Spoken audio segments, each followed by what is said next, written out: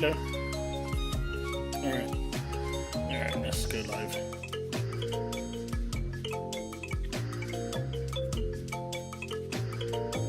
Oh, we're live. Everyone can hear you. Yeah, Mike, sounds fine. It's the one you stole from me, right?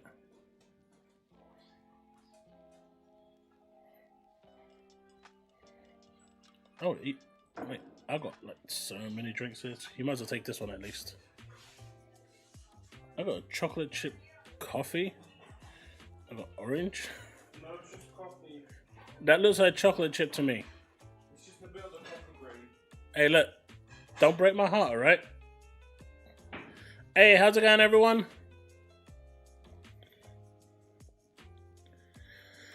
Made it for the pre-show!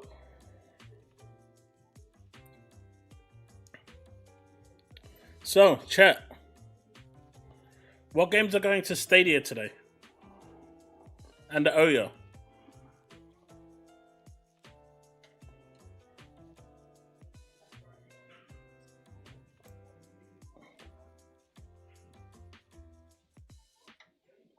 I can hear the Final Fantasy music. Why can't I hear the Final Fantasy music? Okay, that's gone now.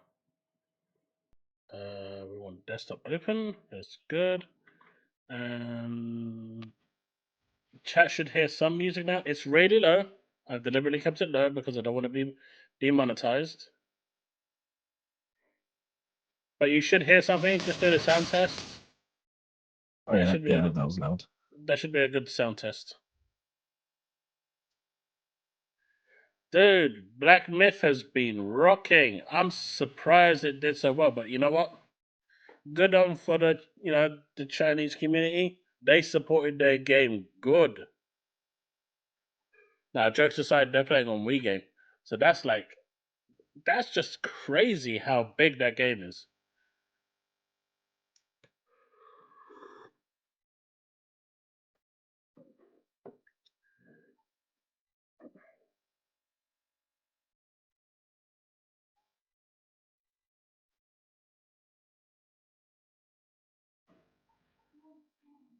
Use that one. I can't copy that. Any reason why I should use that one?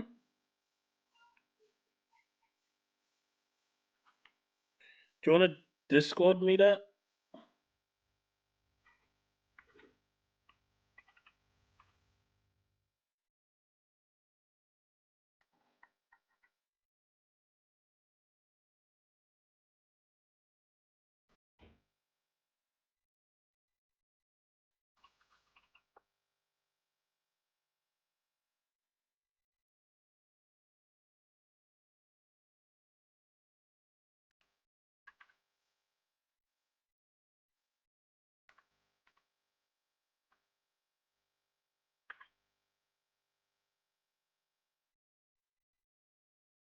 This isn't the Xbox showcase. This is the opening night live.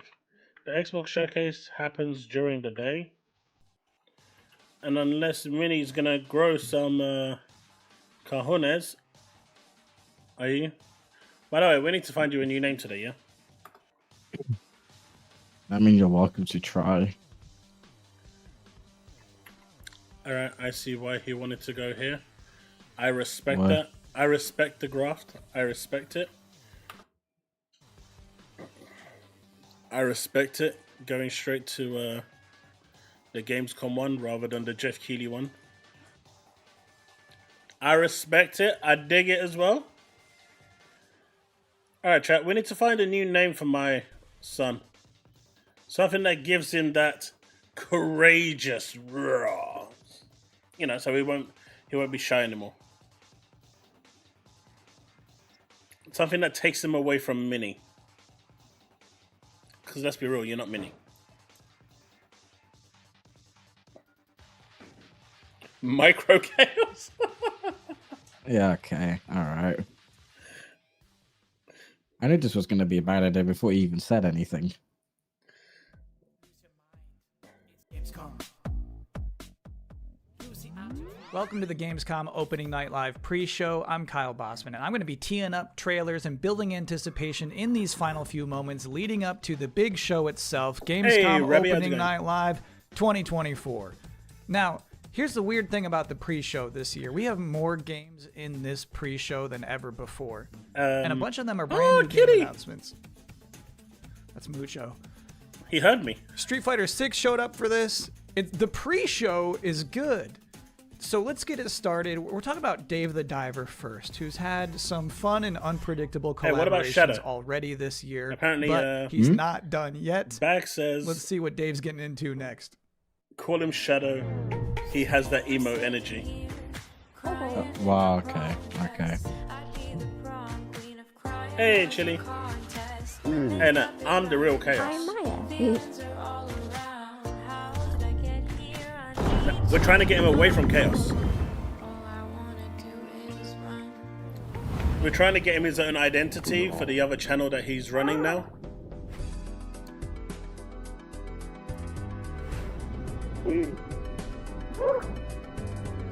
Theodore Lau. They're just getting worse. How did they get worse? The Order Lounge. I'm good, Remy. Hyper? Oh, this is loud. Chat, was that loud or is it just me? It was a bit loud, yes. If you're just joining us here at the pre-show, you're still relatively early. You only missed one trailer so far. And our next one is for a brand new they got Hyper, they got Shadow, well known for its depiction they got of numbnuts relationships. Okay. They got Micro P.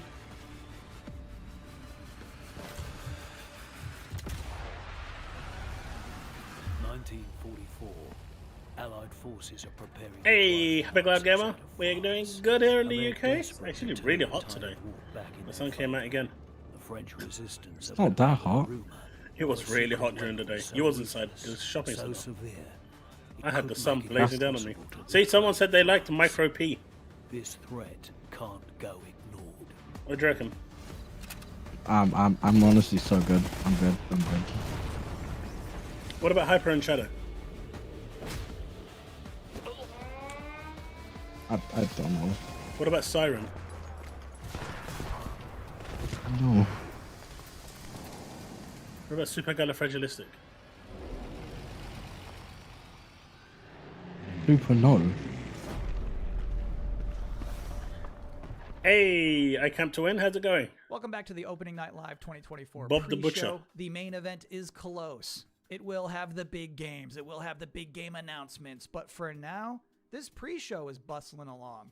Up next, we can't use the word chaos. Begone Beast. We need to give him its own identity.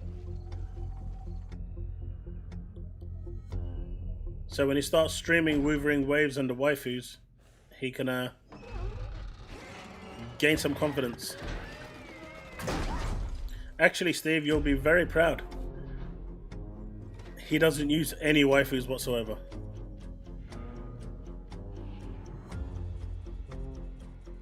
Unless they're actually good, stat-wise.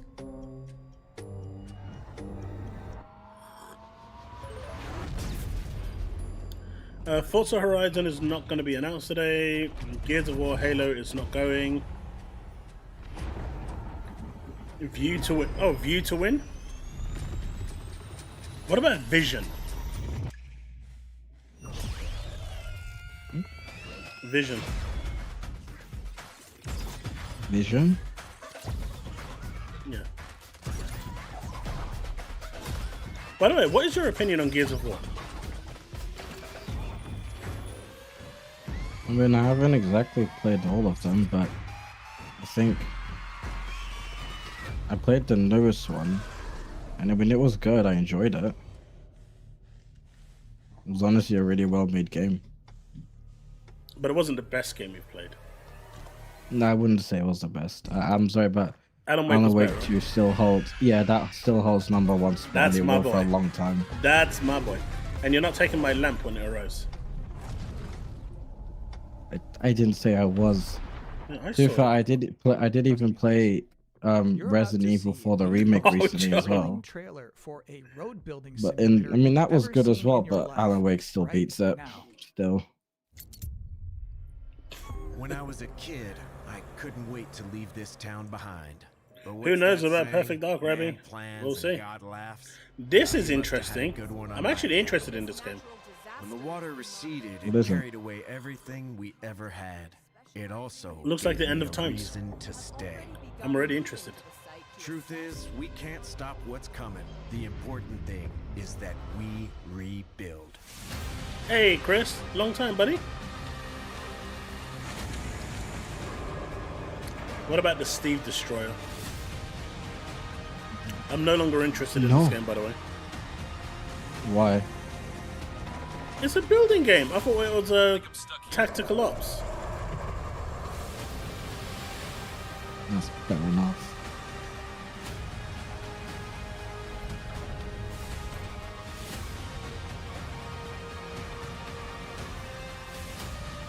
Yo, chat, here's a challenge for you. Here's a challenge. How many, what's the word I'm looking for? How many times Now you're about to will see this a stream be couple of claimed games that will make you say, by YouTube?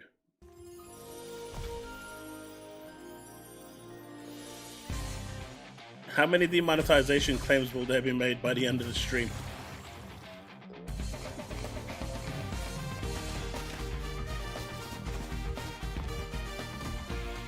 Alright, I reckon Bullets is in pole position right now.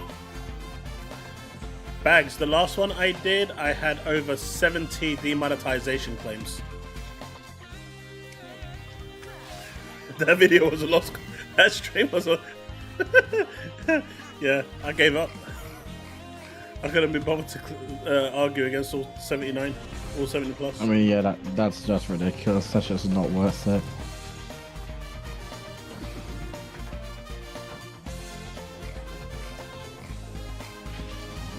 I think I've been getting a bit early.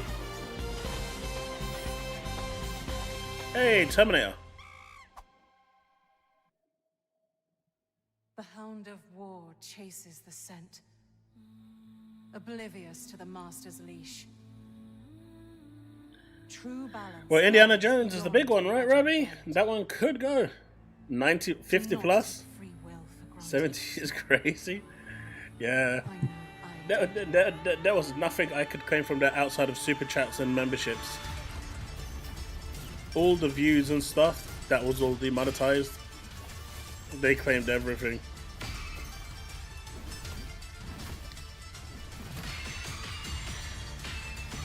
You'd like this, right? This is basically. I mean, maybe. This is a Temu version of Elden Ring.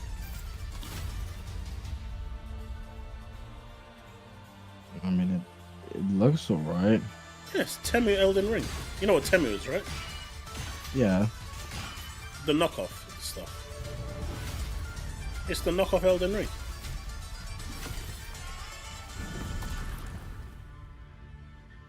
Emphasis on the knockoff, though. We're soon gonna find out, Rabbi. We're soon gonna find out. Bags, I absolutely agree with you. 100%. I'm so sick of seeing Souls games. I just don't want to see them anymore.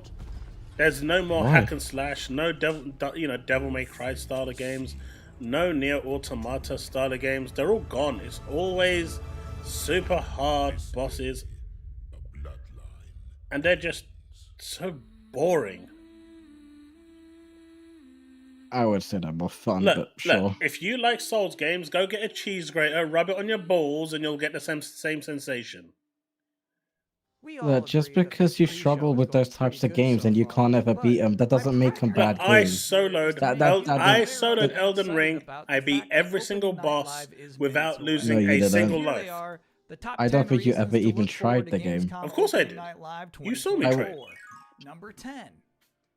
A new If you look at actually Call try of to play Duty through the whole Black game, Ops I will be 6. morally surprised if you get past Morgan. Number 9. The first I time you beat fight every him. single boss. Look at the gameplay of Everyone, Dune. You even the did secret not. ones. I did. Can I be honest with No, you for a no, you second? didn't. I didn't did, really 100%. get Dune until No. the second movie, and now I think Dune is cool.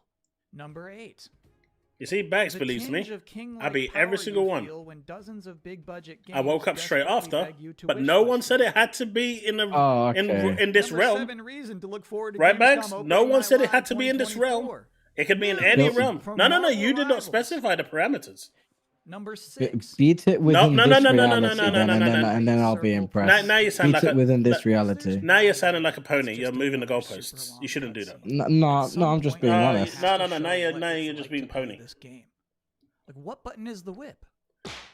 It's fine. Not Number everyone can be 5. good at games. It's fine. The reveal of Tarsier Studios' next game. Here's the story with this one. So, Tarsier Studios, who made the Little Nightmares games, a few weeks ago, they Fate? put out this Coming to terrifying PS5? teaser You mean with, Fable? this sliced No, open Fable's giant looking. happy pig. And then it just Oh, there you go, says, mini pony. Worldwide game reveal, Gamescom ONL. And that makes me curious. I don't even know what this is. Number 4 reason to look forward to Gamescom opening night live 2024. So have you figured out a name? 50-50 shot Sam Lake shows up with a new dance. Just to Nope. be clear here, he is not scheduled to appear, but you always feel like there's a chance.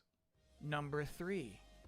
I like the this guy. first game I don't know who he is, Civilization but I like 7. him. Number 2. An He reminds me update of me. on Monster Hunter Wilds. Officially, we're just calling Oh this an God, update, but Dreamcast, There's no man. way it's just going to be somebody That's like talking. that's worse I than promise Micro it's P. going to be nice. And the number 1 reason to look forward to Gamescom opening night live 2024 is it is always nice to hear a room full of people cheer. and be happy about video games. No. Almost always. But before we can get to any of that, there's still plenty of pre-show 5 to gifted go. subs. Next up from the studio behind Fury Darkwind, and Haven, Nocturnal, here's a Chris brand new George, trailer Happy Cloud for Gamer. Cairn. Talos Re, Devastator. Doggen. Wait, how many? I'm sorry, what is this? Right back.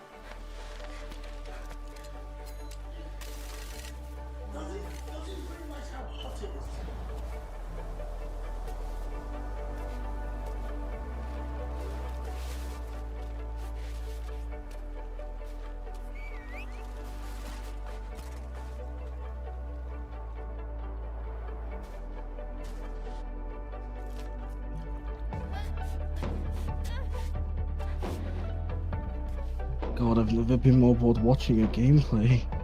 What is this? Are you ready for Cammy? I'm ready for Arr, anything. mealy laddies. 5 gifted subs, the pirate is out. This next part is cool. You're going to see a mysterious trailer for an Well, lucky you went. and then immediately after that, I have an interview with that game's developer. So first, here's this.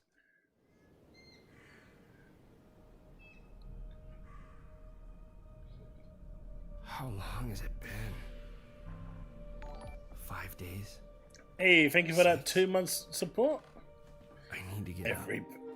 We can call you No matter Parrot. How much I sleep, I still feel tired. We Yeah, can no, call you the no. Parrot. Maybe it's That because that the won't nights here stick. feel I refuse. unsettling. Robbie, we're about to find out. The only thing that brings me a bit of comfort. We're is that about I'll to never find out. talk to another human being ever. Thank you very much for that membership. I appreciate you. I've decided that this abandoned farm will be the place where I die. But The until main then, event is in 10 it leaves minutes. me with the ever-pressing question: how do I fill the time?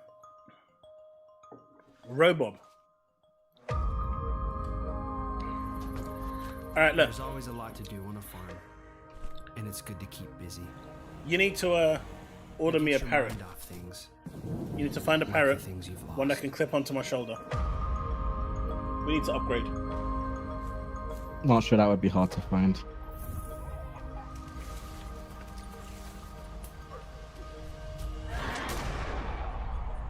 We'll see what winter brings after the harvest. Hack and slash is a good name. You want to be hack and slash? Recently, I had the opportunity to slasher. talk It's to the also solo developer no. behind We Harvest Shadows, David Whaley. What's up? Thanks for having me. It's a great honor. What about Heck just yeah, Booba? we're happy to have you. How would you label We Harvest Shadows? We Harvest Shadows is officially, I call it, a first-person farming horror allegory. And Did he say because whore? I wanted to do a lot of weird things with this game. Gory, wanted to gory. make I think he said beautiful gory. horror I'm game. pretty sure he said It's whore. very personal, story-wise. I think it's call it gory. anti-cozy game. The Sony But Secret not Showcase. surprised that's what you would hear. I think a lot of us, we Sony had a hard Secret time during the Showcase. pandemic, and like Animal Crossing, like that saved my life. Extremely cozy. What yeah. showcase? Extremely cozy. And I was like, I wonder if we Get can a pigeon take and this paint type of it. gameplay, which is Hey, relaxing, Mad Cow! Oh and twist shit! it in an unusual way Guys, to make a guys, gameplay experience that's that unlike dude anything else. And so is I one want of this my game to be oldest relaxing, friends. but I also want it to be terrifying. Oh wait, So I think an remember interesting him. Part of that trailer Yeah, is he's when you get your the first objective on a ninja notepad in and it just Final says leave Fantasy. house, which seems like a The simple one that thing, but I I'm wondering used in to the game heal, itself, and as soon is as he it took gonna a be fatal a blow, I'd mechanically leg it because difficult I'm thing not to do? dying. I don't want to spoil. Well, you are the anything, greatest but, friend I think in I've the ever heard in trailer, history. I wanted to Oh, show it was that to brilliant. show this main Like we went up to fight a character. notorious I- monster. I He bet took it one was. hit. He took one hit. 90% of his life was gone. He looked around and I Yeah, was like well, you halfway were across. booking it. I teleported out. What are you talking about? I've had I days warped like that. out. where that's the hardest thing Fantastic to do. friend, fantastic. And I wanted these Couldn't get any better than that. hurdles to become real. Like they're figurative challenges, but they become like literal challenges and sometimes literal. Moo, we need to demons catch in up the soon, game. man. I've We been there absolutely where need to leave catch up, house dude. is a difficult objective of the day. I've been there. Yep, me too. No, I get Oh that. man, What is I something haven't from that seen trailer you in a hope long people time. didn't We miss? definitely need to There catch is up. like some hidden things in the trailer. I'll show you the pirates. There might be Like some. what? Yeah, there might be some eagle-eyed viewers, but a big theme of the game is that he wants to be alone forever, right? But he's actually being watched at all times. And so in the trailer, there's a lot of hidden Madman, faces, not scary much. things looking at him. So maybe people. can go back Remy, and see if what they can was find you him. saying? David Whaley, thank you I so can't much for see. joining us. Have a great Gamescom. Thank you so much for having You me. would never agree to that, right? Thanks again to What? David for taking the time to do What this has said. and bringing No. the You would vibes never back agree, up. right? And No. I Really think sure? now is as good a time Yeah, as 100%, any 'cause for you're gonna a do it. scary 'Cause you're trailer gonna with do it. biblical Yeah, undertones. no, you're funny. You're funny.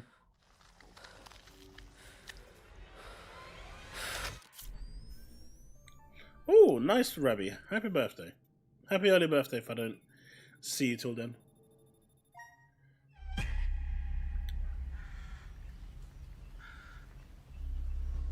But we will be live Thursday and we will, I'll wish you a happy birthday then.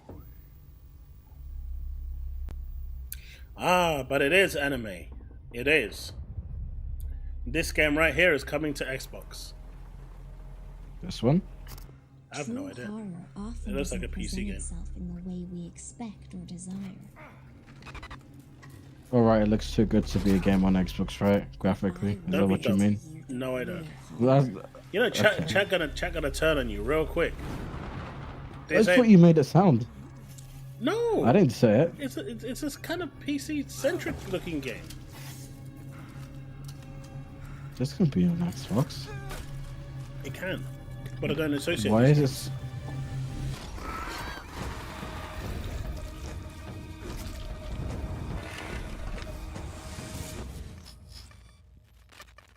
It's just like a horror game. Never mind, it's virtual reality. Oh, you're in. You got the MOBAs now, Chille. No. See, told you. Bellissimo. Next up is a trailer that told you. works better if I don't even set it up. So here's a good trailer to It's watch. fine. Stuck on a planet. Happy early birthday, Rabbi. The juiciest burgers in the galaxy. Okay, that's disgusting. Well, oh come on. Smuckbot from Hot Whiz. I smush it down my throat. Our new That's What? that sounded like really okay. Alright. Here at Alta Interglobal, So, chat. Who else smushes it down their throat? the colonization of space. You've spent almost a century hurtling through the universe in cryospace. Nah, Chille. Oh yeah. Ready to begin your work on this strange alien planet. Unfortunately, Devastator. I can't. I'm working. That space exploration is Minnie, do you want to do costly it? and unpredictable, and Alta has decided What? to cancel all It's like a future couple of plans in hours a space. day. Wednesday to regret Friday. to inform you that you have therefore been made redundant. Your final check has been Are sent. you interested? Thank you for your service, and I don't know what we hope that you you're on eventually find a way about. home. So Wednesday to Friday, there's an Xbox presentation. They're gonna be showing like all the cool stuff for Xbox and whatnot. Showcasing like it's basically for 3 days from 1 p.m. to I think like 3 p.m. or 4 p.m. They're showing just Xbox stuff.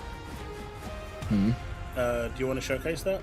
Because I'm working. It's impossible for me to do it. I mean, I can join maybe for an hour during my lunch break, but after that, you'll have to do it solo. You interested in taking the reins and doing that? Next up, we've got Insoy, Not which is a sure new life right now. game. It's like The Sims, Well, but more beautiful. decide. If you are interested in getting a head start I'll on let you know, creating chat. your characters, this next trailer is for you.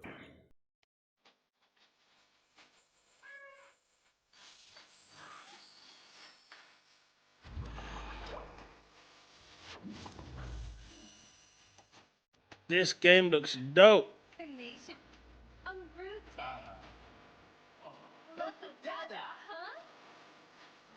Damn, graphically it looks really good. I saw frame drops there. This is 0 out of 10. What is this supposed to be? Sims, maybe? I was literally about to say, is it like a modernized version of Sims? I think so. No. Exactly what it looks like.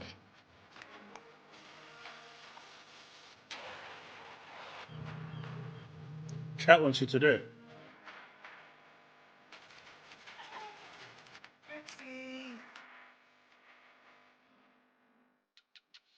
Inzoy. Wait, and I like that porn shit that you get on your desktop that they keep advertising on Twitter.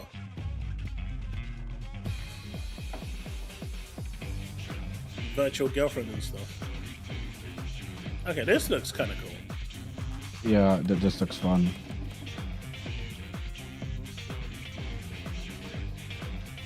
Go on, anime, you can say it.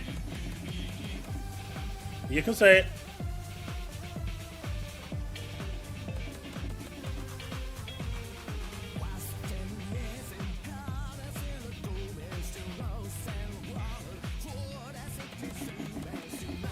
It'd be nice if they showed more than him just dying, but it looks good for now. Oh. This gives me ZZZ vibes. Instead of TV, you're just a pixel, right? And then you get into combat. Huh? What? Alright, here's this. How much super chat would you need? Would it take you to stream for 3 days? Or how many memberships? I don't know. Try benign.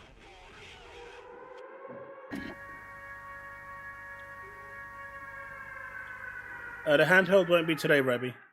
Welcome back to the Gamescom Opening Night Live 2024 pre-show, where we are getting people Turn it up. excited for a All big right. night of video game trailers by showing you more and more game trailers. And next up is another brand new game announcement. I've always wanted to fly. I did ask earlier if the voice was okay. Is that too loud? Is that better? Yeah, it is. Put it like halfway. Halfway. Put your volume down. I think that's in us all, isn't it? Huh? Put the volume down, yeah. That's what my dad taught me. No, because now you sound quiet over the thing video.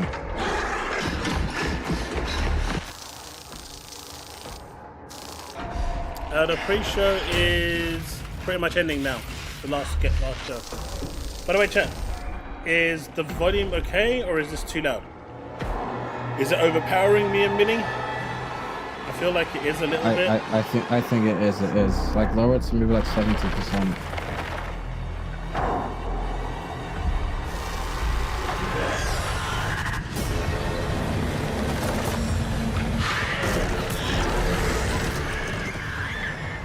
Alright, let me know. That should be better. Directive 8020 2025. This might be hard for you to believe, but we have just one All right, trailer fixed it. left in this pre-show. Oh, You come might on now. remember, back at Summer Game Fest, Capcom announced that Terry Bogard would be joining Season 2 of Street Fighter VI. Then, last month at EVO, we all got to see what his in-game character model looks like. But tonight, You got 1 minute. In this moment, Terry's about to power dunk all doubts. Rabbit, the handheld won't be shown today. 6 This week. Terry Bogard gameplay reveal. Handheld what? Handheld Xbox. Come on, get ready. That's the thing that's coming? Yeah. What, is it going to be like a Steam Deck thing by Xbox? Yeah, so you can play your series games on there. Oh. Time for a beatdown.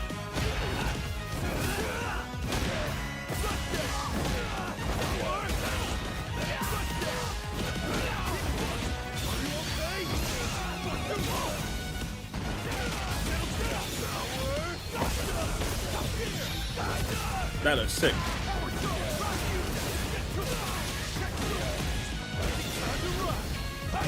Honestly, I've never been into games like this, but I feel like if I tried like something like this, I might like it.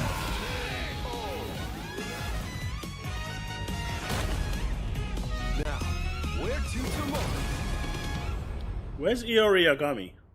Goddamn. Good stuff, Terry. And that's it for the pre-show. Gamescom Opening Night Live 2024 is now officially just seconds away. Thank you for hanging out with me here and Mucho too. Hope you enjoy. Thanks for watching. Do you know what? No, it makes sense why I'm blind. All right, here we go.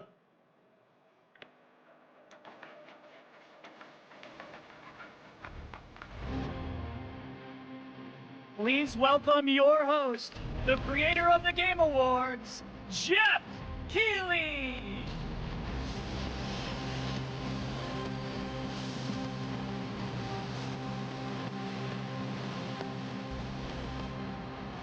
Just a pre-show, dude. And now your favorite guy's on.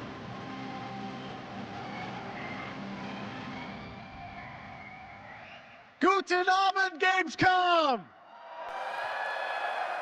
And hello to everyone watching around the world. This is Opening Night Live from beautiful Cologne, Germany. We have our biggest live audience of fans ever here at Cologne Messe. Over 5,000 people together as a community to celebrate our love of games. And of course, millions of you watching online around the world. Welcome. We have gathered for the grand kickoff to Gamescom, the world's biggest in-person video game event. And this is our 6th Opening Night Live.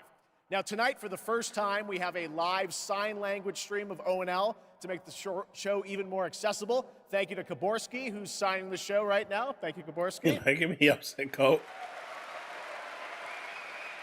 Now, while the game industry certainly has faced challenges this year, I know that ONL will get you excited about what's to come later this year and in 2025 and beyond. Now, over the next 2 hours, you're going to see world premieres from studios big and small, including, yes, some new game announcements you're not expecting, and some surprises, so get ready. All right, we're going to see Mario Hunter on to thing. Indiana Jones. Doom to Indiana Jones, boys! Call of Duty to Marvel Rivals. The most anticipated games will be on stage tonight because they wanted to be here with you guys at Gamescom. And I am so honored and grateful to have the opportunity to present these games to you. Look, Mario Odyssey is about to get announced for Xbox. You'll see.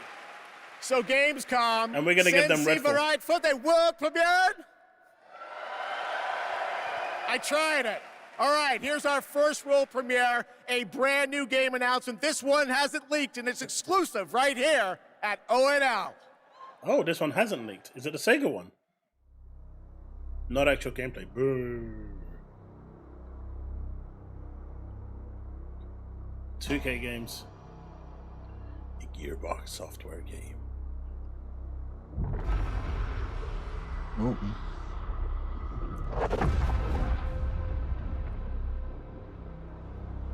Concord 2? You think? No. Good off.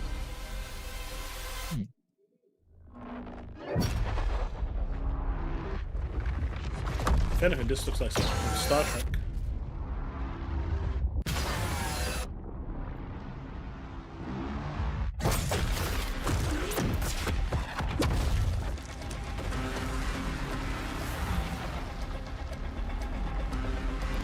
There'll be something absolutely stupid that comes out of it. Like a furry rabbit or something. Nah, I'm not sure. It would be funny though. Borderlands? I think so. Borderlands 4. Finally.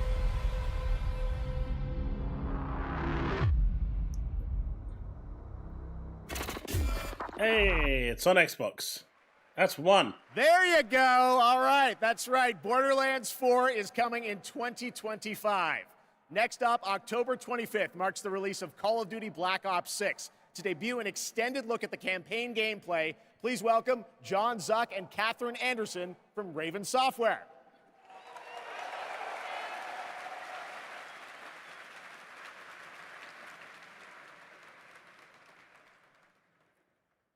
But we knew Black Borderlands Ops 4 returns existed. with an epic story and signature blockbuster action where players question everything and trust no one. It features an all-new campaign with 16 new multiplayer maps, with the return of classic Prestige and Theater mode, and 2 brand new zombies experiences on day 1. You'll see live MP, zombies, and Warzone gameplay at the Call of Duty Next event on August 20th. Call of Duty 6. Yeah. And starting on August 30th, you'll be able to join the MP open beta to try out the brand new Omni movement system for yourself. But today, we're here representing the Raven team, who's leading the campaign that audience in is partnership with Treyarch. The Black Ops 6 campaign is set in the early 90s, a time of global turmoil and uncertainty as the Cold War comes to an end. You're joined by legendary characters Frank Woods, the grizzled vet, and Russell Adler, the ultimate wild card. Together with new allies Troy Marshall and Jane Harrow, and unbound by normal rules of engagement, you'll unravel a mind-bending conspiracy. In the mission we're about to show you, our rogue team has targeted a senator attending a political fundraiser in order to gain access to a top-secret black site underneath Washington, D.C. This is Most Wanted. Minnie, they're looking for you. Okay. So we're gonna show up to this fundraiser, get what we need from the senator, then grab Adler from the black site before anyone knows what's happened. Camera actually works. Sometimes I surprise even myself. Let's just hope Sev and Case can get the retinal scan. Senator's on stage now. Use your camera to get a better look. The senator isn't giving interviews tonight, and he doesn't go anywhere without his security detail. I've marked a few leads that could help get you close enough to do the retinal scan. Take your pick. I got it on good authority that the senator stole some sensitive information from the people I work for. Who the hell are you? Blackmailing a senator with sex tapes. Can't beat the classics. I've cleaned up another of your messes. Lee Grisham, head of security for All Drain Energy. Grisham might be our way to McKenna.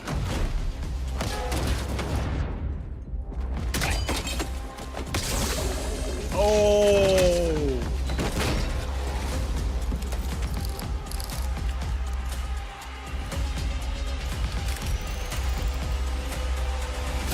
I modified the infrared image to highlight the capillaries in the senator's retina.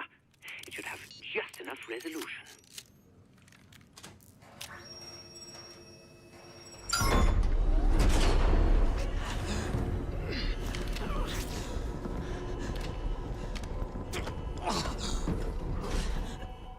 Please help. They took me during shift change. Knew our schedule somehow. Started shooting. It must be Pantheon. Outlaws could show up. Loud or quiet. Don't know when I'm gonna stream it though. Go. That looks crazy. Yeah.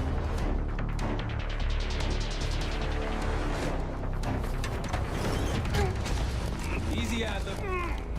We're here to help. Guess Woods got my message. The old man says you're worth it. You better be right.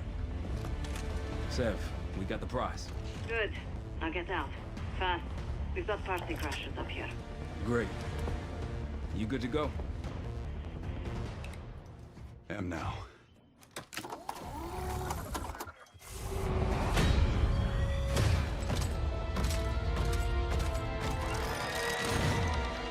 Take cover! Stay low until that minigun stops spinning.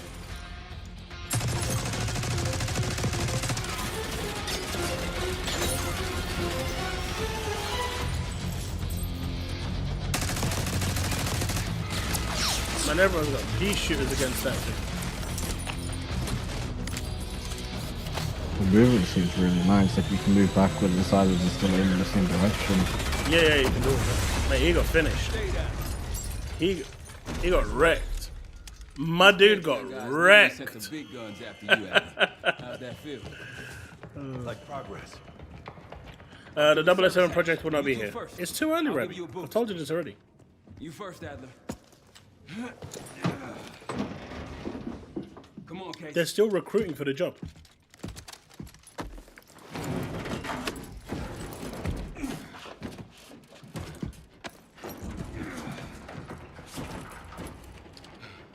Easier coming down. Well, that's the question, right? Oh, frame rate drops there. I saw it. Yeah.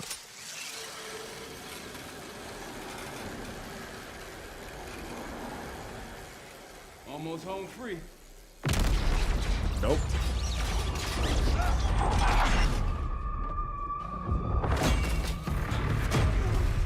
Did you see how skillful you had to be there to grab that bar? You had to time that to perfection. No QTE, no nothing. I got you. Man, you're heavier than you look. Thanks. Hope you have a plan B. You're saying your usual QTE, you had to time that. We'll just take the scenic route. Let's get moving.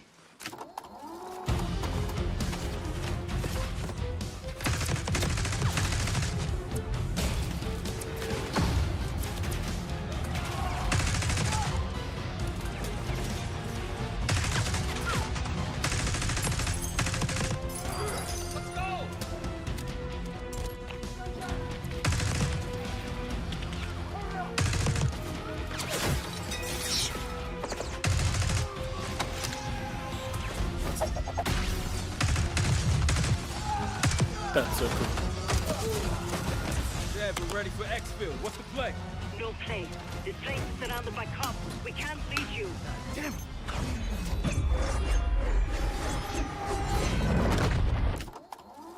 If we can't outgun them, we outrun them. Just like that, huh? Just like that. What is going on? I have no idea, but so far, honestly, it looks really good. Ever do anything like this Like before? No. But I don't see any better options, and I'm running out of It bullets. definitely looks like a game I would play. Day one on Game Pass. Pantheon, 10 o'clock. Keep them off.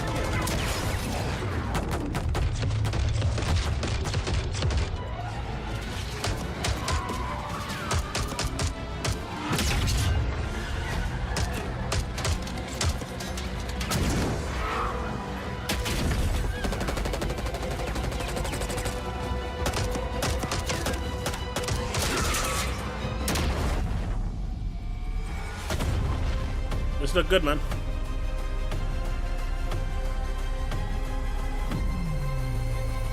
Now this is day one.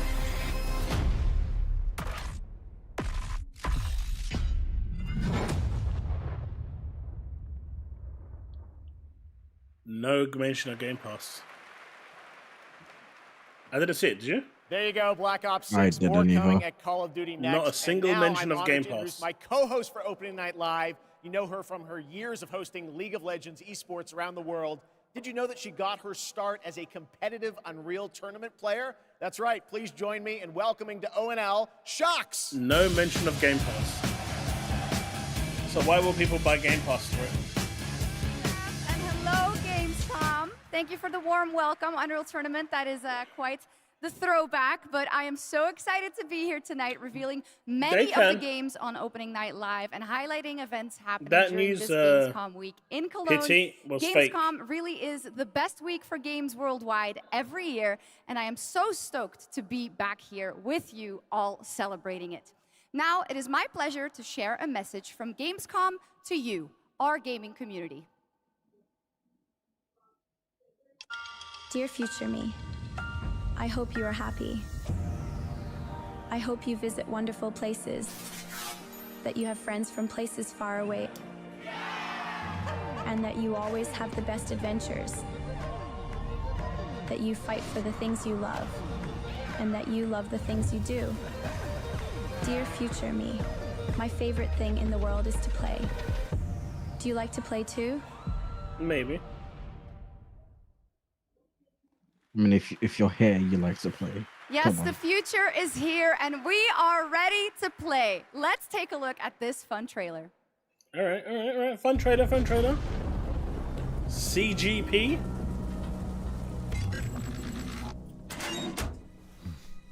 Oh.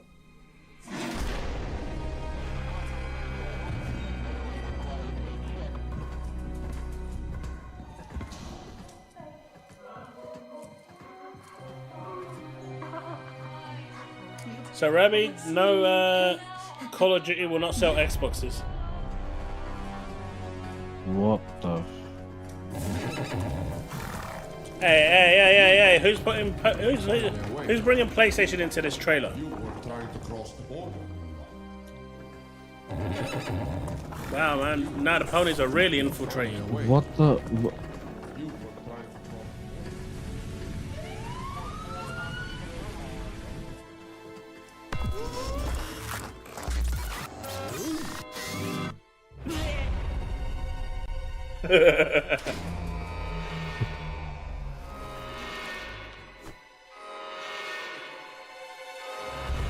What the fuck is wrong with his neck? I think they decided to take all the bugs already available and just put it into one game. Well, I'm sorry. Is that a go? Or was it just no? Lovely. Oh, this is Superman 64.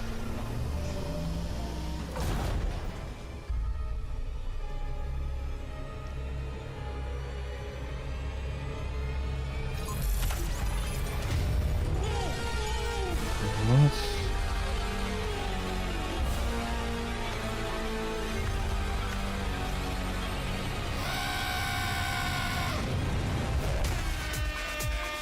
Are you serious? All that and it's Goat Simulator.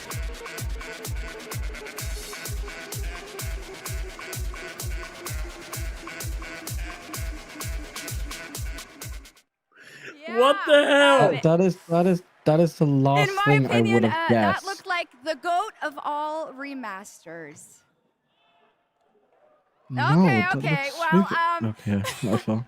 We are expecting hundreds of thousands of fans at Gamescom this year in person, but if you cannot be here with us, don't worry. You can join us virtually by going to Gamescom Global, where you can explore and discover what the world's gaming industry has in store for you.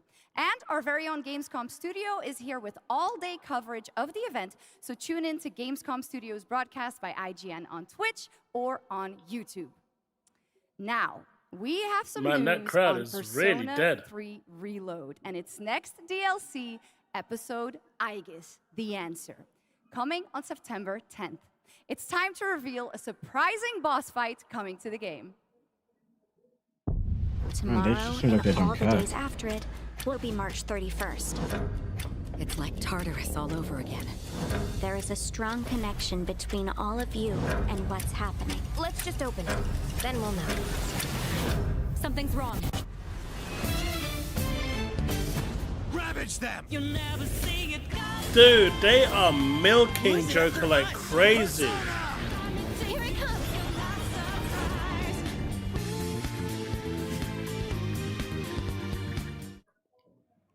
They need to stop milking that guy, man. Fun there. All right.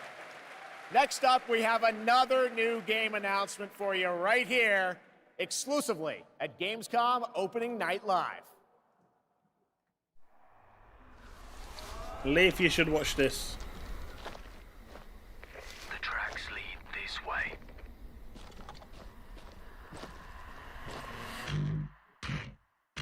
Oh, Techland is pretty cool. It's close. For those of you who don't know, they make games. Stay here. Stand guard.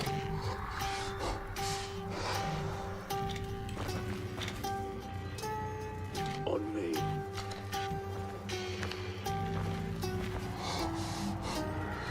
Bloody hell.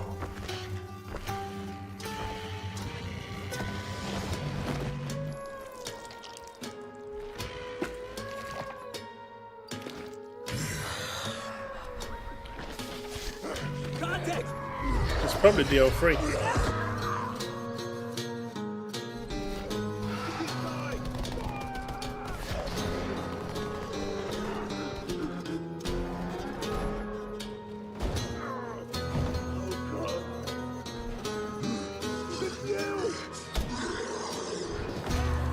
Every man has an animal within.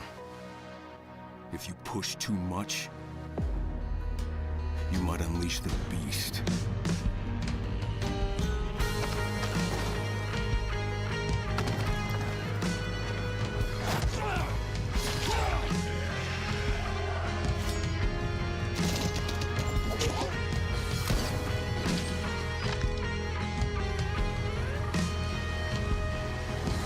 Is it Dying Light?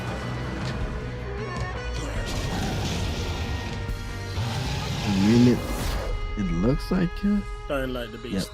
Yep. Wish list. It's on Xbox. So far, everything's on Xbox. Xbox. There you go. Kyle Crane is back in a new zombie adventure set in the Dying Light world with 20 hours of gameplay, a new open world region, and more in Dying Light, Shadow the Beast. Or Hyper. Next, today marks the launch for the most wish-listed game right now on Steam, and also, last I checked, the biggest single-player game ever on Steam with over 2 million concurrent players today. Wukong. Black Myth Wukong from Game Science in China, which is also out on the PlayStation 5. And right now, we've got the reveal of the launch trailer for you. And the launch trailer is going to say, Eggbug, coming 2025. You might actually like this. Mini. Wukong? Yeah.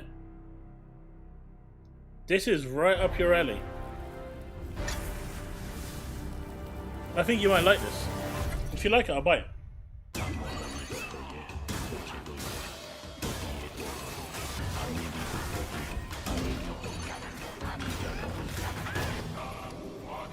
I'll get it if you're on PC. It's demanding though.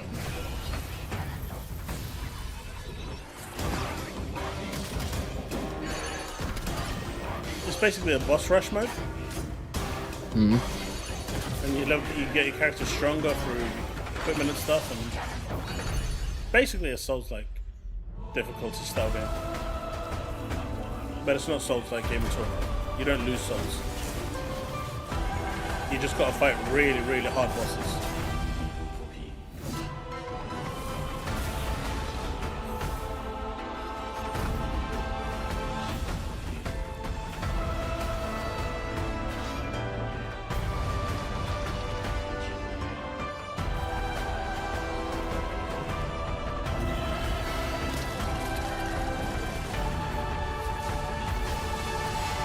You are the Monkey King.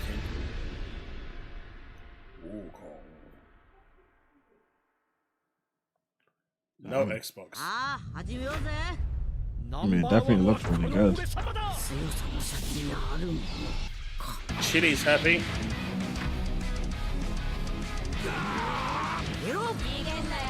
Boss is happy with this one.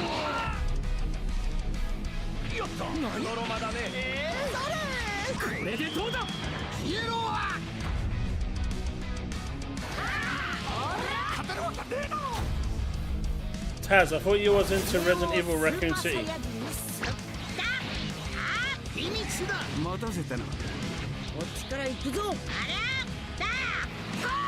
What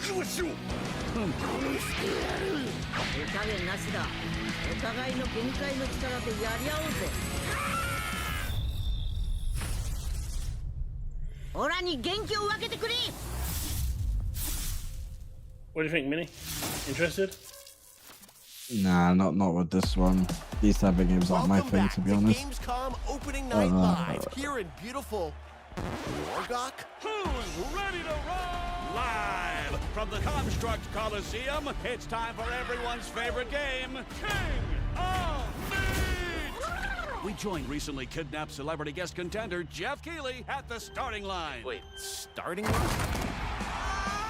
And that battle cry proves how committed everyone is buying this game just for this. Let's check the soch with our sideline reporter.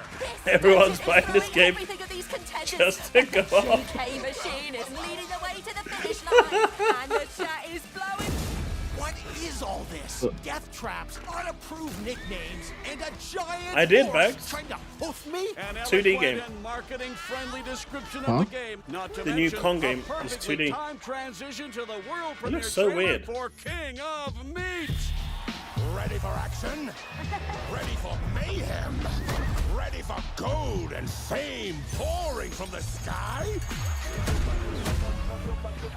Challenges from the most twisted minds of the most ghoulish dungeon creators are transformed into Minifiber would monstrous like this. reality. It's like a nightmare in dungeon form.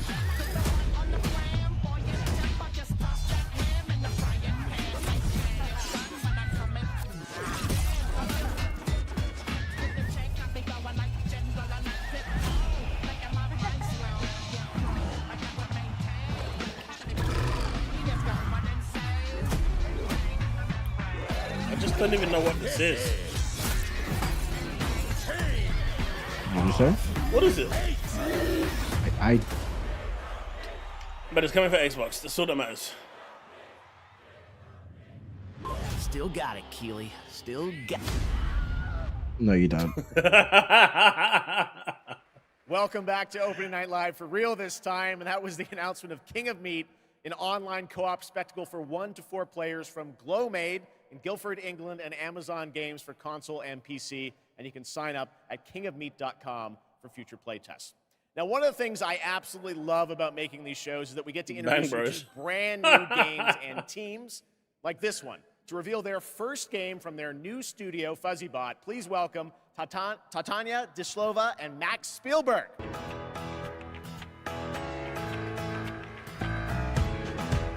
So this Foam Stars version 2? Guys, welcome to O&L. I'm very excited to share this game with the world. Can you tell us a little bit about your studio, first of all? Yeah, well, first off, it's totally surreal to be here right now. We started the studio back in 2020, and the majority of us had come from the AAA side of the industry. And at the time, we were just thrilled to have our own game, our own IP, and we could never expect being on this stage tonight at the end of that run. No. The vision for our studio started with the idea of dreaming big and building smart. The concept for our first game, even early on, felt very unique and full of heart, and this helped us bring together a very passionate team of talented developers. It's through their skill, dedication, and true love for the game that we're able to be here tonight, going way beyond where we thought we'd be. Well, I got to play this a few months ago with you guys. I had a ton of fun. Tell us a bit about your game, Linked. Yeah, so our debut game is called Linked, Banner of the Spark. It's a co-op action hack and slash with a bit of roguelite and town building elements. And so we blended these ideas together to create this cozy yet highly kinetic action game for players to brawl, build, and befriend a crew of adorable robots.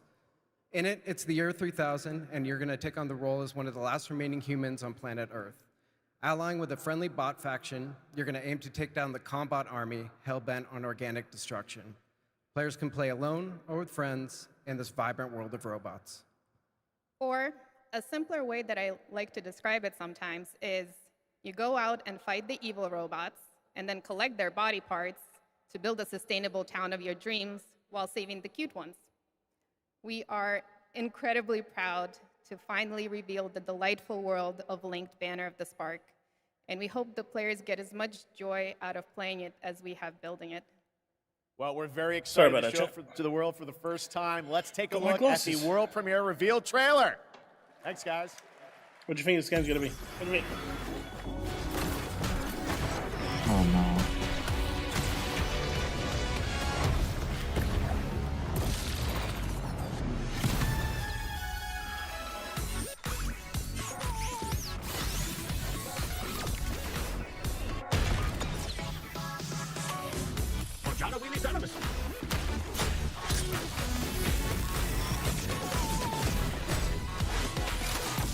Yeah, this one's already a boss for me. Anyone getting Hi-Fi Rush vibes? Fi-Hi Rush vibes? Rush Fi-Hi? Rush Fi-Hi?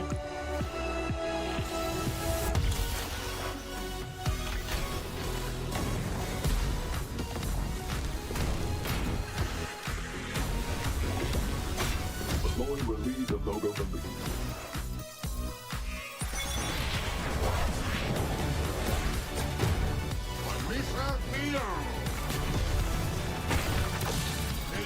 Hey chat, what do you think?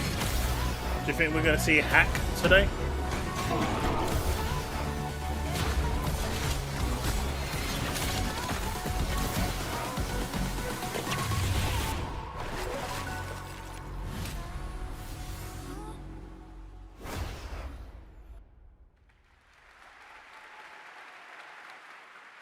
Well, I think we can all agree on this fact. Phishing makes every video game better. You see? Now, You one see? of the things I that told you, love every about game needs Gamescom is phishing. that it is a safe place No, it for our doesn't. diverse gaming family. And there is an amazing platform called Gamescom Cares that shares social and environmental responsibility projects that we care deeply about. Thanks to all of our partners who help to make this happen. You can learn more by scanning the QR code below. There, go on, chat. Scan And it. now, Phishing. the first look at the gameplay of Lost Records, Bloom and Rage, a narrative adventure from the creative minds behind Life is Strange.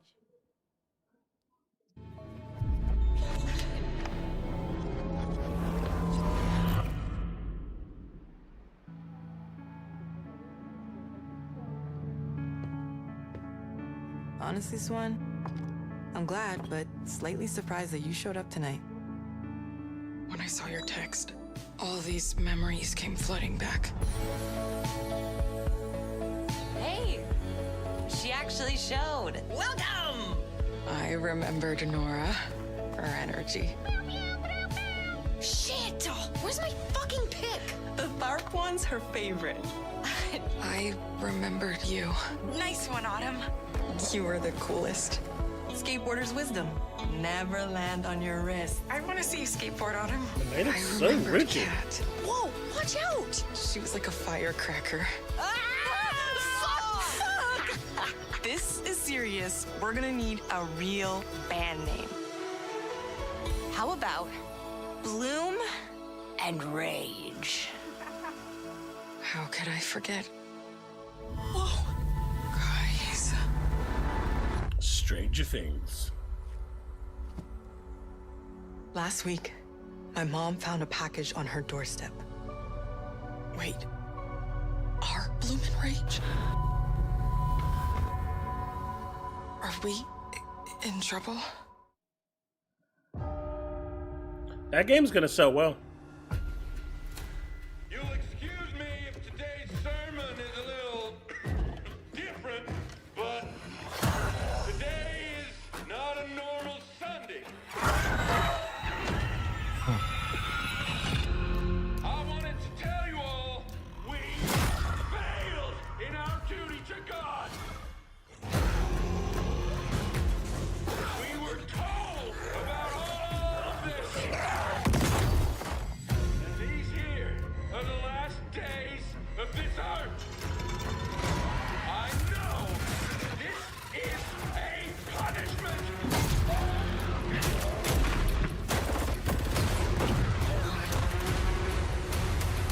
The other place, it's full. That's alright, Devastator. I appreciate you stopping by, dude. No more room in hell. Wishlist now, PC and Epic. That game looks great. It's a new look at the 8-player co-op of No More Room in Hell 2 from Torn Banner up in Canada, where there are deadly consequences of not sticking close to your teammates, and I cannot wait to check that one out. All right, our next game, it's been a long time coming for this next one. At the Game Awards in 2021, Those games Embark generally are, Studios Steve. revealed They've generally Arc got a Raiders, meaningful game story that immediately behind them. struck a chord with players around the globe. A stunning future Earth where menacing Arc machines threaten humanity's attempts to rebuild. Well, Arc Raiders has evolved a lot since then, and now it's finally time for some news on what's next for this exciting action survival shooter. Where do we go from here? Nowhere. Where did I go, Minnie? You've told us nothing of this place. Wait, that's Bastion. Wait, is this Arc Raiders?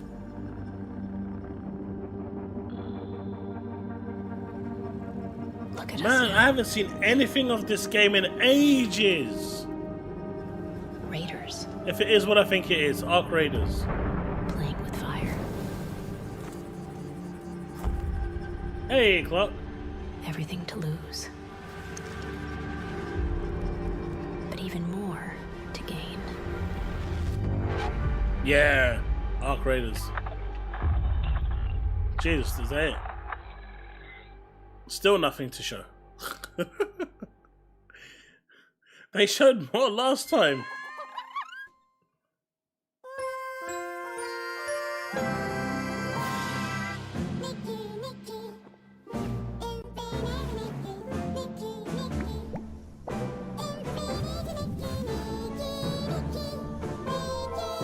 This one's for you, Minnie. No. Look, right there, look. This is literally your game. This is literally your game. This is literally your game. I don't think so. This is 100% your game. No. This is all you, man. What in the name of God is this? They just said the name multiple times.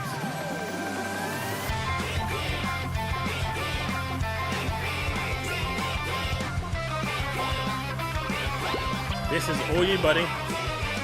No. I know you're gonna love this.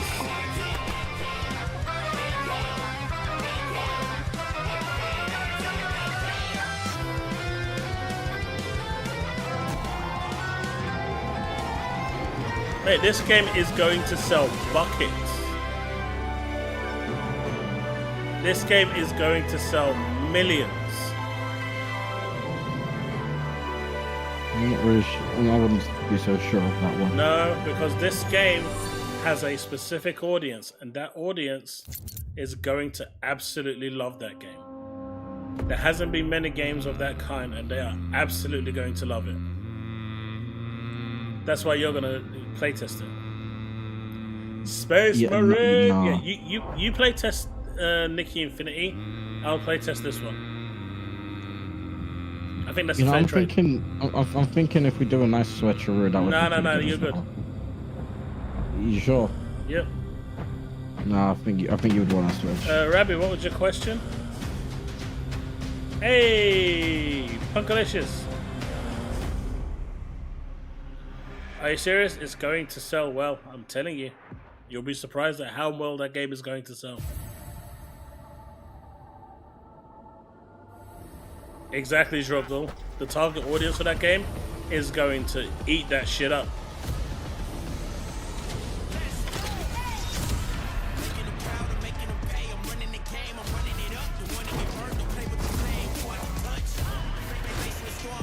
Another hero shooter?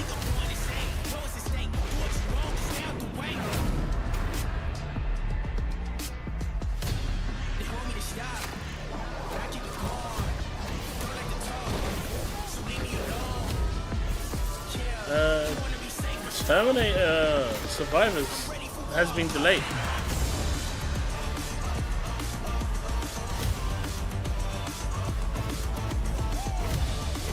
This is Valorant prequel, right? What? I'm joking. This is Paragon. It looks like a Paragon. It is.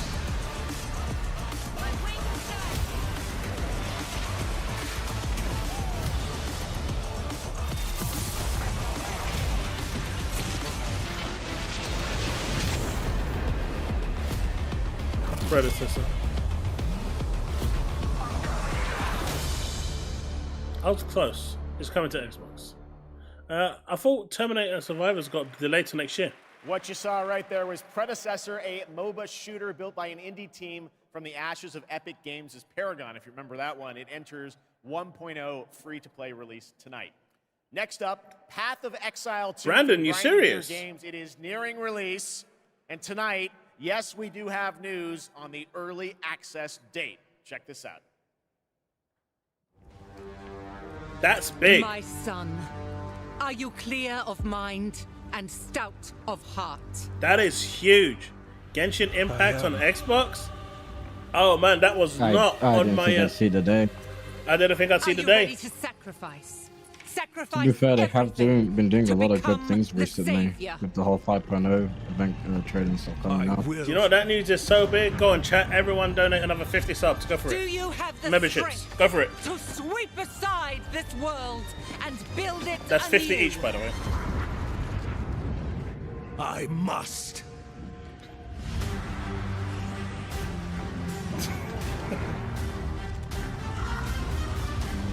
German Transformers reactivate? Not heard of it.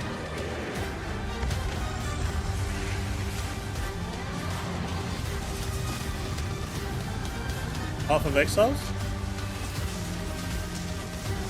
Everyone rebel on October.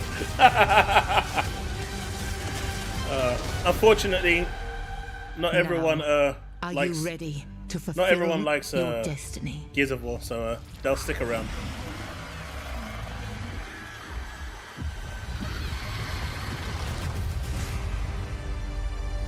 Well, oh no, it's Alex is going to be running on a rampage. Oh. Yes, I am ready. Ugh. Well, that looks absolutely great. Can't wait for that one. And now, Gamescom is known for the cosplay. The vision and dedication cosplayers put into their craft is an inspiration to us all. And to see these amazing cosplayers, you can tune in to the Gamescom Cosplay Awards on Saturday, August 24th at 5 p.m. And if you're into indie games, who isn't, you can watch the best indies of Gamescom in our Gamescom Awesome Indie Show tomorrow at 8 p.m. on Twitch and YouTube. Enjoy exclusive announcements and interviews all packed into an exciting one-hour show hosted by Shay Thompson. Plus, the Gamescom event arena, that is where I am standing right now and all of you are. It is the biggest and most elaborate stage at Gamescom featuring not only opening night live, but additional live shows featuring Genshin Impact is free. Gaming events and esports competitions. Yeah, I don't think it makes a difference if it's on Game Pass or not. By tuning in it shouldn't be on Game Pass. Now, up next is a first look at the gameplay of June Awakening, the open world survival MMO, and news on when it's going to be released. I've totally forgot about Arc Raiders. Anime is coming to Xbox. Awaken.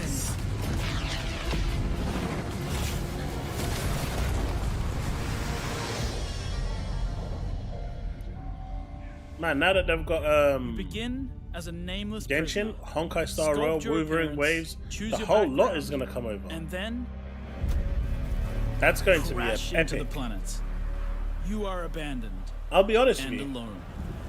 Honkai Star Rail, Genshin Impact, Xenosaga Zero, Wuthering Waves will sell more consoles, I reckon, with those games combined, than games like Call of Duty. Shade. Chase the moving shadows. I mean, that's just because how big gachas are getting now. To Arrakis, it's what the younger generation wants. Planet in the universe. The Series S will be like the perfect console Meet hundreds for them to buy. In the vast this is how it surprises me when those gacha games don't go on console. It surprises me. Microsoft turned it down originally, innit? In this case, yeah, that was a stupid thing they done. Yeah, it was. It's what's big now. Working with others. Those gacha games are pretty much bigger than AAA games at the moment. Tell me about it. The deserter base. They're adding it now. It's better late than never, right? Apparently, just announced it. Anime. Prepare for violence. According to Byron. The choice of weapons and abilities determines your strategy. We will check it out after this. Swordmasters lead the charge into battle. Literally. Repel ranged attacks with a shield, and then take them out, one by one. It's gonna be a Genshin Impact anime? And kill from the shadows. Take what you can from the fallen. On Arrakis, nothing of value is wasted. No, I'm saying there's gonna be a. Did you know there's gonna be a Genshin Impact anime? Harvest, and gather with your group to build When's bases that coming and out? unlock more advanced equipment. Soon, hopefully, and that is going to be the biggest anime ever. Refine Yeah, the I blood know. collected from your enemies to extract. It's crazy how big Genshin has got, man. Craft improved equipment. MiHoYo using managed to fabricators. land it first. Replicate your bases in new locations with the blueprint system. Why does And everything sell have to blueprints have of your base architectural building? wonders to other players. Rip. Lead your group to become a guild.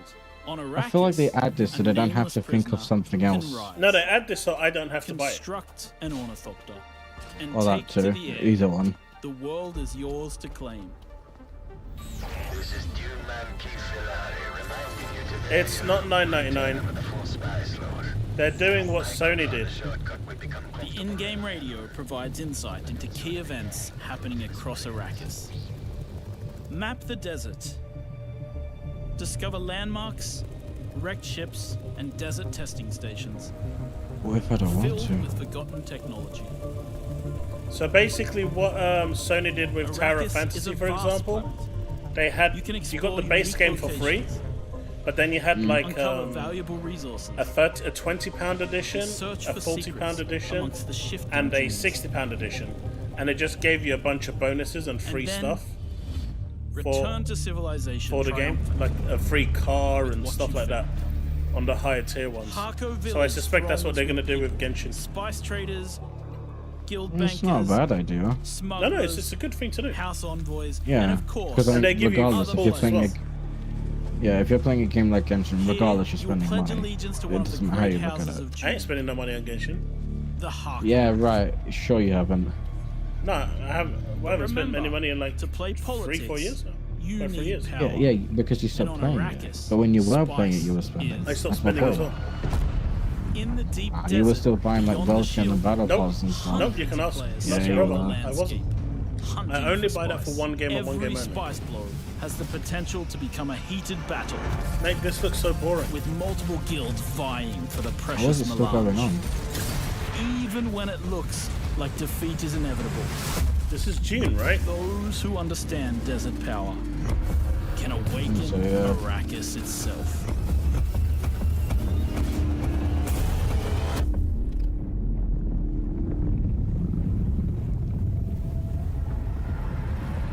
Leaf, that's the actual application. That's 327 meg. The 20 other gigabytes that's going to come after is going to be the download. I know, right, Jogdal?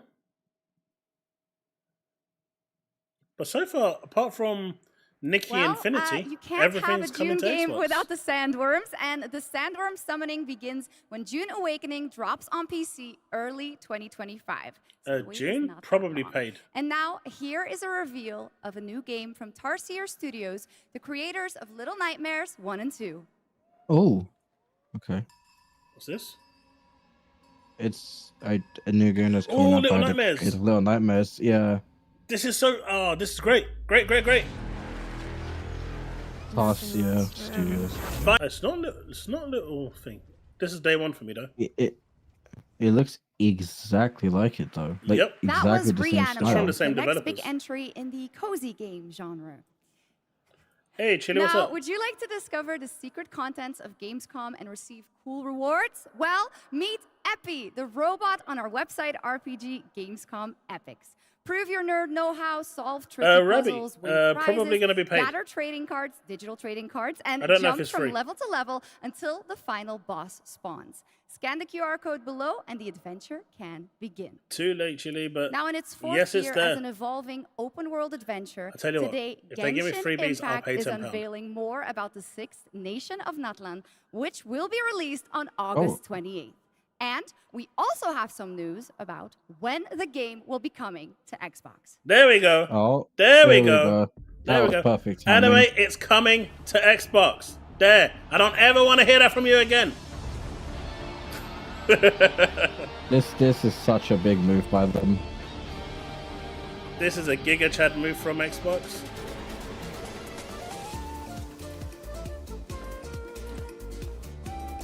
It's like perfect timing when 5.0 is coming out. Yep. Like, you could not have done it at a perfect time.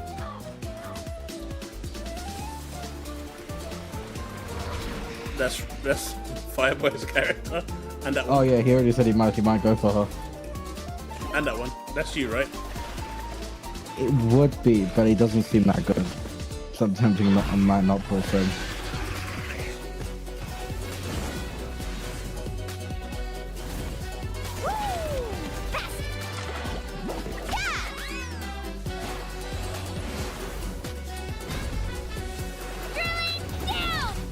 Locked on.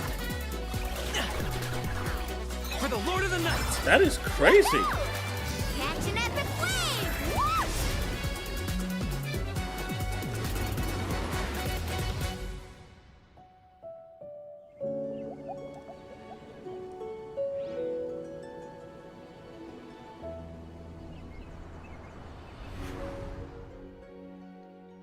th of November. Coming to So Game why Game Pass. Pass? I don't know. That's so weird. There you go, Genshin Impact. Because it's a free-to-play also coming game. to Xbox later this year, as we saw. All right, It's a now it's time free-to-play. to head into the wilds of Monster Hunter, which is playable for fans for the first time. Wait, what happened? You know.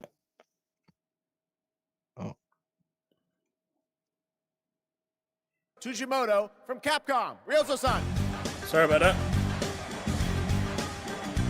We didn't miss anything. The browser just crashed. Random. はい、ドイツの皆様、 You know why they probably put it on Game Pass? 今日は、モンスターハンターワイルズの最新の Steve 映像を just 持 said って it. きま You're した gonna get perks. まずは、この、 Yeah, but 時間を作っていただ there's き a ました。 there's a 本当にありがと small うございま chance す。 they may not let you play it for free unless you have Hello Game to all of my Pass, friends just to in get people Germany to buy and to the Game millions Pass more. watching around the globe. Because No. they're Genshin I'm Impact. really It's a thankful free-to-play that game. Jack You has can't do that. invited me to the opening night live stage know. so I can share a new Monster Hunter Wilds trailer with everyone.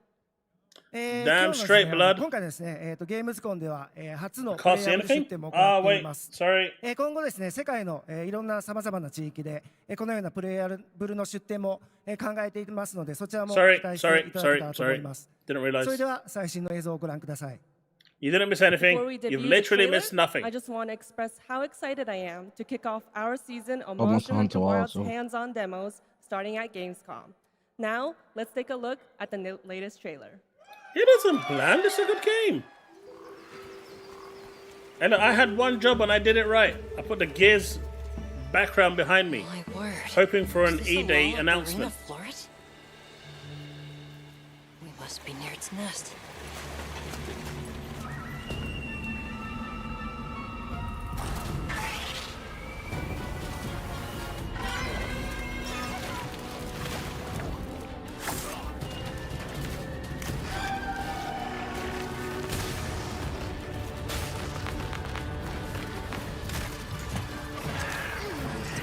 Wait, are you serious, Chille?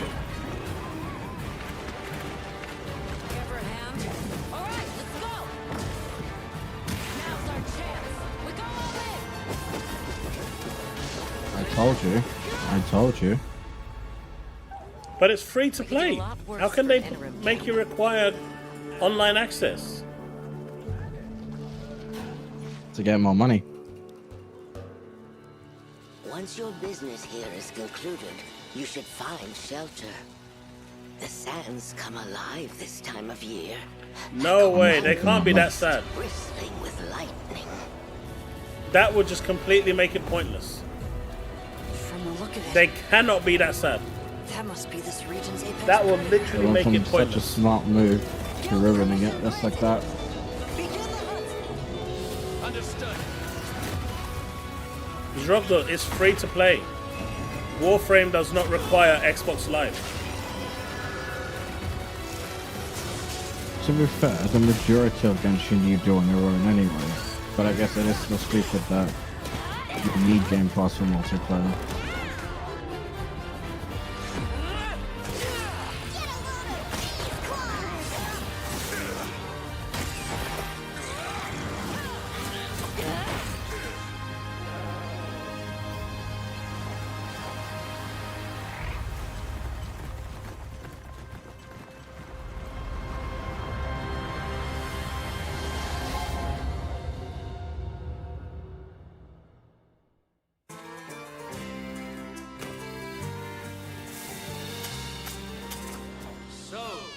tasty.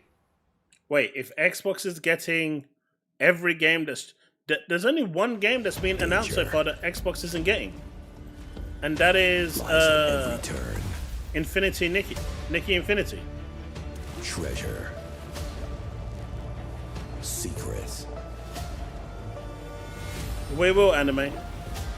Destiny. Do you know I've actually tried playing this game? Is meant to be found. I've really tried playing Naraka. I can't get into it. It looks fun. I believe I gave it a try a while ago as well, but...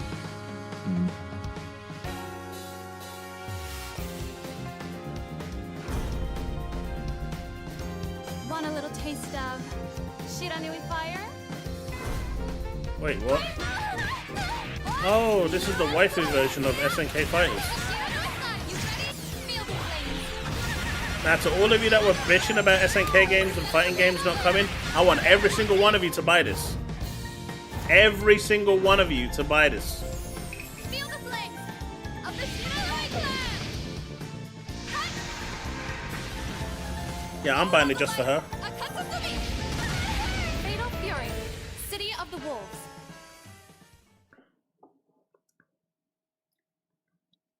£60. Ah, never mind. Never mind. 60 quid. I don't think you're buying it anymore, are you?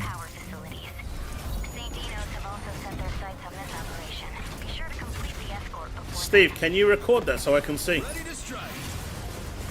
Make sure you get the camera footage in slow motion. I want to see the anguish on your face as the door collapses with your nuts and your face gives out the pain of just pure agony. I have to ask why this is something you want to witness. I have to ask. He's the one that said he wants to do it. No. I want to see your facial expression as your nuts get crushed. I'll even put it in a video. Just your face. Are you sure it's just the face you want to see? 100%? Yep.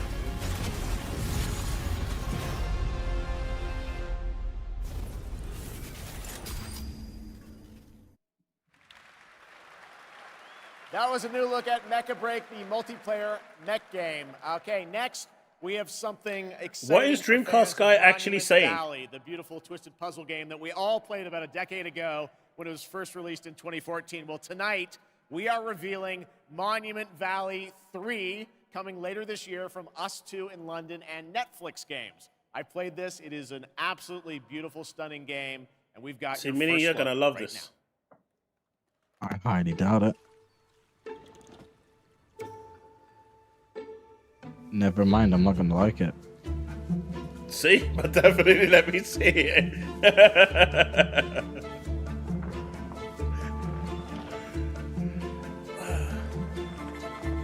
Ah, puzzle game. Yeah, nope. It's gonna be interesting. Don't dismiss these games straight away. If you like puzzle games, these can be actually quite good. These are really difficult for PlayStation fans, though. Well, yeah, because you kind of need brain for them, no? Yeah, you need to use your brain cells. Yeah. You need brain cells for this one, and unfortunately, they lack them quite aggressively. Hey, hon.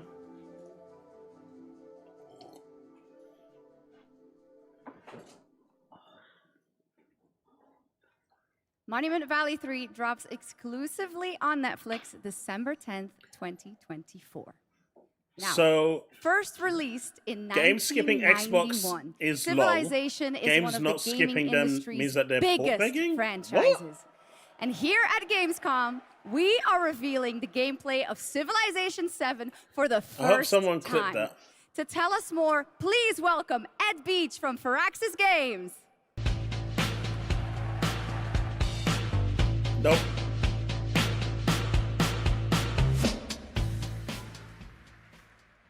Thank you, Shocks. Thank you, Gamescom. It's hard to believe that it's been almost 8 years since Firaxis released our last Civilization game. Stuff on? So we're incredibly honored to be here tonight at Gamescom talking about Civilization 7. Civ 7. Civ 7 is by far the biggest, most ambitious game Firaxis has ever made. Everything from its new gameplay features looks like it, doesn't it, Clarke? to its gorgeous new art style is designed to immerse you in your own journey through history. Please join us after opening night live on the Firaxis Game Twitch channel for our official gameplay showcase, where we'll deep dive into what's new in Civ 7 and finally reveal our new in-game narrator. On behalf of the team at Firaxis Games who has worked so hard on this game, I'm so excited to finally give the world its first look at Sid Meier's Civilization 7. Please, enjoy. Civilization was a game that was created during a time when we were just discovering what games could be. And we said, let's put the entire history of the world into a game and make it fun.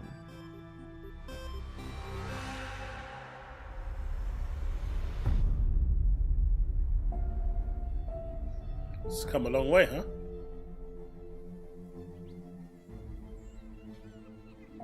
No, this isn't Microsoft. I have never been into these games. I think Powerboss loves these games. I've just never been into them. Yeah, no, this isn't for me either.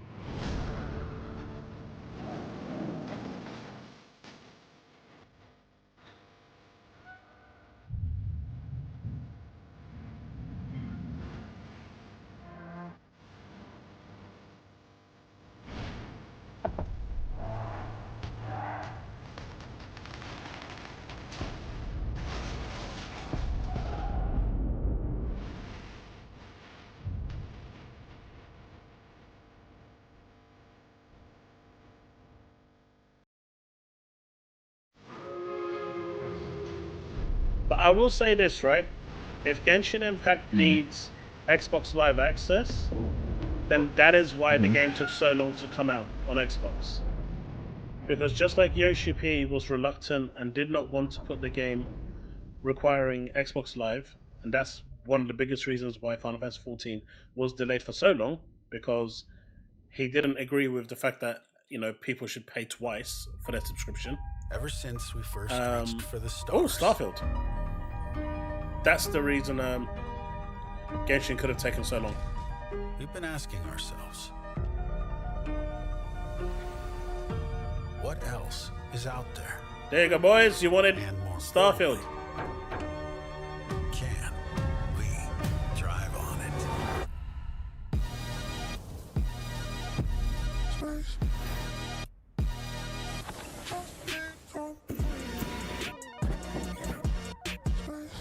I told you we'd see Starfield.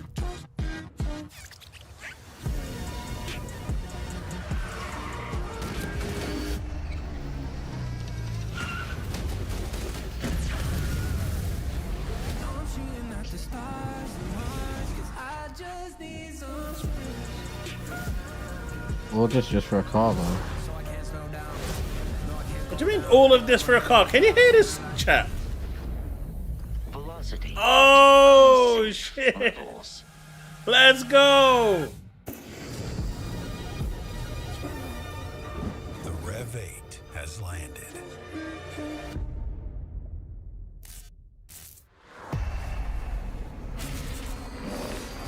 Why did that just seem like an antler for an actual car? Shattered Space. September the 30th, boys. Official release date. Told you it's coming in September. There's 2 bits of I called Starfield it, news for you, and it's happening. Confirmation of the expansion Shattered Space that is coming out on September 30th. Now it's time for an exclusive update on Marvel Rivals, the upcoming hero shooter from NetEase Games and Marvel Games. Tonight at ONL, we're revealing 2 new heroes who are joining the game with a first look at their gameplay.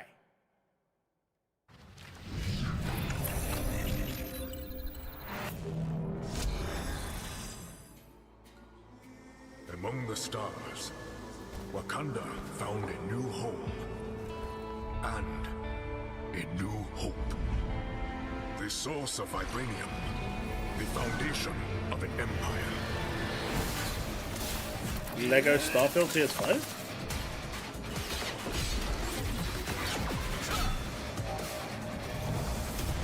I guess I need to hurry up and snap out of it, Bucky. Finish Starfield. No.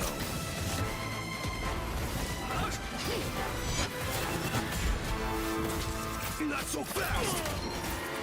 Your battle's over. Ooh, Bucky. Stick around.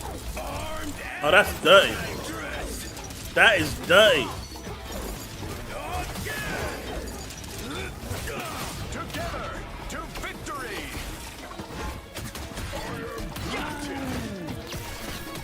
And stay down. Maximum pulse. I can do this all day. This character looks broken as well.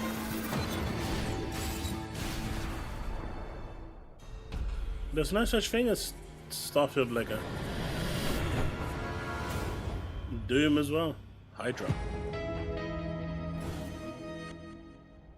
December the 6th. So wait, Xbox is getting everything. So much for Xbox's dead, chat. Except for that game that my son really wants, Nikki Infinity. Outside of that, everything is coming. 2024. That's your game of the year, right? That's your game of the year, right? Always strives to help the environment, and the event runs on 100% renewable energy and is climate friendly thanks to ongoing measures to reduce CO2 emissions. Exhibitors participate in the Gamescom Goes Green initiative by reusing their booth builds or looks like September 30th. And yes, Anime. fans are planting more and more trees in the Gamescom forest. The forest has been growing since 2020 thanks to all of your engagement. For now, and Starfield all of is you can exclusive. still help, of course. You can plant your tree in the Gamescom forest today. And with that, it is time to reveal the winner of the Gamescom Sustainability Award. This award celebrates an organization in the global game industry committed to sustainability and the environment. Presenting the award, please welcome back Lisa Pak with Playing for the Planet. Who do you think won, chat? Hi, Shux, and hello, Gamescom. Thank you for having me again. Clearly well, Microsoft, it is our right? absolute pleasure, Lisa. And in case some This people isn't don't know or ESG. need a quick refresher, Lisa represents Playing for the Planet, an alliance of gaming organizations committed to taking climate action under the official umbrella of the United Nations. So how are things, Lisa? Things are going great, thank you. With 3.3 billion people around the world playing video games, we encourage everyone to make a difference wherever possible. Is there a difference, Absolutely, Bags? and 3.3 billion players is so They much. both work. So do you have any tips for our players on supporting this great initiative? Yes, definitely. It's as easy as remembering to set up energy-saving modes to avoid unnecessary energy consumption, or switching to renewable energy electricity services at home to reduce your carbon footprint. Everything will make a difference. Absolutely, every bit helps. Those are great tips, and I already utilize some of those myself, and I hope a lot more people will. But now, let's celebrate some of the amazing work already done by gaming companies. Pretty much, Brandon. Yes, that would be happy to do that. Anyone can set ambitious decarbonization targets, Are you serious? but What? delivering on that goal and turning it into emission reductions demands a clear It's gotta and be actionable Xbox. plan as well as collaboration. And this year's winner has proven that it's possible to deliver ambition with execution across the board. And this year's winner of the Gamescom Sustainability Award is Tencent Games. What? And here to accept the award is Brand Irvine, the No Vice Chairman way! of Tencent Games. That shit is rigged. Tencent. No way. No shot. No way. I ain't believing that. First of all, let me say on behalf of Tencent Games how honored we are to receive this award. Tencent Games encompasses a lot of things. Everything from in-house studios like Timmy, global studios like Shark Mob, to our global publishing arm, Level Infinite. What they all share is a commitment to operating our business in a sustainable way. We are committed to carbon neutrality by 2030. At this point, the West really might as well just all give of up. our studios, all of our partners, but most of all of our players whose support West is might as well just essential give up. to helping us drive our efforts to have positive change within the industry. Thanks again, and back to the games. Congratulations, Tencent and Brent Irvin.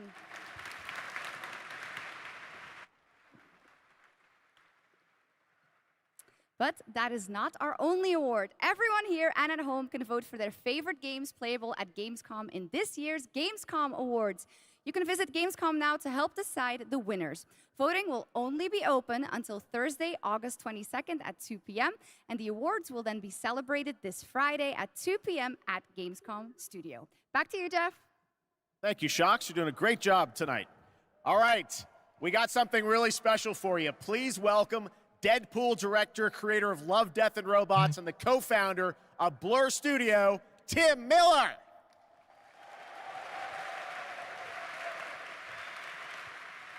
Do you know what they need to do is announce a reprint of Deadpool the video game? And then all those people that just paid £1,000 for it are going to cry. For over 30 Oh, what, that years really old now. one? That means classics like Quake, Star Wars, Warhammer, Call of Duty, and dozens more. And we do this because we fucking love video games.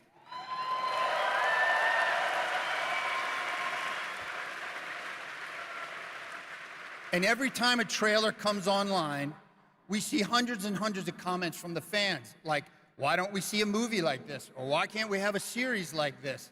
And we could not agree more. Concord. Which is why we are so excited to share this series with you. 15 original episodes created in collaboration with Amazon Studios and the publishers and developers of some of the world's greatest games. I'm talking new titles, existing games, indies, and classics. So we've been working on this show for 3 years. I get a little upset, choked up, sorry. I cry a lot, sorry.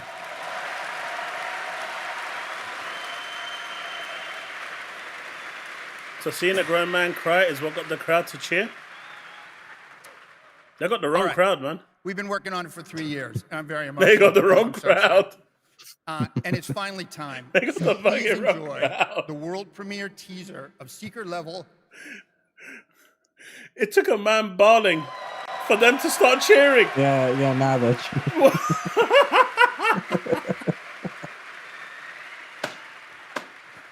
It is our love letter to games. And you can watch the series on Amazon Prime Video on December 10th. Not too far now. So enjoy. Thank you. Paul, I haven't. We can check that out after. Hero, the gods have taken an interest in your odyssey. Try not to disappoint us.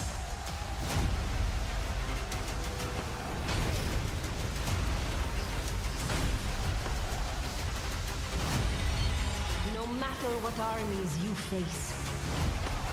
I don't know, Leaf. Power you wield, I don't know. or what creatures you unleash. Oh, the vehicle update is today? Nice. To write your own legend. Yeah, this is Age of Mythology retold.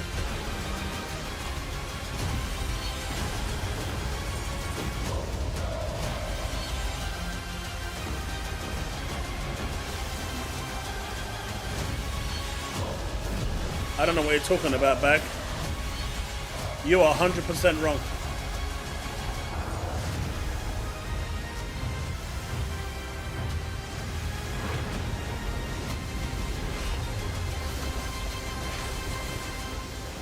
That ain't even subjective. You are 100% wrong. The biggest game shown was Nicky Infinite. With Game Pass. Clearly. The Tower is the Board. only sanctuary we have left. Together, we can give our people the hope we need to survive. I'm looking forward to this. I hope it's good. You are? Mm-hmm. September 10.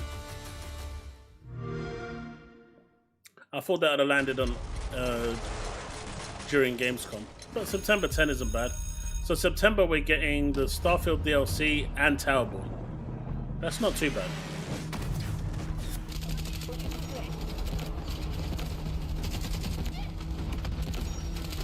Nah, it's an Infinite. Nikki Infinite. Clearly. Oreo, what are you doing? That's what I thought. Asara Guard declared occupants of Zero Dam on June 8th following an attack. The conflict between the Asara Guard and Havoc threatens the balance of the world. The Asara Guard is a tempest of disorder, sowing chaos wherever it roams. But we are home to strike at their very core.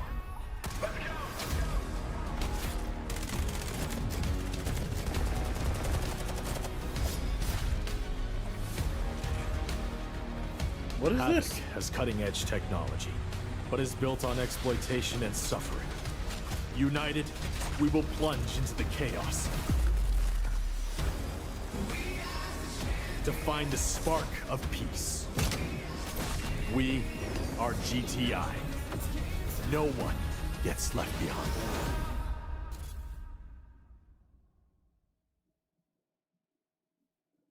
Delta Force. Steam That Next one did Fest. not pique my interest. This could actually be good. Coming to Steam Next Fest in October in advance of its early access release later this year. All right, let's head back to the Middle Ages for a new look at Kingdom Come Deliverance 2 with its authentic rendition of 15th century Bohemia as an action role-playing game. I have concluded a very fragile truce with Sigismund, and if anyone should disrupt my plans with headstrong acts of violence, there will be consequences. I intend to wage war, not parley. Everything all right, eh? We More need about what, more Remy? people. The best thing would be to recruit from your old comrades. Well, if they're not already swinging on the gallows somewhere. Will you help us, Henry? I will not. I don't think her name is Henry.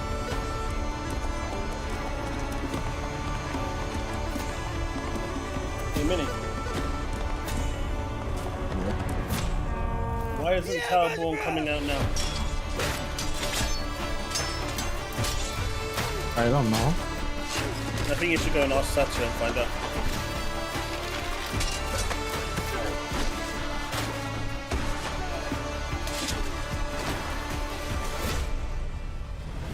You should go ask Satya, Remy. He's the only one that can answer that question for you. I like that boy already. So much for the Series S holding anything back.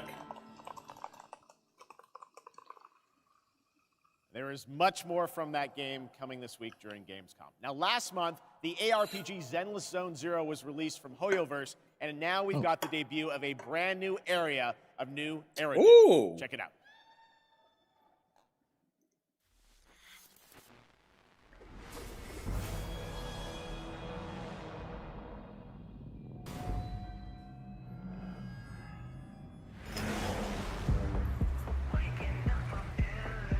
Oh shit, they're copying NTE. Or maybe NTE. Man, that character's been everywhere.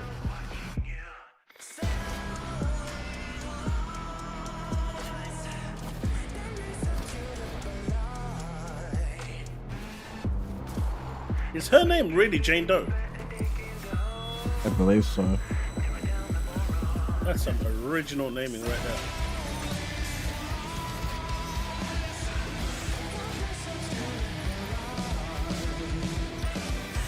The crazy thing is this is almost all in game.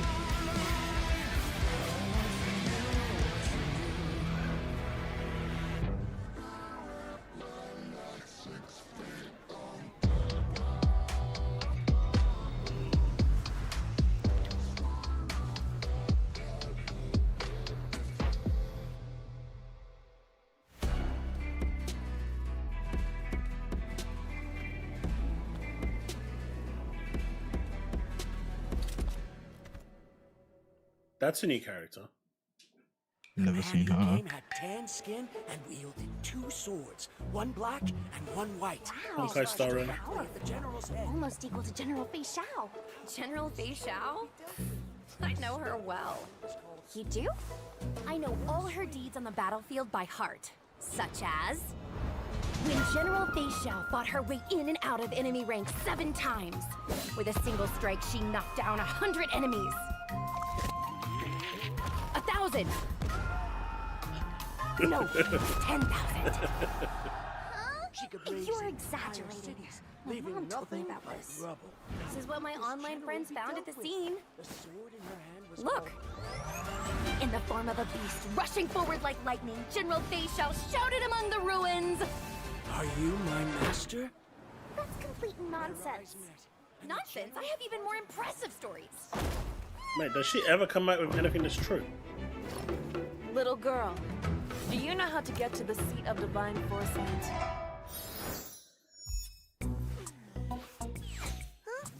Wait, Honkai anime?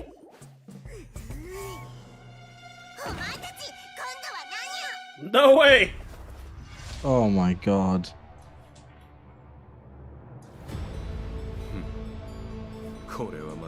Oh, okay. Collaboration with Fate. Yeah. Again, I don't think that's till late next year, no? Oh well, no Xbox announcement. There's a fun little tease, and that was a new look at the space fantasy of Honkai Star Rail and Fei Xiao, a female general known for her prowess in martial arts. Okay, now we're heading to the Arkhamverse for Batman Arkham Shadow. It arrives later this year. Scrapman would be a good, completely new Arkham story exclusive to MetaQuest 3. Woodpit knows me too well. I have to say the team Woodpit knows me too well. Incredible job bringing the world and combat into VR. And here is your first look at the actual I don't have enough time to play all these gacha games. Arkham Shadow. Can you imagine if I added thing into my rotor, Honkai Star Rail?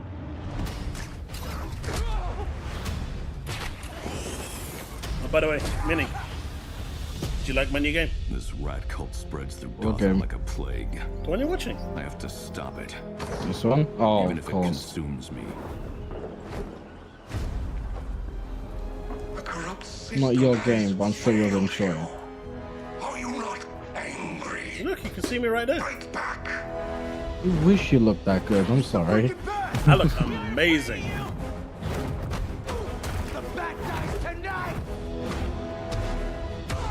Jim, this Rat King could be anywhere. A face in the crowd, a foot soldier in his own fanatical mob. So how in the hell do we find him? Yeah. Targets are all city employees, civil servants, public officials. You could have been more than a symbol. You could have been a god. Look out! If you don't calm down, someone's going to die. Alfred, we tried it your way, now we do it mine. Something big's going down tonight. Mate, so many people are going to be running into doors and walls. We repress our rage, our fears. Can you blame Feeds the them? shadow deep inside us. You're everything that's wrong with Gotham! I'm done holding back! You just got knocked out. Only on MetaQuest 3. I can bring the Rat King to you. Imagine having one of the best looking games since Half-Life Alyx and not being on PSVR.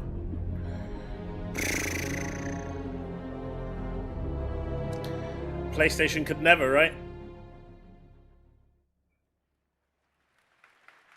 Well, that trailer was buzzing, and the whole city No is PSVR buzzing during for that this one. week of games. And this weekend, the heart of our beloved gaming metropolis, Cologne, will transform into the vibrant Gamescom City Festival.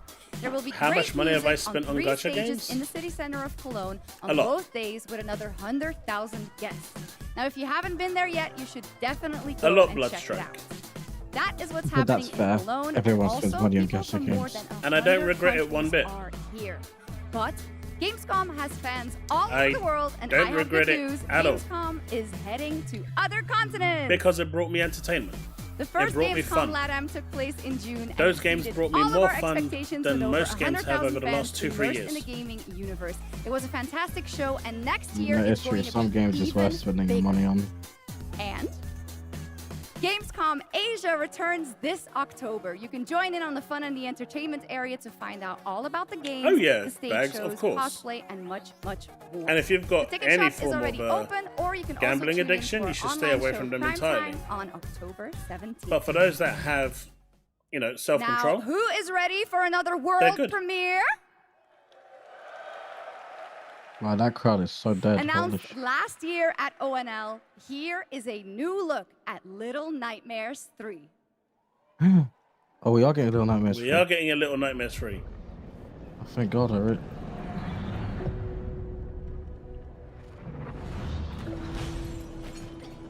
Oh man, I want to play this. Let's go.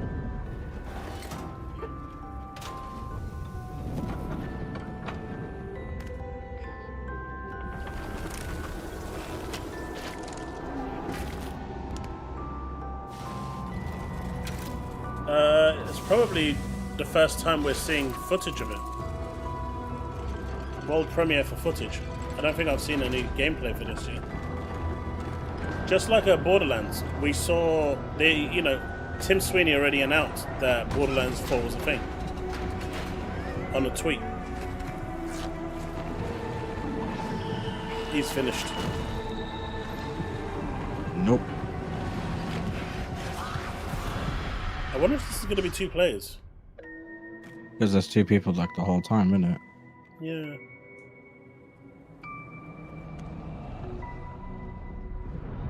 Little Nightmares 3. Pretty much, Max. That's exactly what it is. That's exactly what it is.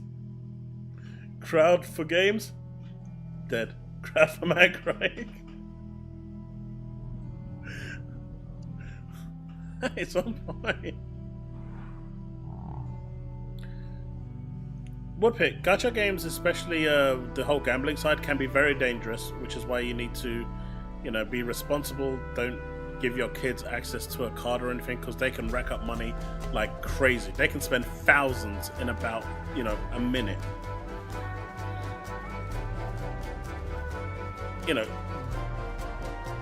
There is that negative side to them. But then the same could be said about Fortnite or any other game that's got microtransactions. You can spend stupid amounts of money.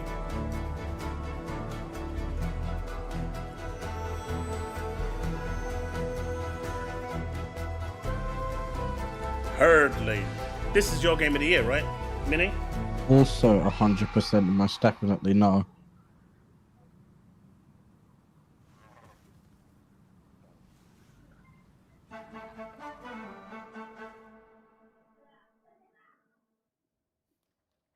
Guys like that one? That's a beautiful No. game. Hurdling from Panic. I mean, and Woodpit, at the Okomotive, moment and I I'm am so glad we could share playing that with you tonight. Genshin Impact. All right, Gamescom, we have Tower a special Fantasy, guest joining us next. Nikkei, I grew up Snowbreak, playing his games, and many of you and did I might too. pick up Honkai Star Titles Rail like again because that Populous, actually looked Dungeon really good. Keeper, But that's like Magic $5. Carpet, Theme But I will Park, only Black pay and White, for and the monthly Fable. pass for And one tonight game. he's here to reveal his I brand will never new pay game, for which he's the secretly monthly been pass working on for the or the past battle 3 pass for years. more than one game. Please join me, Gamescom, and Even if welcome I'm to playing ONL, 20 of them, Peter I will only pay Molyneux. for one game.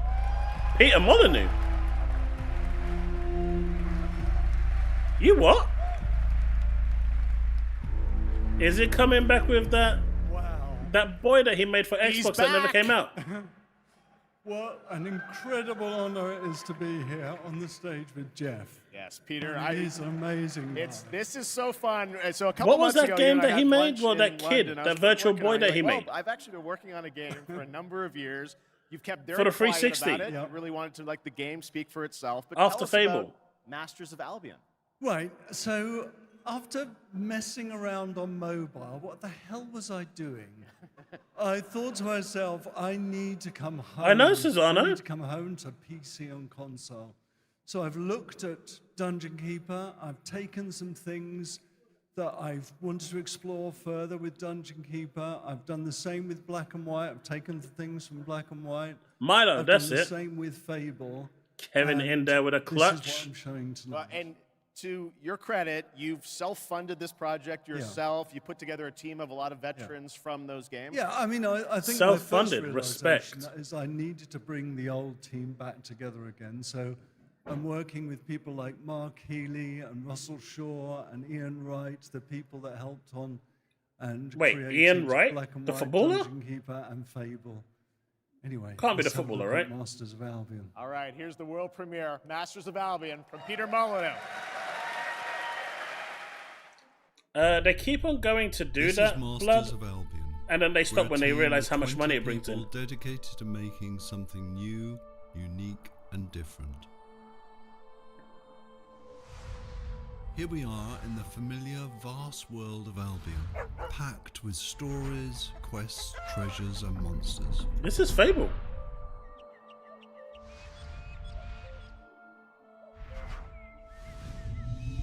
This is Oak Ridge. By day, you're tasked with building the town up, gaining resources, and earning money. No. By night, your town will be attacked by many of Albion's creatures. You can design anything. The food that people eat, the clothes they wear, the weapons they use, the armor they fight with. There is a strategy behind every creation. I can even feed them rats. My town's working hard to make that food. I can help out, or not. I can also design, customize, and create all buildings.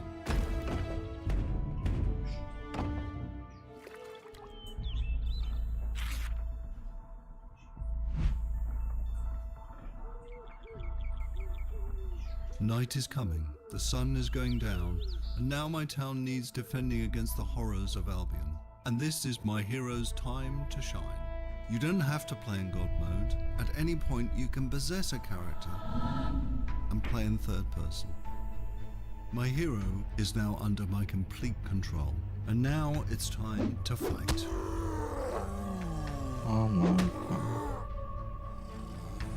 My dude must have run out of money when he was building the My game. hero's getting overwhelmed.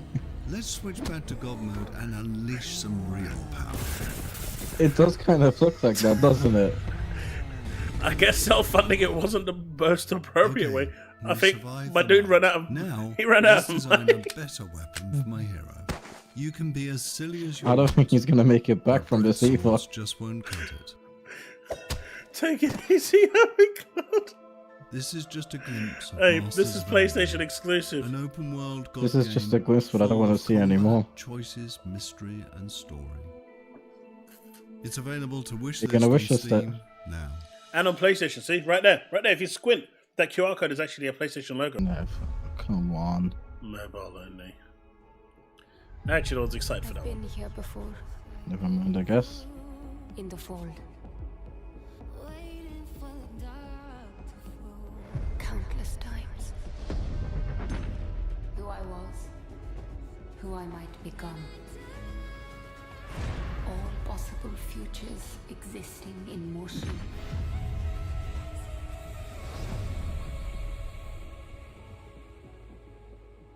It is time to awaken.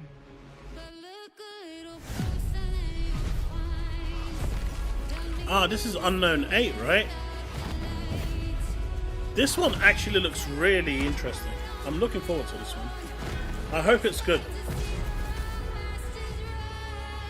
But the frame rate looks a bit dodge, but I hope this one is actually good. I've got hopes for this one. Solid 85%, I reckon.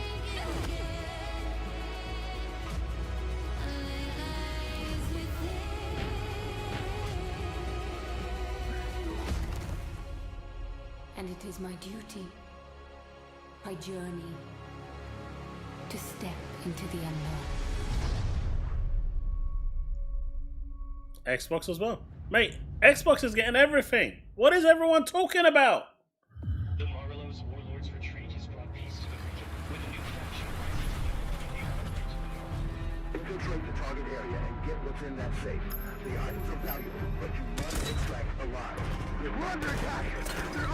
And I'm pretty sure now that Genshin Impact has come to Xbox, Honkai Star Rail and Zenless Zero is not far behind. They will not be far behind. And those games will shift to consoles.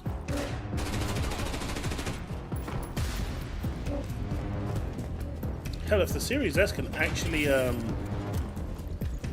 run that game at 60, I might buy the little portable screen for it. You said you didn't want your Series S, right, Ev? Really? Sorry, what now? You said you didn't want your Series S, right? I remember you saying that. About. I remember you saying that. I'm not quite sure what you're talking about. This look good. See, this is what I mean. This is what I associate Xbox with. Bro games like this. FPS, action, shooter. I don't know every game has to be like this, but I associate Xbox with these games. I don't associate PlayStation Arena with Breakout those games. Infinite is now available in early access with the full release coming at the end of the year. My now, phone over can't, the years, JP. Blizzard My has Samsung been a is big twin part free. of Gamescom history, and this week we are thrilled See, to short-term welcome them memory. back for the Devin first knows. time since 2019. And to tell us more, here's the president of Blizzard, Johanna Ferris. Bag, do you have Quest 2 or Quest 3 with for Nexus?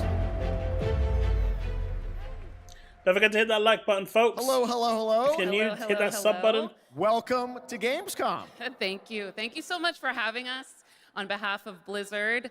This is such a massive moment, but it's such a special time to be sharing it here with everyone at Gamescom, and we're just really honored. Look at that pony. Well, we're A pony very with a glad to have Sony you phone. guys back, and I know you got a big booth with Xbox, right? We do, yes. And come on by if you're here all week long. We're proud of it. But it's also a particularly big moment for Warcraft. We have celebrations and anniversaries galore across Hearthstone, across Rumble, and of course, a very big milestone for World of Warcraft this year. Yes, speaking of World of Warcraft, The War Within, its global launch is coming up very soon this month, right? Yes, it is. And we're just days away from the global launch of The War Within. August 26th, it's go time for that. And in 2 days, we'll actually open up early access for players. So we're psyched about it. Come on in and join. And I just want to say it's masterful work from the team. The World Soul Saga opens up such ambitious creative territory for us, arguably some of the most ambitious we've ever seen since WoW initially released 20 years ago. And we can't wait to embark on it and share it with players. Yeah, it's very exciting that this month is time for that. But I know this is, you said, there's so many Warcraft anniversaries, Blizzard anniversaries, Warcraft anniversaries. How can players be a part of this? Yeah, there's a ton of ways we're going to be able to celebrate, so we definitely hope that you join us. There will be in-game events that commence in October, so there will be more details on that, but players will be able to earn really cool in-game rewards, and we'll be finding some creative ways to celebrate the history of Azeroth together.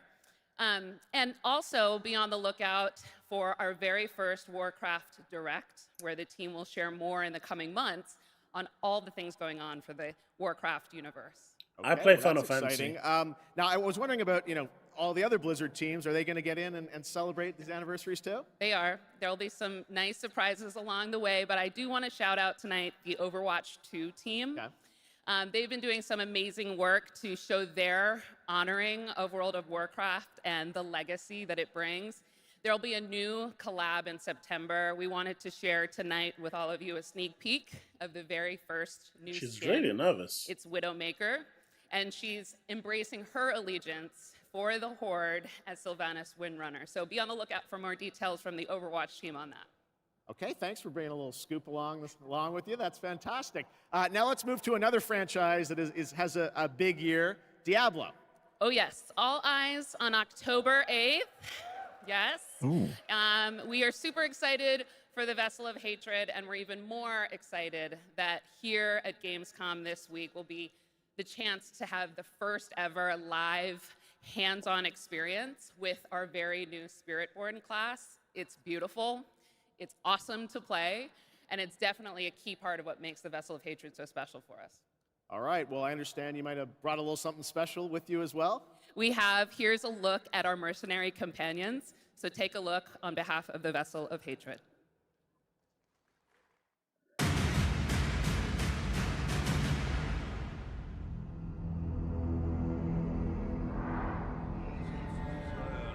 Pretty much, Leaf.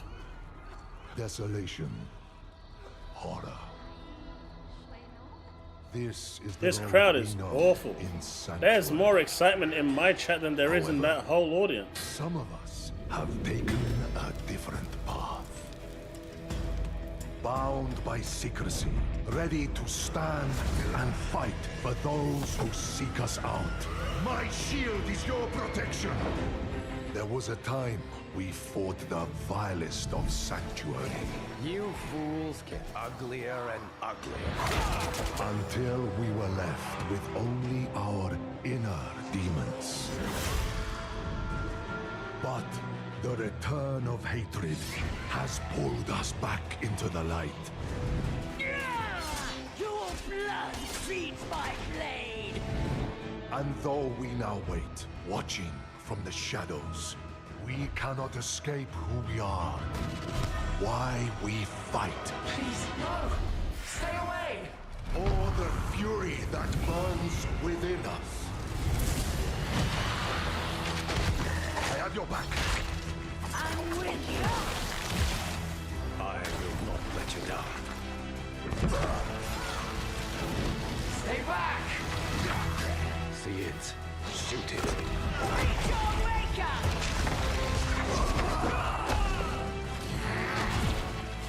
Anyone excited for this? Strength in numbers. I am your guardian. I am your redemption. I am your vengeance! I am your rage! We are the pale. I am Batman. Are the reason And I am not playing this game. Fight alone. What do you mean? Diablo is a good game. Some say it's better than Path of Exiles. Except for one guy. You said that to one guy, he'll lose his shit. But everyone else, this is better than Path of Exiles. That looks great. Thanks for the sneak peek. Of course, and it's my esteemed pleasure to introduce Brent Gibson, Game Director of Diablo 4, Vessel of Hatred.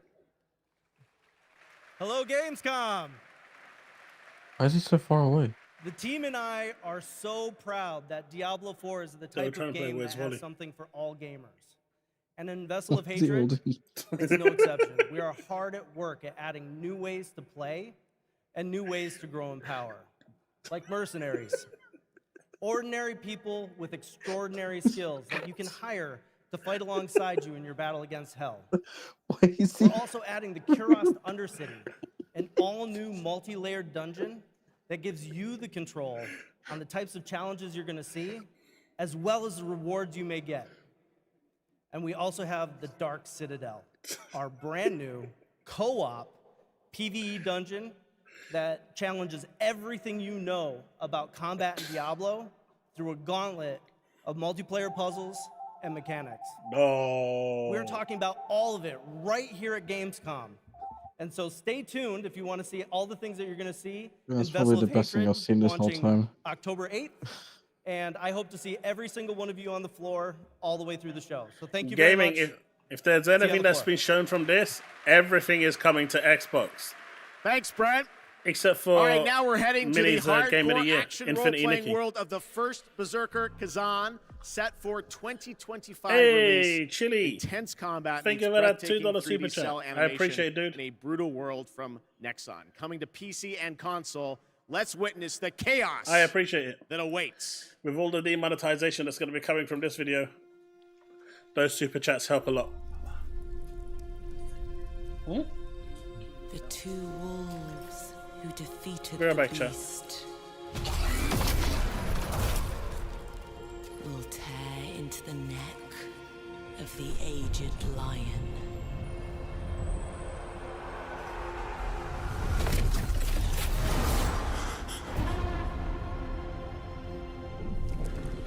For years, I faced unrelenting fury, made countless sacrifices. And the result of my devotion was betrayal. Oh, this is so my game. 100%.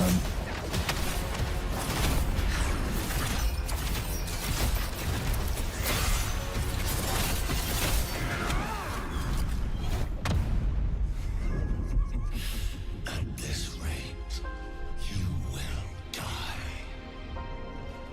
Emperor, you will pay for this. Join me, Blade Phantom, and I will help you.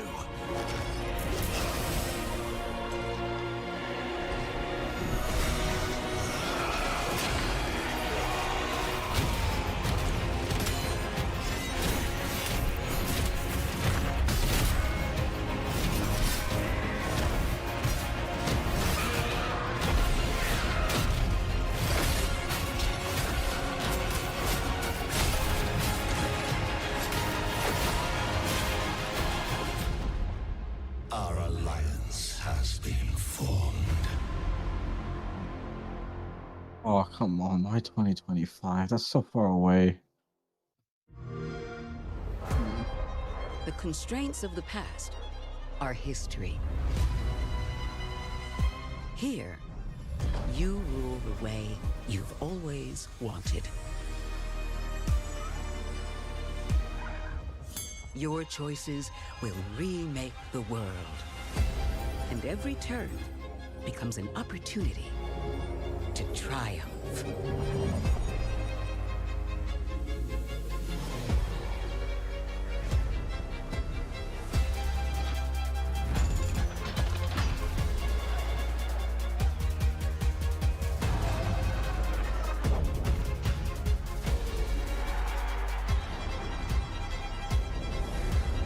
It's your world now.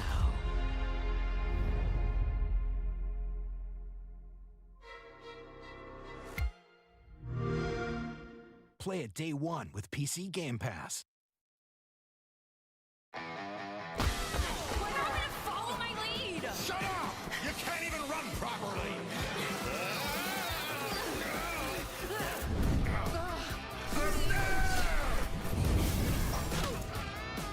What the?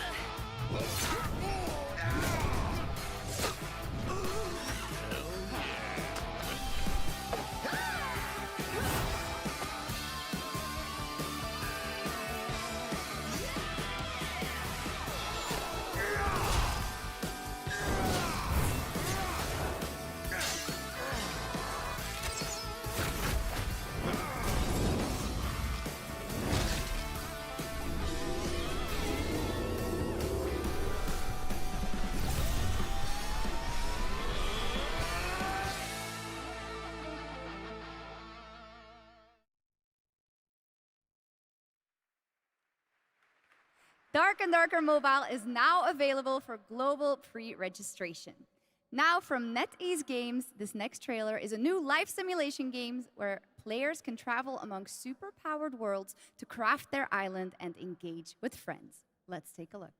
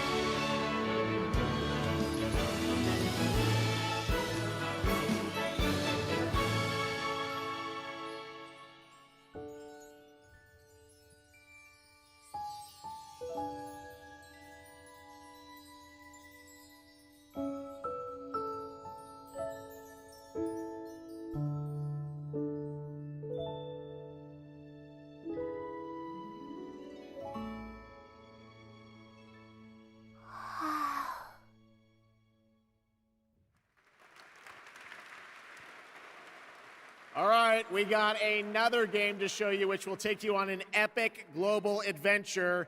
Indiana Jones and the Great Circle. Check this out. What if I told you there was a connection between ancient cultures around the world? A great circle. Does it exist? Is it the key to some lost power? That's up to you to uncover. I'm Troy Baker, and I play Indy. It's humbling playing a character that so many people, myself included, look up to. Sorry about that, chat. As a kid, seeing Indiana Jones in the theater for the first time was a defining moment for me.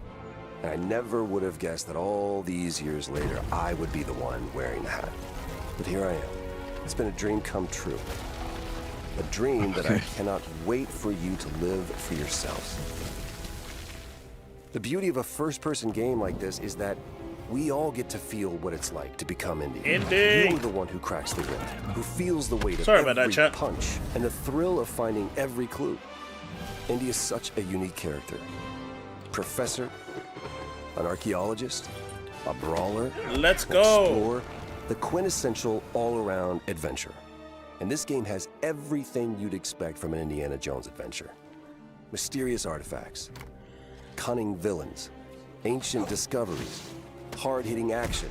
It's a world of constant danger where you've got to think on your feet to stay alive. The Great Circle spans the entire globe, from snake-filled everyone's been waiting to see the end of the trailer. Stunning open areas to explore freely, full of secrets for you to discover. And you'll get more than just the classic whip and revolver.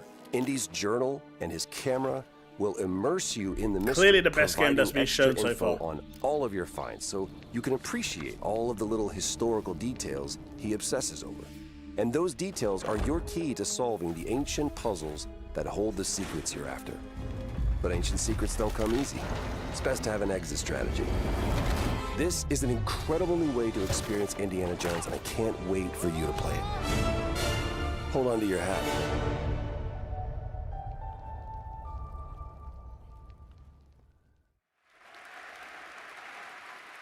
Doesn't that look great? A world of mystery to explore. But you're probably wondering when the game comes out, right? Well,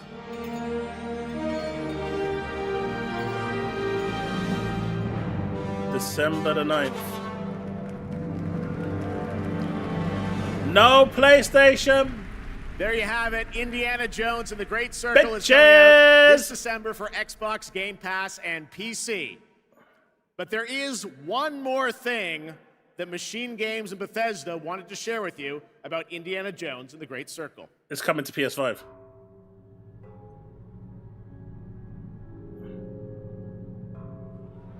Let's go! Oh. The game's coming to PlayStation 5 in spring of 2025. It's coming! All right, before we wrap up O&L, we do have one final game announcement for you. It's Check coming! This out. I knew it. This thing of ours, it's a brotherhood.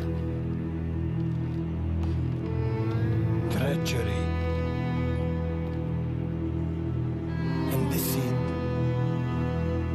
do not exist among us. Do you wish to commit yourself, your life, to this family?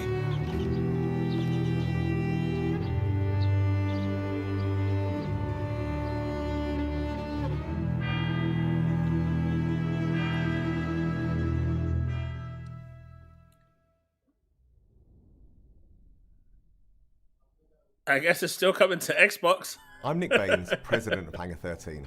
What you just saw is the first early look at Mafia: The Old Country, a thrilling story set in 1900s Sicily during the origins of the Mafia. We're going back to the roots of what fans love about the Mafia franchise, crafting a deep linear narrative with that classic. Why would I sell my Xbox? Mafia's success is built on our players' passion for the franchise. I've got so many games that I've bought on it. We're so proud to return to Mafia with The Old Country. We can't wait to show you all more. Thanks for watching.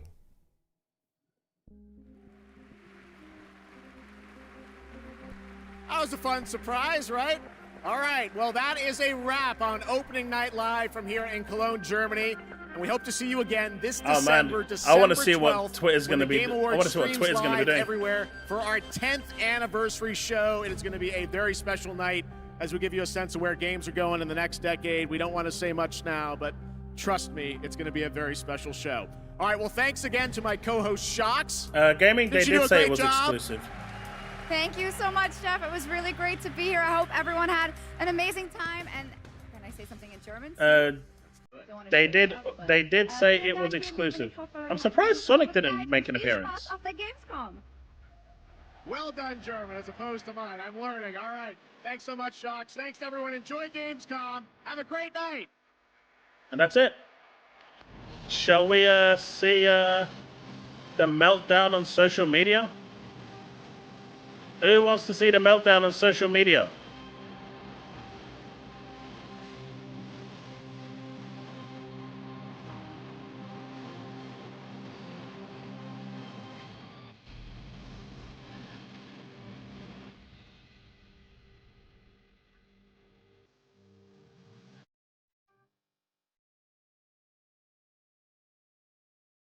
Where is this? Okay, so that's done.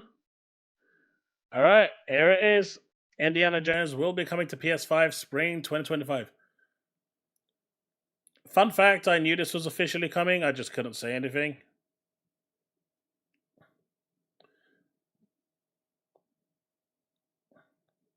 Confirms Indiana Jones is coming to PS5 after its Xbox debut, arriving in spring 2025.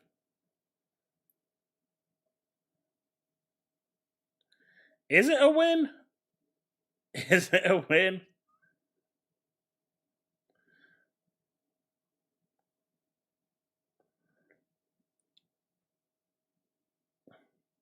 What's this? Indiana Jones, A Great Circle finally gets a release date and PS5 in spring. So what is that, a 3-month exclusivity?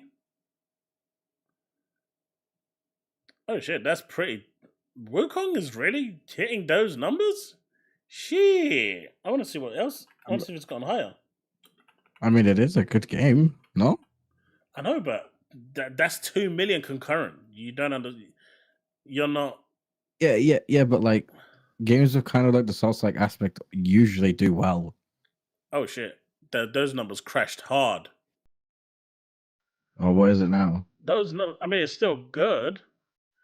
But what is it? From 2.2 million to 300,000, shit, those numbers crashed hard. I wonder how many... I mean, yeah, but I wonder how games many like that, you kind of just play through it once, no? It's a 100-hour game. Yeah, people have a lot of time on their hands these days. Bags, 110%. Blade will be a timed exclusive. If not day and date. 100%. Ah, right, JP. That's correct. China is sleeping.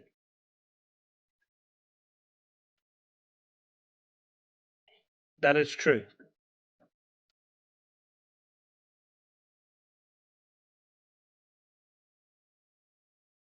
That's kind of cool. But yeah, I said this in my Discord and I said it elsewhere.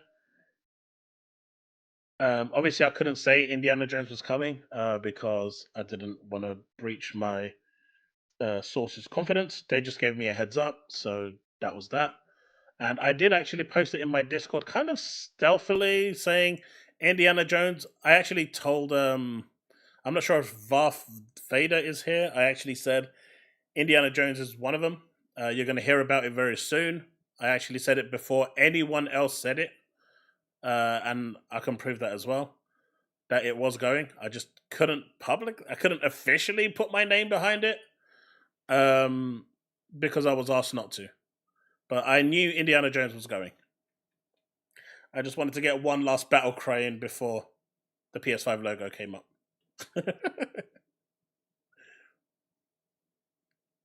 Have a good night, Steve.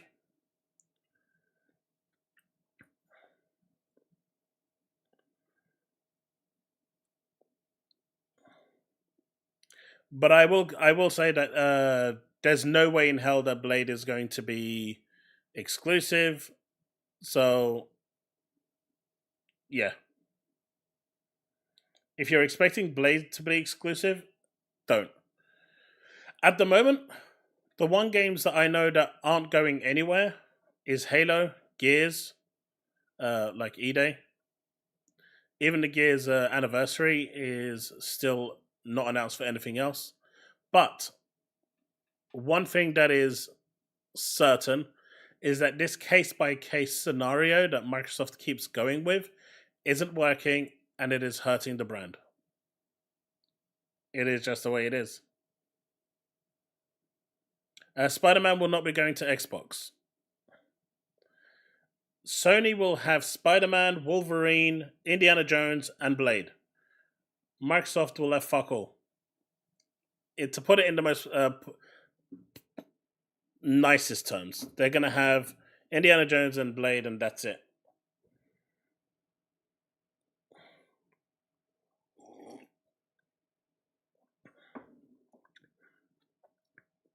Arthur,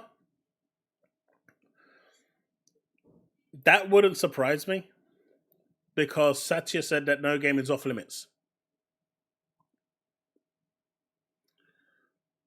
Stalker 2 has already had a deep dive. It doesn't need to really show.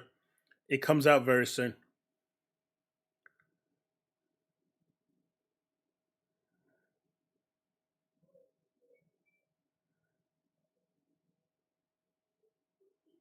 Sony doesn't own Spider-Man. They just own the movie rights.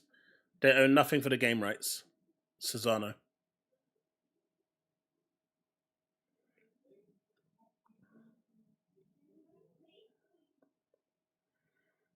Steven, I can see Perfect Dark eventually going as well. I can see... I don't know about Fable.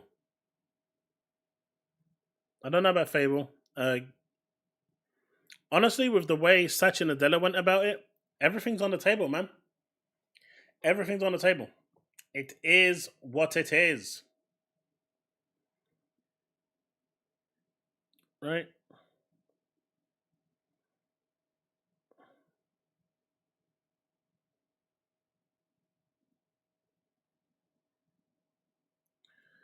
This is not a Disney Marvel decision, Power Boss. This is a Satya Nadella decision. Microsoft moved in and renegotiated the deal with Indiana Jones to make it exclusive on Xbox. And that contract was changed and signed and agreed upon by Microsoft and Disney. That was proven in court. Those documents were proven. The FTC tried to argue against it. The court told them to piss off. Microsoft's allowed to make whatever decision they want. So that case was closed.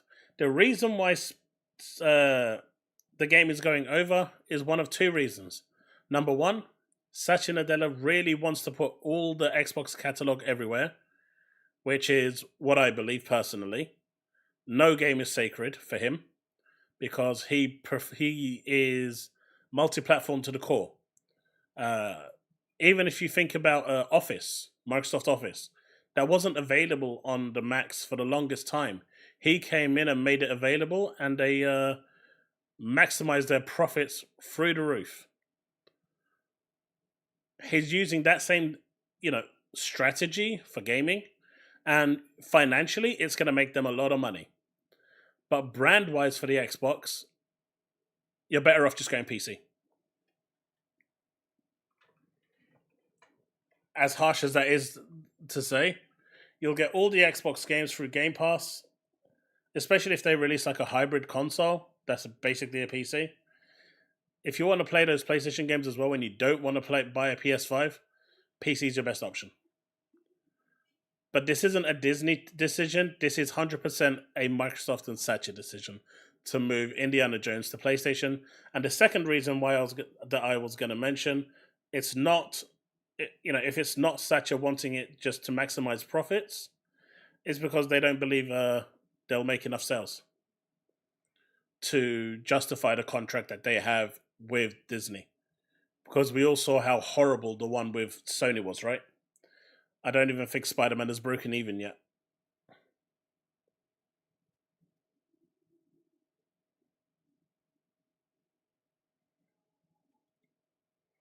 Satya Nadella and Microsoft shareholders have killed Xbox. No, Activision Blizzard killed Xbox. ABK killed Xbox.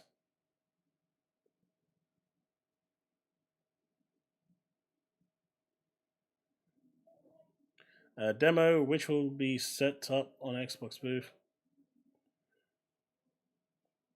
in quite a while to play a new build. Stalker 2 is going to be at the showcase, yeah. If you're there, you can play it.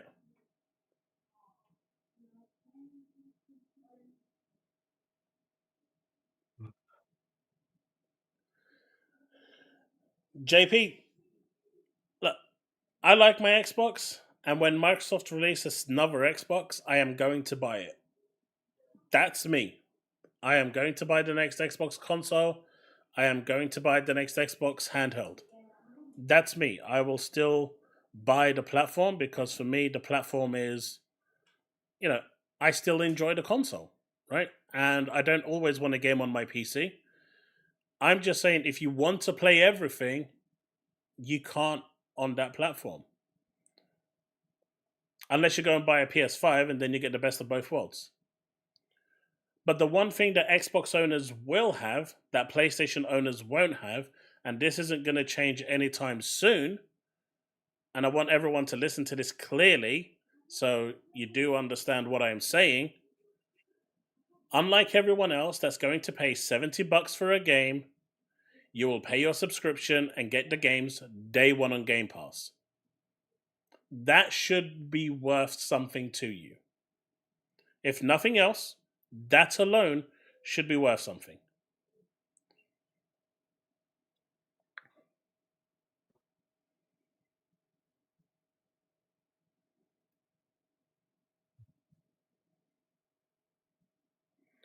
So Stalker 2 is a bit of a weird one, right? Microsoft only has a 3-month exclusivity on that one. But because they actually supported the development team through the crisis that they were having in Ukraine, at GDC, they said that there is no plans for a PS5 version even after the 3-month exclusivity period. There was no clause preventing them from talking about it. Simply put, they said they had no desire for a PS5 version. So as of right now, they wanted to respect the decision that Microsoft made, the support that Microsoft gave them in order to help them get the game built. And I think Microsoft part funded the game anyway because of all of this. But that's not to turn around and say that in 6 months' time they change their mind and say, do you know what, we're going to do a PS5 version. As of right now, this second, there is no PS5 version in development officially registered. But that doesn't mean that there can't be one. Because Microsoft's contract with them is only for 3 months. So it's down to the development team for Stalker if they want to honor their word or go back on it and try and maximize profits by releasing it on another platform later.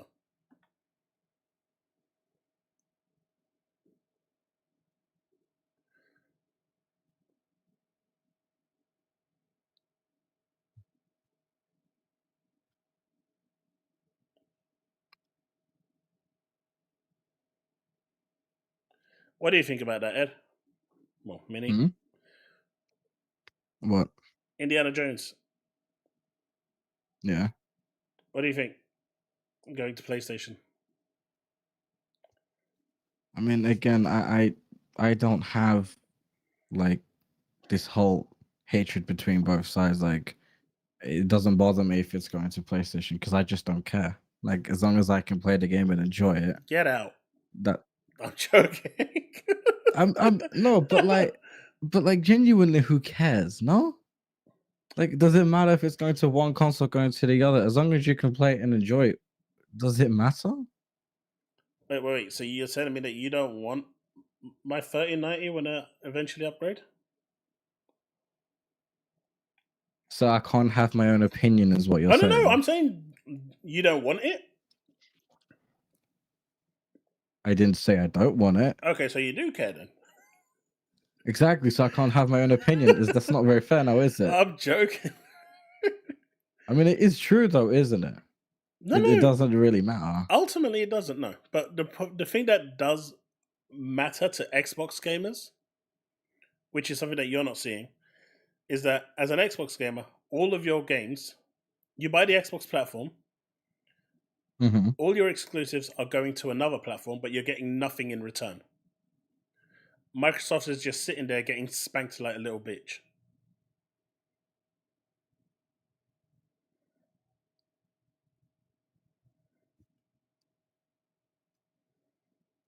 And that's what the problem is. And they're making it more and more clear that they need PlayStation, and PlayStation, they don't need thing. Let's have a look at this. I mean, it's there. Oh. It doesn't say anything about...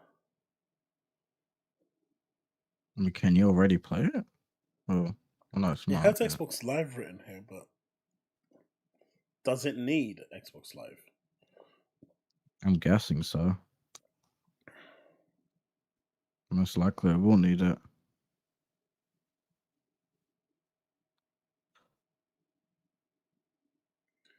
Hey, Secondary Protocol.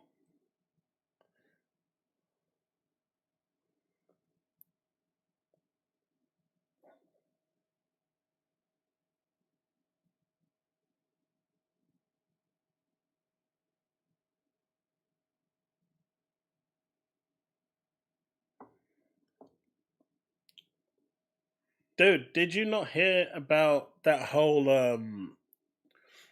I'm sorry I didn't tell you about Indiana Jones. Like I said, I was asked not to talk about it or say anything. I did kind of give a little heads up that the word Indiana Jones is going to start populating on my Discord. I guess some of you didn't see it. But, I was asked not to reveal it, so I didn't. But I did know that was going.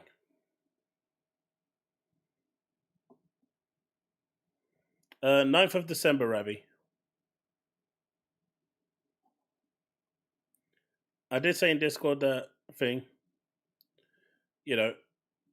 giving you guys a heads up that you're going to start hearing about Indiana Jones any minute now, any time. And then I think like an hour or so later, Jez Corden released an article. A couple of other people then started talking about it. And it was at that point that I knew it was Indiana Jones. But,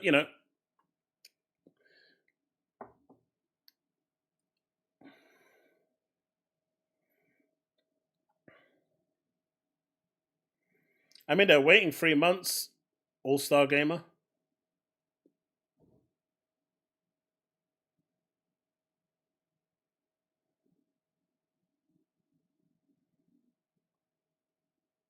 JP, think of it this way.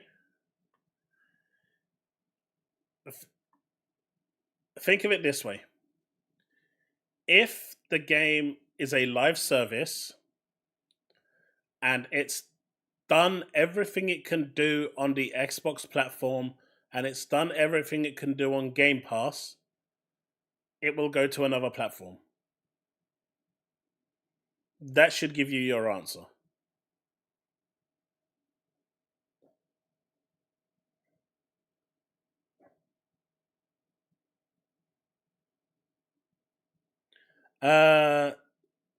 See, Steve isn't here now, but Punkalicious, I'm not sure if you was in the Discord when Steve said, what about that goes against their 1 year rule? And I said to him, they don't need to adhere to that 1 year rule. That's what I was referring to.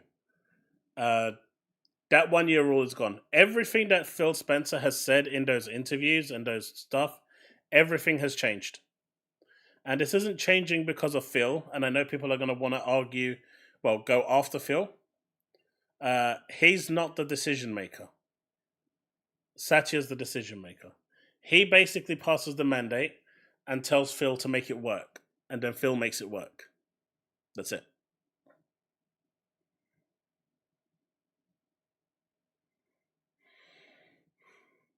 Woodpit, that's exactly it.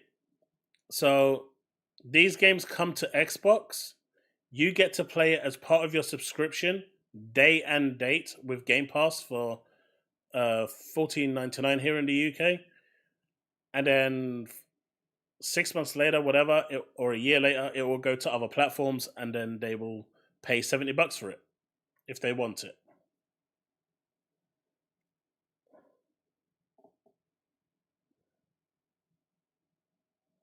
I think I'm gonna hop off now, by the way. Yeah, no worries, dude. All right.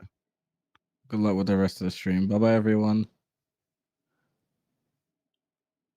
Punkalicious, Phil's legacy has been completely and utterly destroyed. Everything he built over the last 5-10 years, over the last decade, has been tarnished and ruined, honestly. And Satya has completely just destroyed everything he's made. His word means nothing now. Anything Phil says, how can you take anything Phil says to gospel now?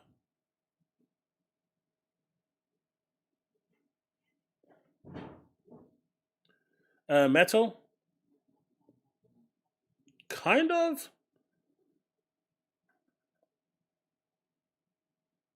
Thanks, Arthur.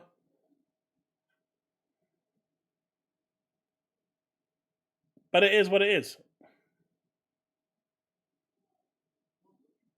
And okay, there is one person I told.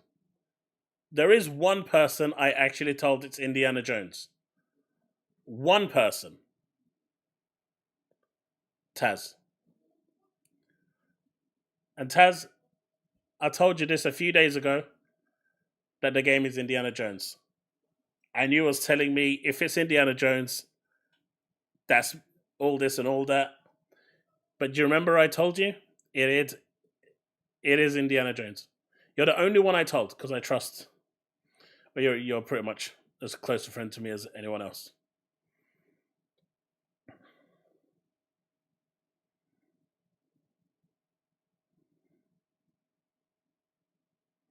I didn't tell you. Don't get me into shit now.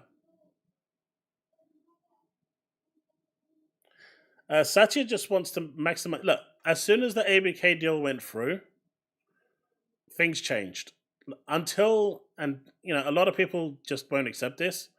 When Microsoft bought ZeniMax, that was a 7 billion transaction. That's pocket change for Microsoft, right? They made the investment, so what? Even if Microsoft wasn't making profits, the losses that they were taking could be swallowed up by the company without any real issue, and it'd be okay. But then the console stopped selling. The hardware they've been losing money on rapidly. The sales that they've been doing, reducing the console price down to crazy prices. They've been making heavy losses on. Europe, they've done no real push in Europe to sell the console, no real push in Japan to sell the console, which all matters, by the way. It all matters. And then you had the ABK situation that added a 70 billion deficit. That 70 billion, forget the consoles, but that 70 billion meant that Satya, Tim, and Amy all turned their gazes like the Eye of Sauron over to Xbox. And now they were scrutinizing it because the shareholders got involved. It's really that simple. ABK, like I said for a long time, was the worst decision Microsoft ever made.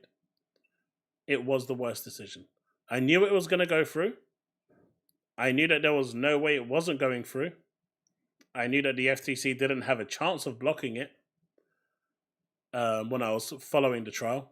But it was the worst decision. It was a very, very bad decision for them. But you could look at it another way, the casual way. You've got Game Pass. You're getting all those games day and date on Game Pass while everyone else pays $70. And if you go to CD Keys, you get like a year's worth of Game Pass for like 70 quid, 80 quid, maybe 100 quid. So you get it for like half price. So go to town. You basically get a year's Game Pass for just over the price of one AAA game. You're still playing those games, all of those games, for the price of one game. You're still winning. But it does sting. If Xbox is your only console, it does sting.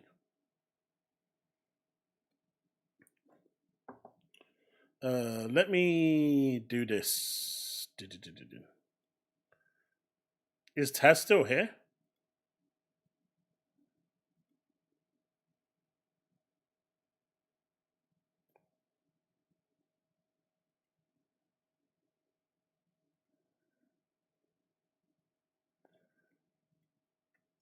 If you want to air your view, anyone wants to air your view, feel free.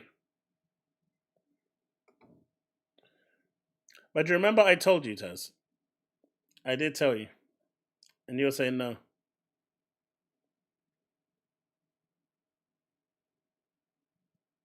Diablo, I know you don't care.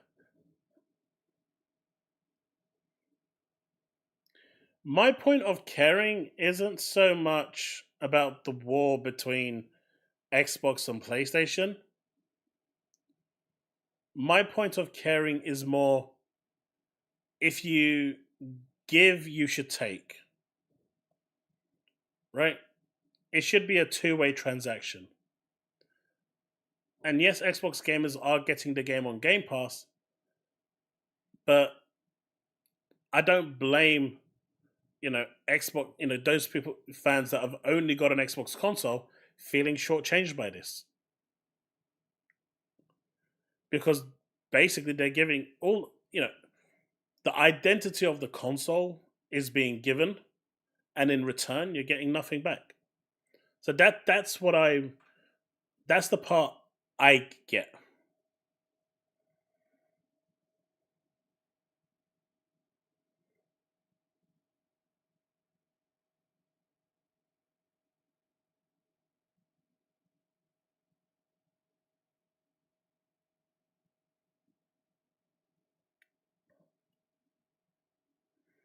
Mm-hmm.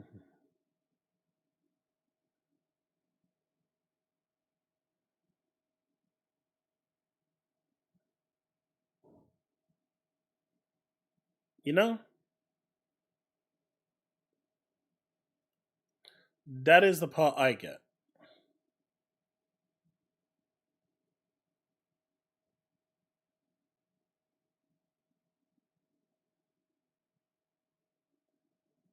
Exactly, Susano. It should be a give and take.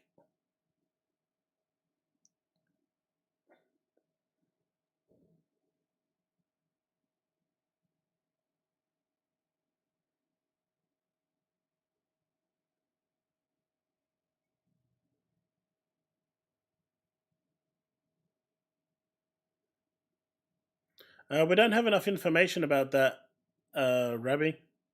We don't know if this is like the paid version or something, because there's the paid version. I mean, it shows Xbox Live, but we'll have to wait and see. But it says here, online multiplayer on console requires Xbox Game Pass Ultimate or Xbox Game Pass Core, and eventually Xbox Game Pass Standard. So just like Final Fantasy XIV, which shouldn't require Xbox Live, it looks like now for free-to-play games they are putting a requirement for... I mean, honestly, I'm more pissed about this action here than I am with Indiana Jones. Because I think this is absolutely disgusting and despicable from Microsoft. This is absolutely disgraceful. I know it doesn't matter. A lot of you won't be interested in, are interested in the game. That's fine. It's the actual decision that they've made, that they are now trying to monetize a free-to-play game. That to me is the part that is crazy. Yeah, Starfield vehicles are great. Anime, you can play multiplayer, but it doesn't matter. It's a free-to-play game. PS5 Pro, I don't see the point.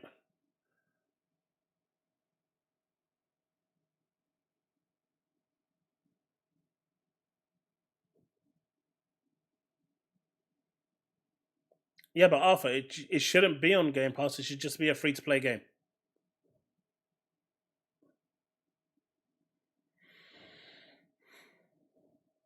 I think the price point for the PS5 Pro is going to be the most, it's going to be the deciding factor. That's going to be what's important.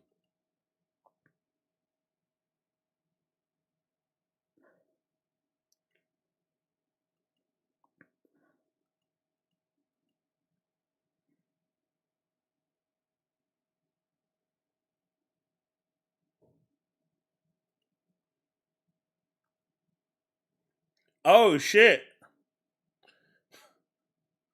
How it started, how it's going. Yeah, they took that shit down real quick. They were like, nope. That was a bad idea.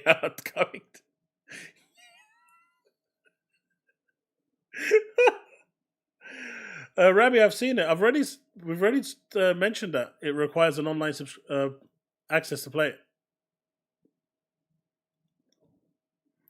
That's bad.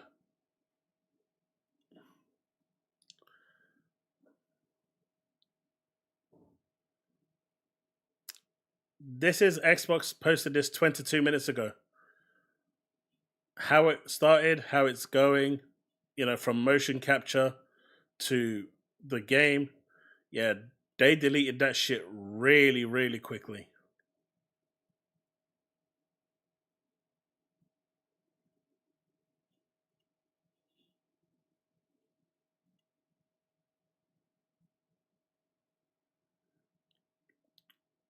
Rabbi, I'm aware it requires Xbox Game Pass.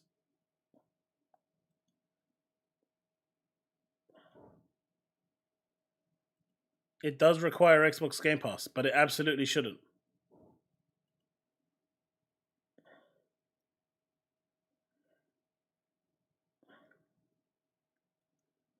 And I've shown it here already that it requires Game Pass. Xbox Live, online multiplayer required.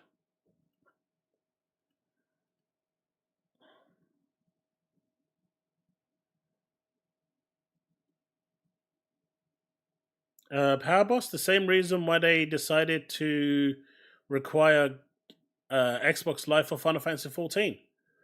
Because they want to double dip.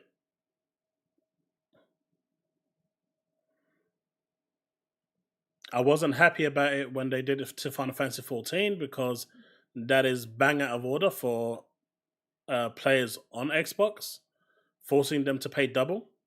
But it is what it is. Metal Oxide, 100%. I agree. Bags, that's it. That is what happens after ABK.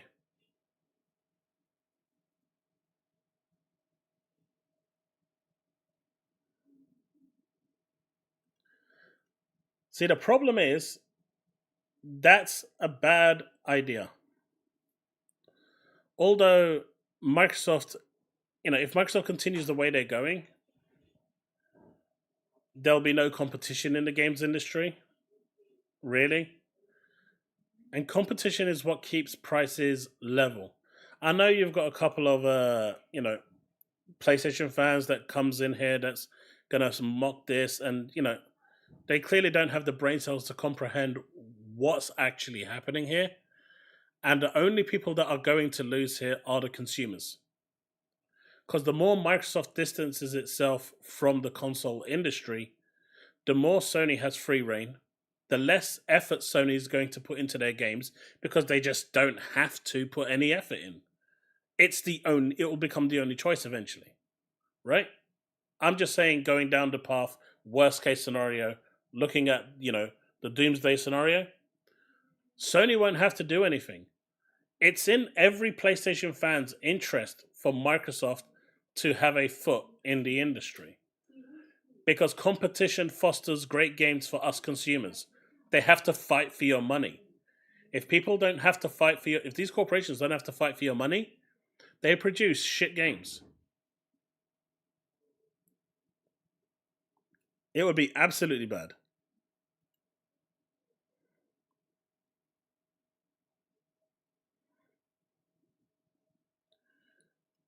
You don't think they planned all this before this week? No, I don't think Phil even anticipated it being this bad. Honestly, after the ABK purchase, And honestly, I'm going to say, this is what I am going to say. The reason why Microsoft has gone down this route, right? They were forced down it primarily because of the FTC. The FTC has slowly and surely crippled Microsoft in what they're doing. For the past year, Microsoft can't really do anything. They can't really port their games because if their preliminary injunction gets granted, Activision Blizzard gets divested. Instantly, it becomes a separate company. The chances of it getting granted are extremely small, mind you, right? But if it does, and that's the worst case scenario, ABK becomes its own individual company disassociated with Microsoft. Instantly. While that FTC trial is still in the balance, and it's been in the balance for about a year now, Microsoft can't do anything. They can't be seen to be aggressive. They can't be seen to be bullish. They can't be seen to be doing anything. They have to play ball, play nice. But like I told people in the Discord yesterday or the day before, eventually when you dig that hole too deep, you don't leave yourself any room to get out. And the FTC is forcing Microsoft to dig that hole so deep that coming out could be a real problem. But Microsoft, if the FTC case had closed, Microsoft would have at least gone to Warner Brothers by now and did something. We all know this. They've got the power, they've got the might, they've got the money. But they haven't. Why? Because of the FTC. Microsoft isn't going and getting these third-party contracts, like I've been saying, that I want them to do. Why? Because of the FTC. Everything resolves back down to the FTC.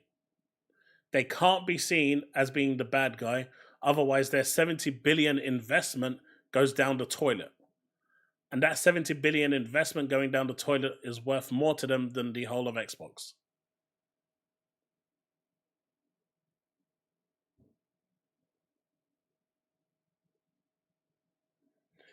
Lions Pride, greetings friends, it's good to see everyone. And you, Chaos, how have you enjoyed my work? I figured you might have gotten it already. I haven't seen it yet. I'll have a look. Where did you send it, buddy?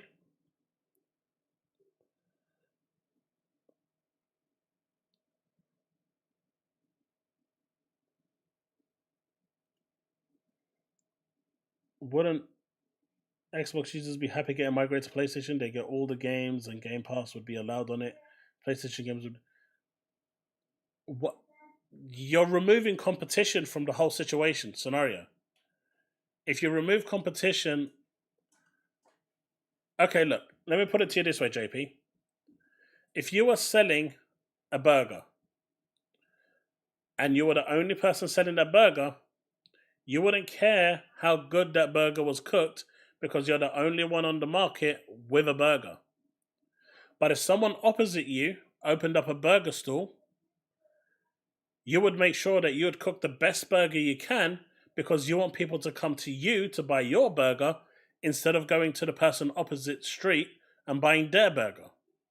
If you take Sony or Microsoft out of the equation, you go to the situation where you just deliver whatever the hell that burger is because that's as good as it's going to get. You don't have to try to make it the world's greatest burger. So that's the problem when you remove one of them from the equation.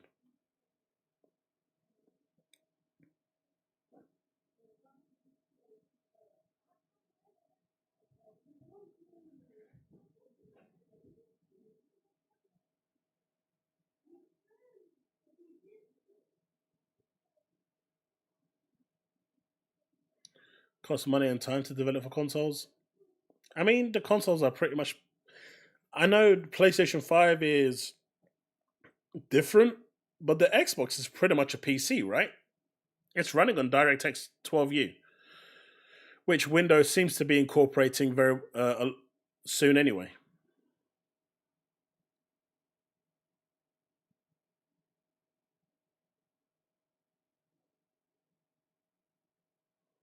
Exactly, Gorsty. That's my point. Microsoft going down this route, in my opinion, forcibly because of the FTC, is removing the whole competition aspect, and PlayStation fans thinking that this is a good thing. It's not. I mean, let's look at it this way, right? Let's just look at it this way. If Sony was the only one in the market right now, hypothetically, or Microsoft was the only one in the market right now, what's stopping them from making the games £100 tomorrow? Making an announcement that the new RRP price is £100. Where are you going to go to play your games? PC? You're going to go spend £1,500 on a PC to play games, or you're going to play it on the console you still have? You're going to pay $1,500, or you're going to pay $100 for a game? Most people are going to pick the $100 because they don't have a choice. That's the problem.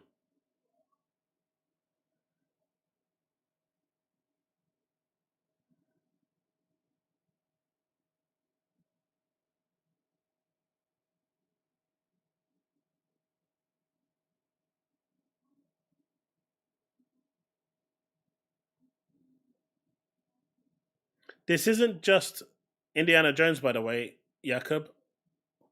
This isn't just Indiana Jones. I'm talking about in general. Microsoft isn't the type of company to sit by and get bullied. They're the company that bullies. And to have their wings clipped the way the FTC has them, because there's $70 billion on the line, they can't do anything. I've said this a number of times, that until the FTC case is over, Microsoft can't really show their teeth.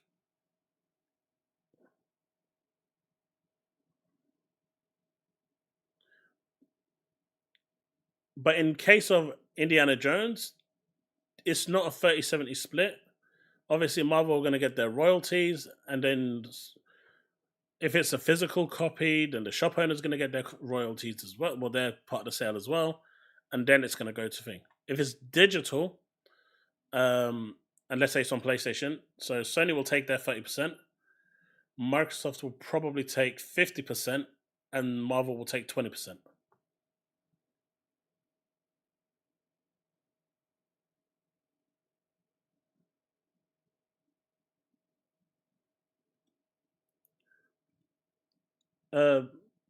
This one.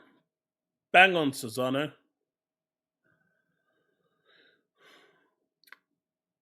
I mean, yeah, at least Indiana Jones has a chance. Well, it actually misses their Game of the Year.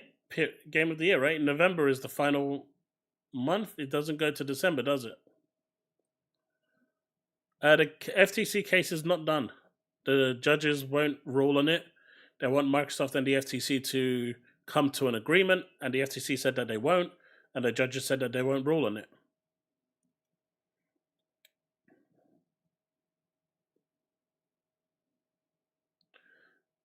The FTC tried to react to that, but the FTC has to prove beyond reasonable doubt that the price increase to Game Pass was because of ABK and not because of other circumstances like the cost of, everything else.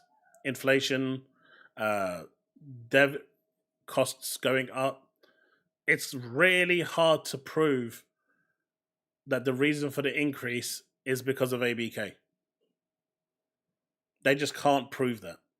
If they could, you'd be hearing a lot more about it. But because they can't prove it, they can't do anything about that. Gorsty, same for me.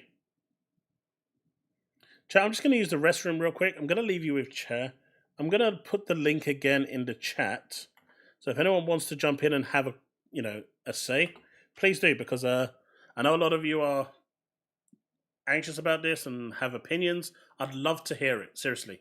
I'll be right back. Give me 2 minutes.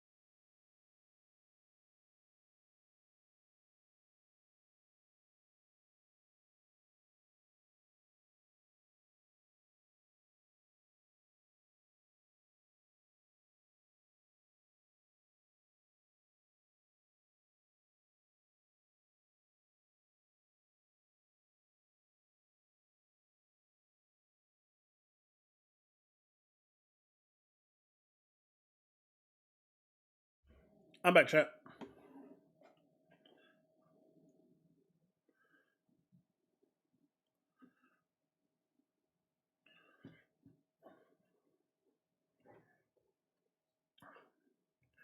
Anyone want to jump on and air an opinion?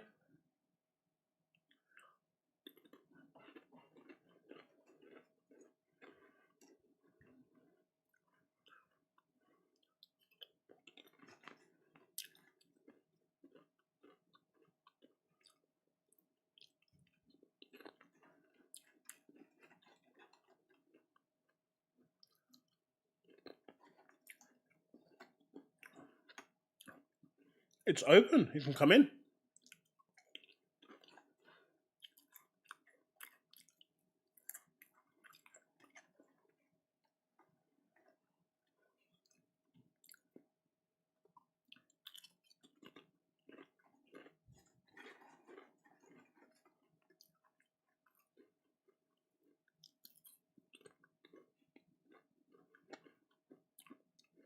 Oh, Dubs, this is going to be everywhere. Do you know what Microsoft should have announced when they bought ZeniMax? And when they bought ABK? And then none of this would have happened. All games to Game Pass day one. Everywhere else paid. And then there wouldn't be the expectation that they're going to be exclusive.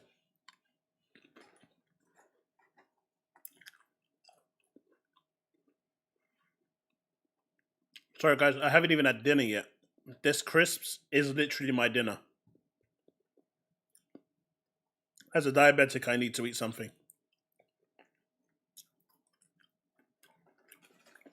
Powerboss, jump on the air.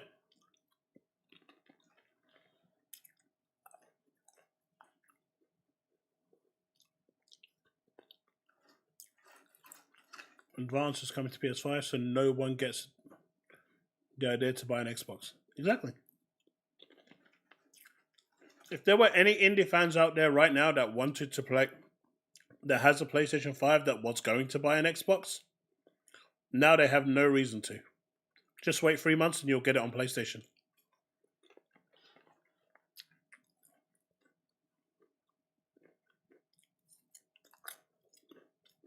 Hoping we get Starfield, Forza Horizon, and Flight Simulator next. And this is just going to continue.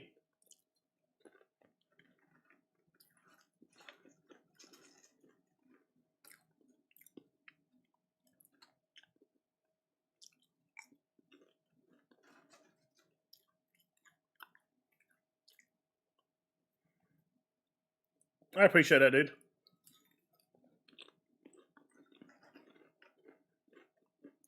Oh wait, they said spring, right? So 6 months, yeah.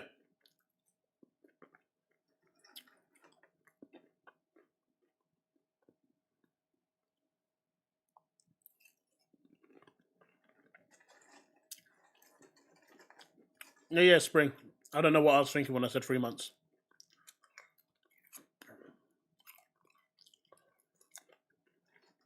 Not a Microsoft first-party game. It's a Bethesda multi-platform game. Just because Bethesda are owned by Microsoft doesn't make it a first-party game. It absolutely is a first-party game.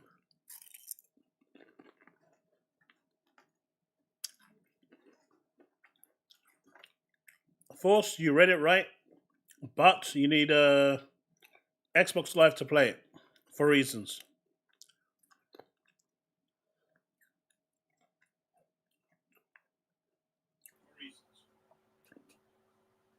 Hey, Lion. Hey, how's it going? Not bad. What would you like to say? Well, you know, I think we should just do away with the concept of exclusivity, honestly. I know we've had this conversation before, but people want to play on whatever system they want to play. Hell, I would love to see a lot of PC games come to console players so that we can all enjoy it together. World of Warcraft is almost on the verge of being able to go console. They've got controller feedback. Right. But this is one-way traffic. It's one way? It's one way. This doesn't work if it's one way. If it's two ways, wait, it's give and take. So they take Indiana Jones, we get Wolverine, we give Blade, we get Spider-Man. Yeah. Then it works. But when it's you give Indiana Jones, you give Blade, you give Halo, you give Forza, and you get nothing in return, like a Uncharted or a Last of Us or a God of War. That's just elitism. Everything is give and take.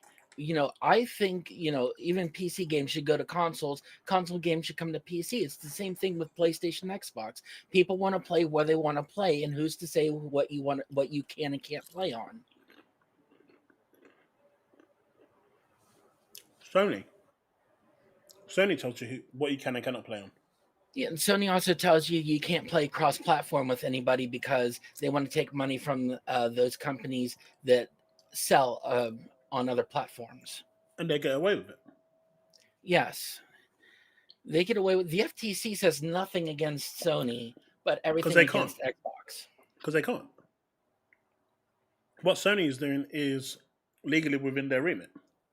What's an American subsidiary doing backing a foreign company?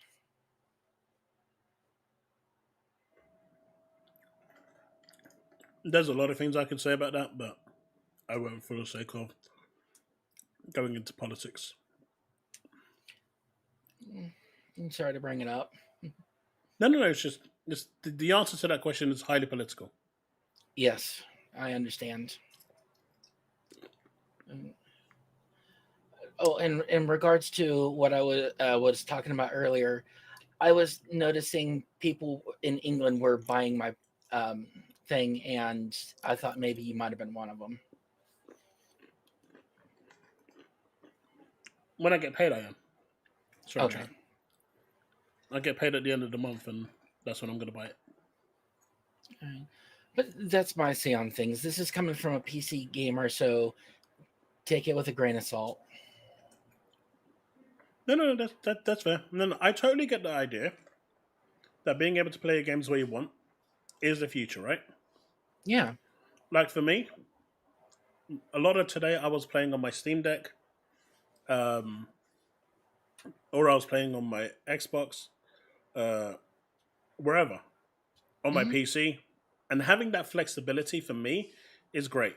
Being restricted to one platform for me doesn't work anymore to play my games, right?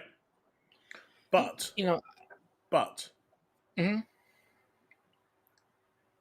that doesn't mean that I can give you everything and undermine everything I have to the point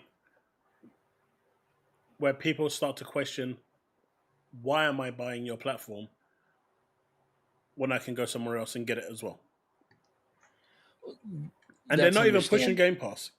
They advertised Call of Duty today on one of the biggest stages in the world, and it did not say day one Game Pass. It didn't say it because they're not allowed to. No, they are allowed to. That whole notion that they're not allowed to was falsified already. What's his name? Paris Lee came out and said that it wasn't anyone at Treyarch or Microsoft or anywhere that said that. Just a bunch of content creators that were saying it, and they heard it from, John Doe or John D or whatever. Are they refusing to say anything related to Call of Duty and Game Pass because the FTC could jump on them about it? Because they'd be using it to gain an unfair advantage. It all comes down to the FTC. But the FTC was fine when Sony was getting exclusivity deals with ABK over what could and could not go on Call of Duty for PlayStation. Chris, what do you mean by announce any platforms? For what?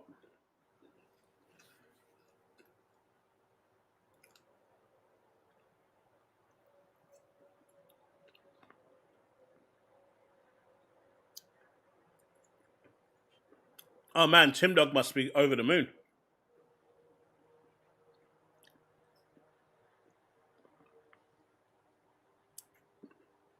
They announced. Didn't they say? Let me see. Where's Black Ops?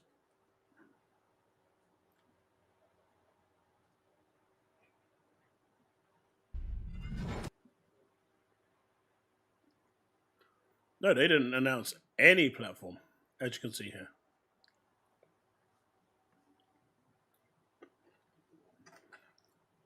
But they could have.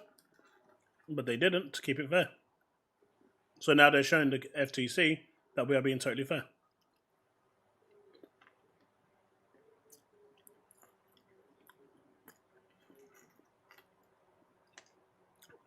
Star Traffic, what acquisition are you talking about?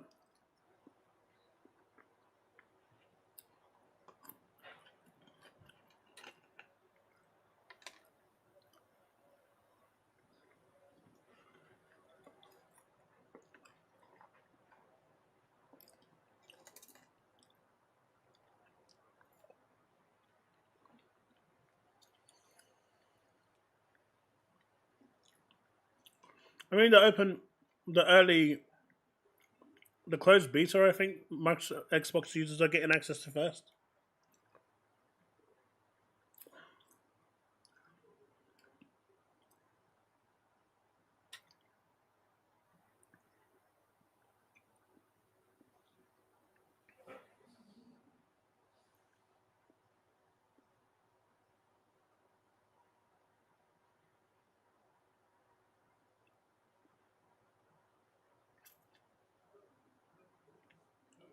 Bullets, that's fine, but they're not advertising it because they don't want to give the FTC any form of ammunition.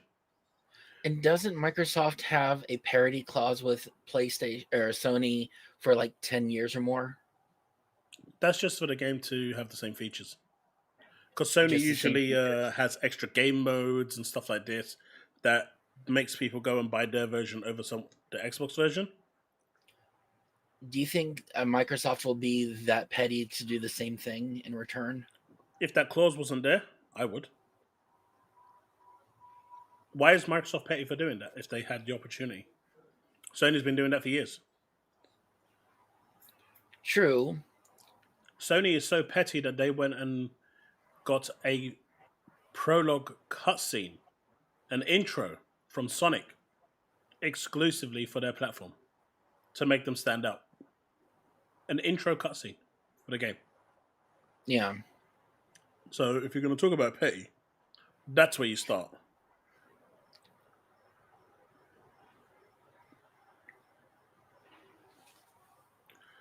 Powerboss, I think that's correct.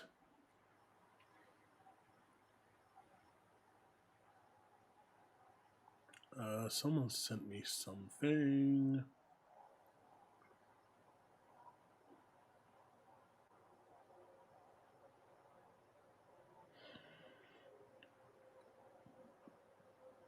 Yep.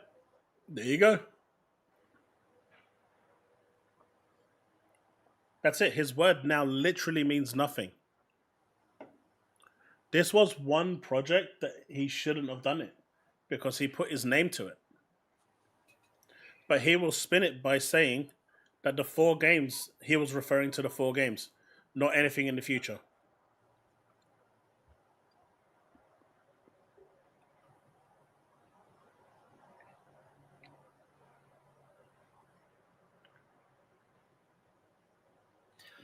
You know, I gotta wonder where this concept of what should be goodwill is considered port begging in a lot of cases. You know, like PlayStation or PC gamers wanted games from PlayStation, and they considered it to be port begging. And PlayStation's like, sure, I mean, we could actually increase how many people get to play the game. You know, they get to make more revenue. But people's like, oh, you're just port begging. Just go out and get a PlayStation 5.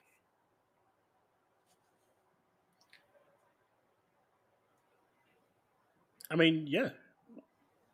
Look, let's be realistic. If this situation was 10 years ago, yeah, you wouldn't be seeing this. if Microsoft had all these IPs and the Xbox One launched successfully, we wouldn't be where we are now. You don't think they would have bought out ABK? I don't think they would have needed to. But Xbox One got hurt badly. Then it probably would have been Sony trying to buy him out. Sony couldn't afford him. Sony could barely afford Bungie. They had to get a free tier loan from Klarna to buy that.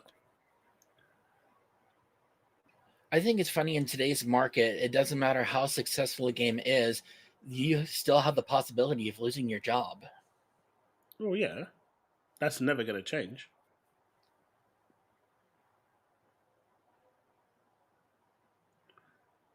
Just build a PC. They've made it so there's no reason to actually have an Xbox. They seem... See, I don't agree with this statement at all. For one reason. Your games on your console, your back catalog, and everything else won't work on a PC unless you're running emulation, and emulation isn't great. It's not perfect.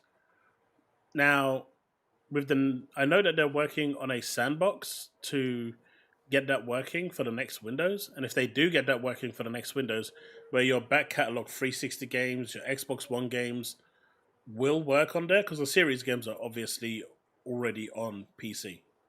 But if they can get those on there, then that statement holds a lot more weight. But I know people that have got like 500 games on their Xbox, 1,000 games on their Xbox, and, you know, those games won't work on PC. So to say that there's no reason is just being silly. I feel like I'm a bit of an outlier saying, you know, a console person shouldn't have to build a PC to play the best game. I mean, I think, you know, a console can still play a lot of the PC games decently enough. Oh, here we go. The floor is yours. Hey, Power Boss. What's going on, y'all?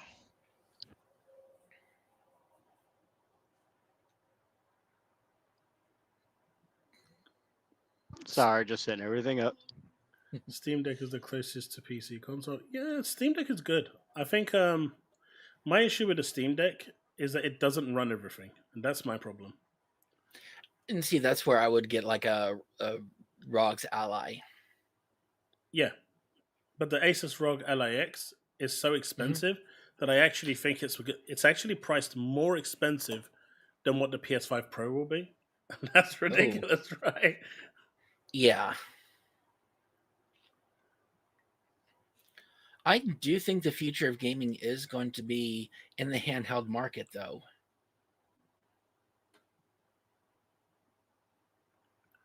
No, there's gonna always be need for a home console, though. See, yes, but it's just gonna change in what form that home console takes. Much like what the Switch is with the dockable port to connect to your TV. See, that's what I think is going to be, Power Boss. Eventually, what we're going to have is both the PlayStation and the Xbox is basically going to be a handheld device that you can take anywhere. You'll be able to dock it into the dock, and then it'll give you like the full fat experience of the console. It will kind of utilize the power of that of the base, the dock. That's where all the horsepower is. But when you take it off, it just gives you a light experience like the Series S. That's where I see hardware going, because that's what makes logical sense to me. So my whole thing about all of this is, yes, Phil came out when the 4 games were going first and made that statement. So they were only talking about those 4 games. I get that. And of course, just like Gaz already posted, everybody is trying to throw Phil under the bus because he made that statement, which was only about those 4 games, not anything in the future. Mm-hmm. And even in the article, somebody posted that right underneath that asked him if those games will never go. And it's basically, we can't ever rule that out. That's what I said to Tom Warren. Right. Mm-hmm. Sorry, wife being loud. But where I have a problem with this is everything about Starfield, okay? The fact that it came out as an 84 Metacritic score and they were trashing the game like no other.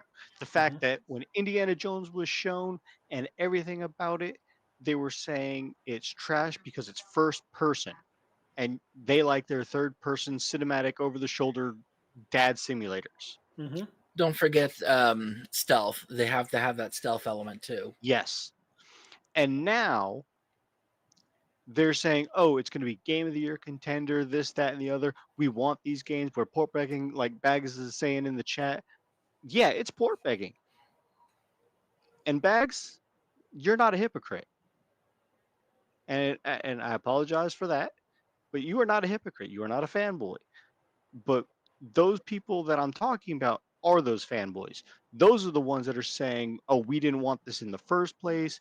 Why is it coming? We don't want it. It's trash. We're not going to buy it. This, that, and the other. Oh, now all of a sudden that it's coming to their platform. Oh, it's the greatest thing ever. We're going to buy it. Bax, you're saying you're not like seriously.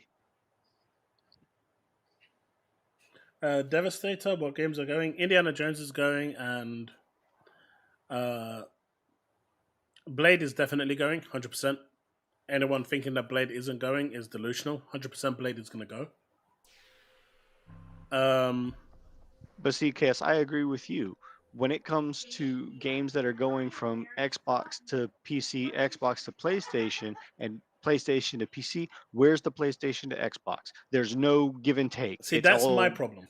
That's my only concern. Exactly. It's not like the whole Xbox versus PlayStation, whatever, right? We all troll online. We all, mess about online, whatever, right? We all do it. It's a bit of banter, a bit of fun, bit of give and take. As long as it doesn't get overly toxic and complete asinine, we're all having a bit of fun, right? Throwing digs there, they throw digs back. It's all backwards and forwards. It's no different to when you're looking at your football team and celebrating your football team against your rival, right? Like Manchester United and Manchester City. Like Manchester United and Liverpool. They are virtue enemies. They don't like each other, but they will constantly throw digs at each other, but it's all in good faith. When it gets toxic and really personal and a lot of hatred, that's where you draw the line. But here, that's not my concern. My issue is, for those that are only gaming on an Xbox platform, they should... I don't blame them for feeling shortchanged. I don't, because Xbox is just giving everything and getting nothing in return. At least if Helldivers 2 was announced today... Everybody gets to play. If Helldivers 2 was announced today, what happened to that? Boom and C-Money said that was coming. 100%. But isn't it just the vocal minority that complain about everything? The average gamer really doesn't care. They want to play a good game. They'll play it wherever they want. See, the average gamer is like my kid. He'll play it. He'll play whatever. Let me just read the super chat out. Devastator. Hi, Chaos. Are games going or no? Had to go early. Indiana Jones is a 6-month timed exclusive. Blade will probably be a 6-month timed exclusive. That is all we know officially for now. But the criteria that Phil Spencer set, 1 year, is out the door. It's no longer valid. And that case-by-case ruling now basically means that everything is on the table. Everything can go. There's no red tape. There's no game is sacred. Once a game has stopped being valuable to the Xbox platform in terms of sales or pushing Game Pass, then that game is up to move. So expect Hellblade 2 to be the next game to go. You've heard it here first. Not going to say if I've officially heard that or not. I'm just saying expect that to be the next game to go. And when it does go, you heard it here first. Wouldn't they want to also export the first game as well? Kind of hard to have a following on a second game if no one's ever played the first. Which game? Hellblade. It's already on PlayStation. It's already on PlayStation. I didn't know that. Yeah, it was released on Xbox later.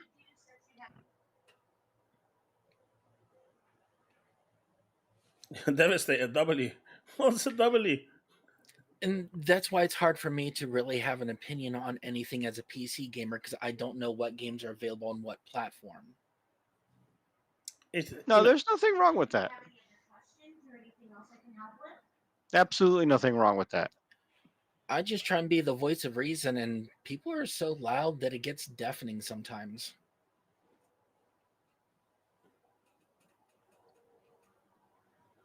But yeah, like my son said earlier, and that's always been his approach.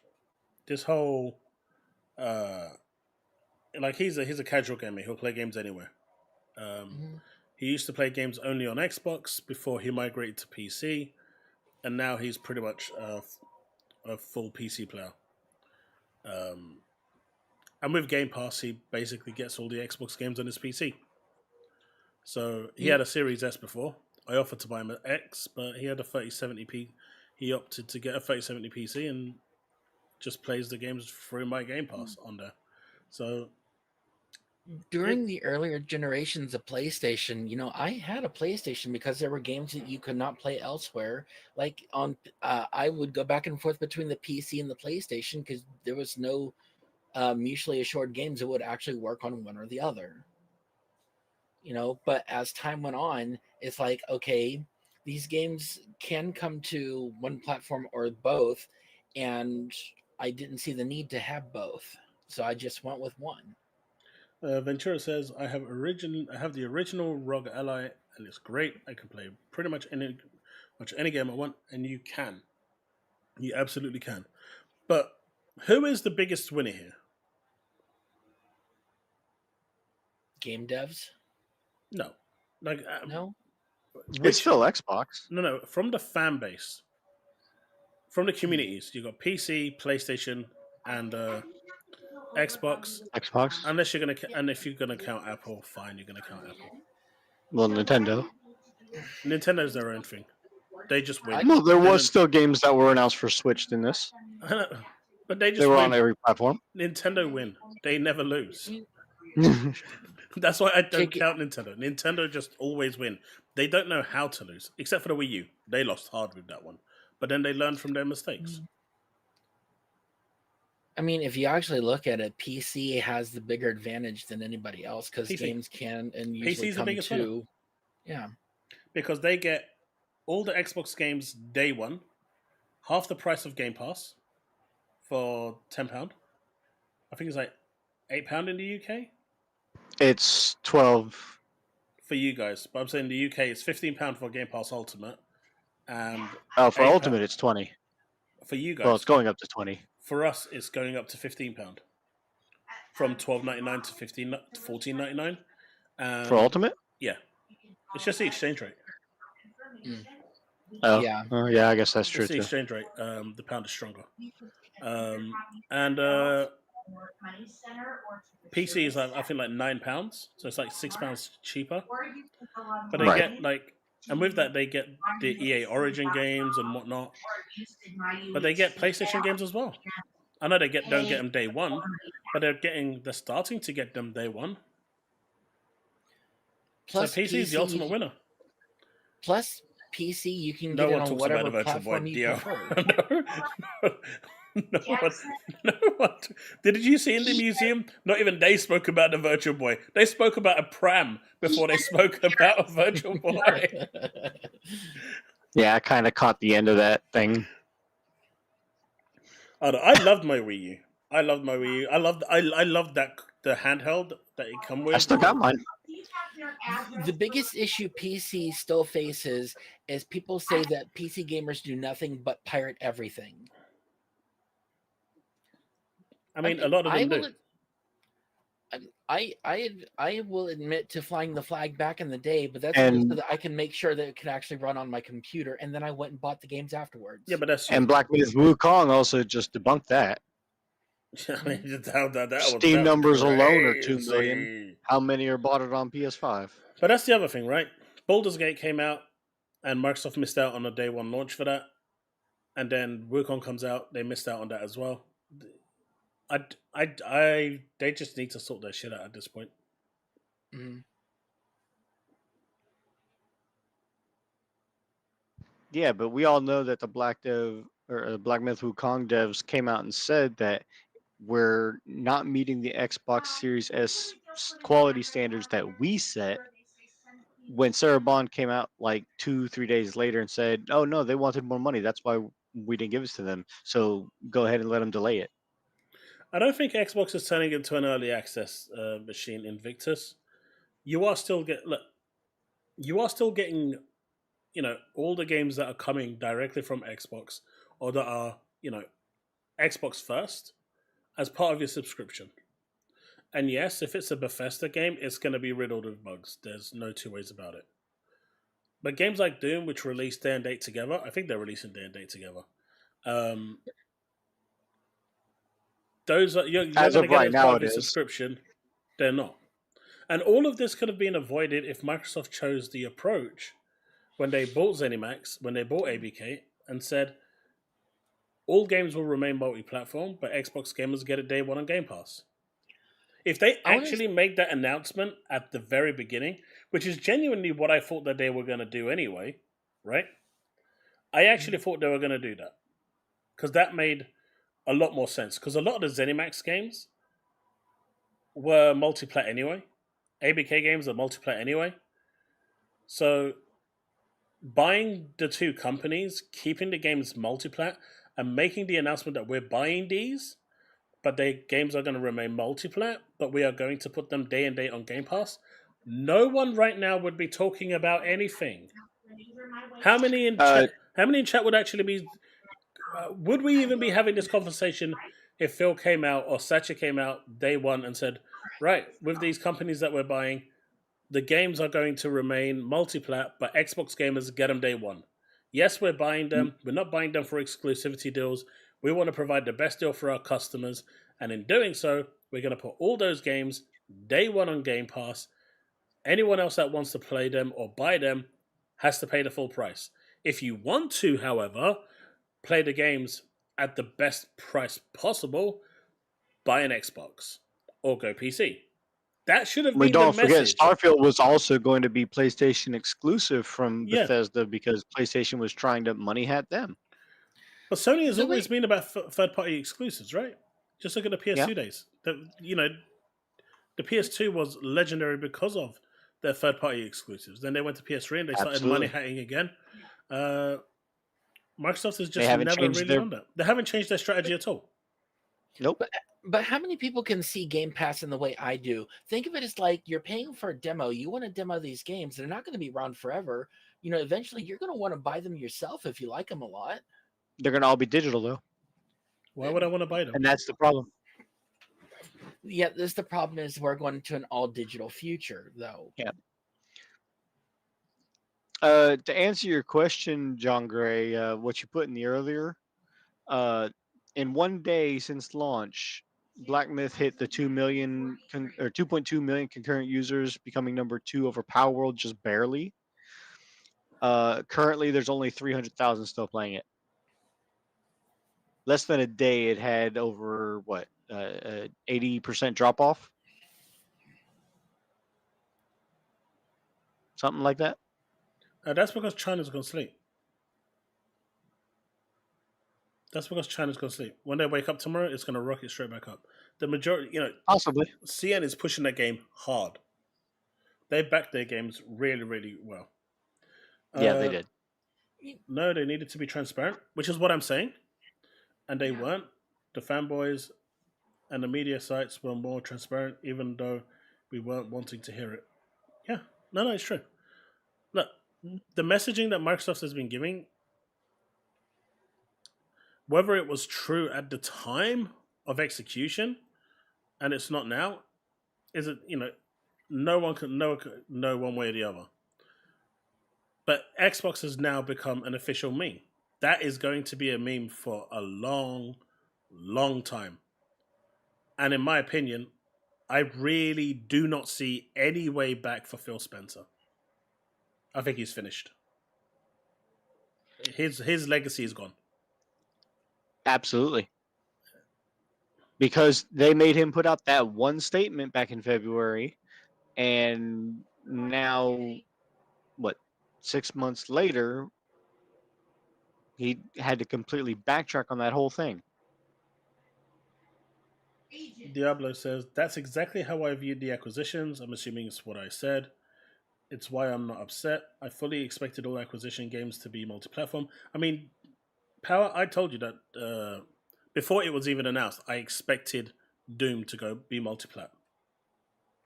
And I told you I'm expecting Elder Scrolls 6 to be multi-plat. I didn't expect Indiana Jones. That's the honest truth. But I expect, because it's a new IP. But anything that was an existing IP... But that's also Disney, so that was a wild card. Yeah, and there was a deal before that. Yeah, but they negotiated exclusivity with that. And that was proven in court, right? So I expected that to remain exclusive. They actually negotiated a contract and then renegotiated it to make it multi-plat. Timed. I'm guessing they went to Sony and said, hey, do you want this game? Sony said, yeah. And they said, right, we'll give it to you 6 months later. Hey, we want this much money. Sony said, okay. Pretty much. That's probably what happened. With Microsoft giving Blizzard the wherewithal to do as they please, do you think they'll ever bring a game like World of Warcraft to console? They've already given them the ability to use controllers. Why wouldn't they take that advantage of that? It's possible.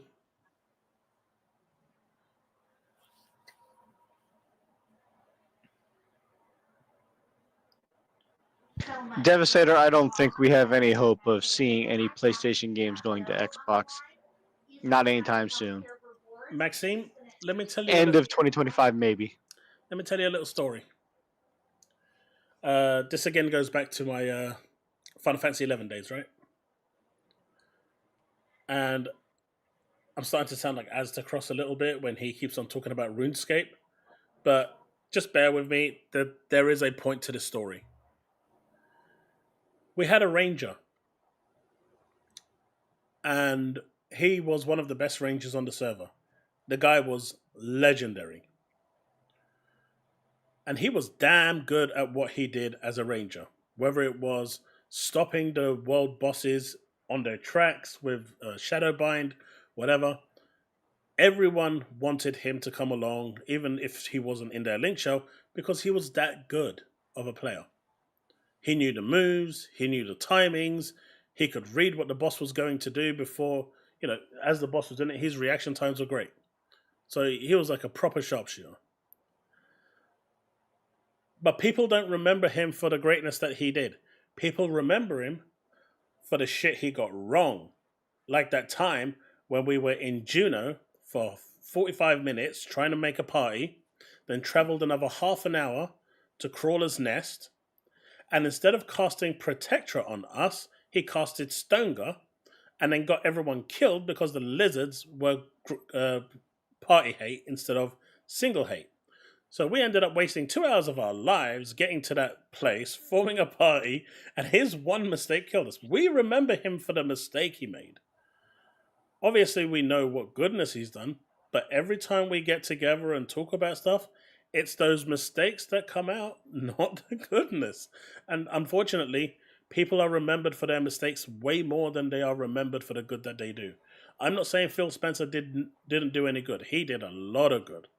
He did enormous amounts of good for Xbox. I mean, he saved Xbox. Microsoft wanted to shut down Xbox during the Xbox One era. They wanted to call it quits and give up.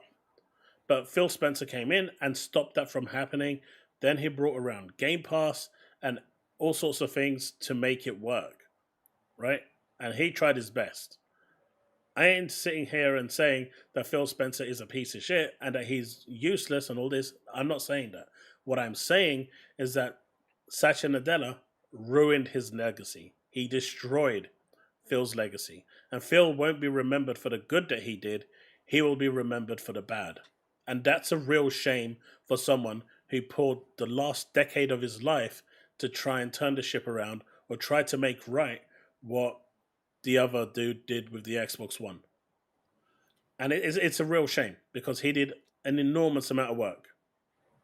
And it's the fanboys of the opposing community that will take full advantage of that, too. It was totally worth it. We still tease him to this day.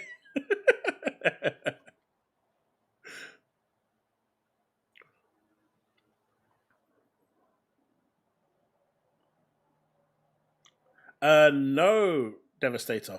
That's not how it works. So you pull one enemy at a time because we're fighting enemies that require 6 of us to fight one enemy. It's really powerful and it gives you the max XP.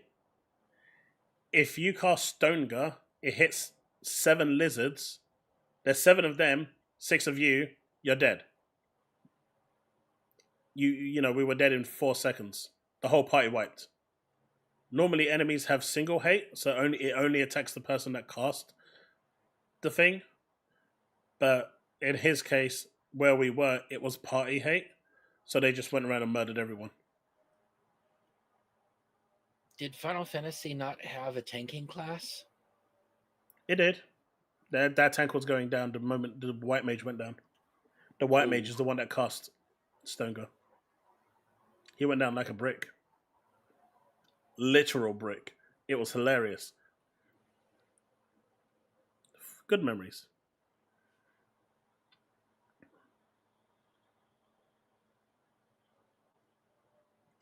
So my question again would be, would this be happen if Bill was sitting in the office and not Nadella?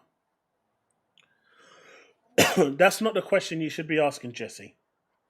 The question you should be asking is, if the Xbox One didn't have such an abysmal launch, would this be happening? And the answer is no. But then Game Pass wouldn't exist either. Xbox would still have had the traditional model. And everything would have continued the way it was. Right now, Satya is all about profits. Xbox used to be something inconsequential to Microsoft, like a footnote. Even if they made a loss, it didn't matter. They could just absorb it. They're not absorbing 70 billion.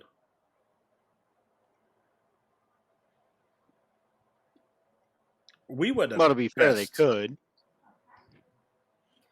Yeah, but being able to keep those new IPs multi-plat will actually help refinance some of what they lost.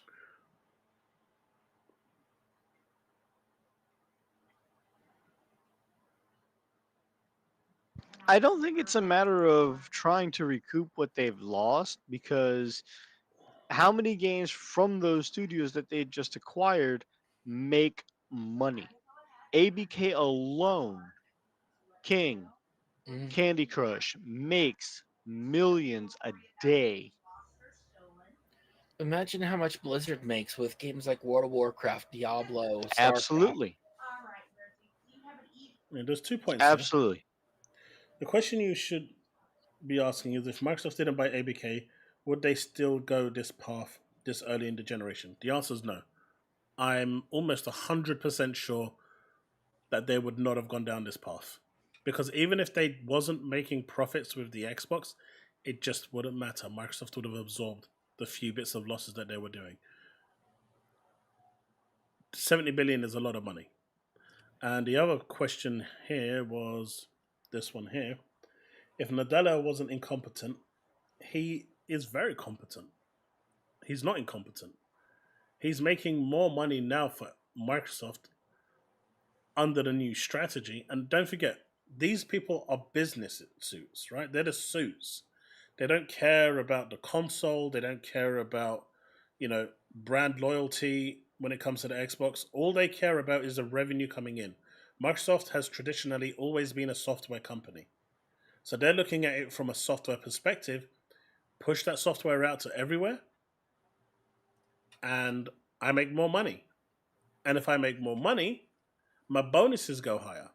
If my bonuses go higher, I'm happier. In the end, it always comes down to that. In this case, it's high risk, high reward. There is no risk. The games will sell more going out to more. We've already established that. Everyone believes having, if you put your game on, like people saying Stellar Blade, if that was on Xbox, it would have sold more copies. Mm-hmm. It's if Final Fantasy 16 was available on Xbox Day 1, it would have sold more copies. I mean, we can all agree that this is the general assumption. So having the games in more places generally means more sales.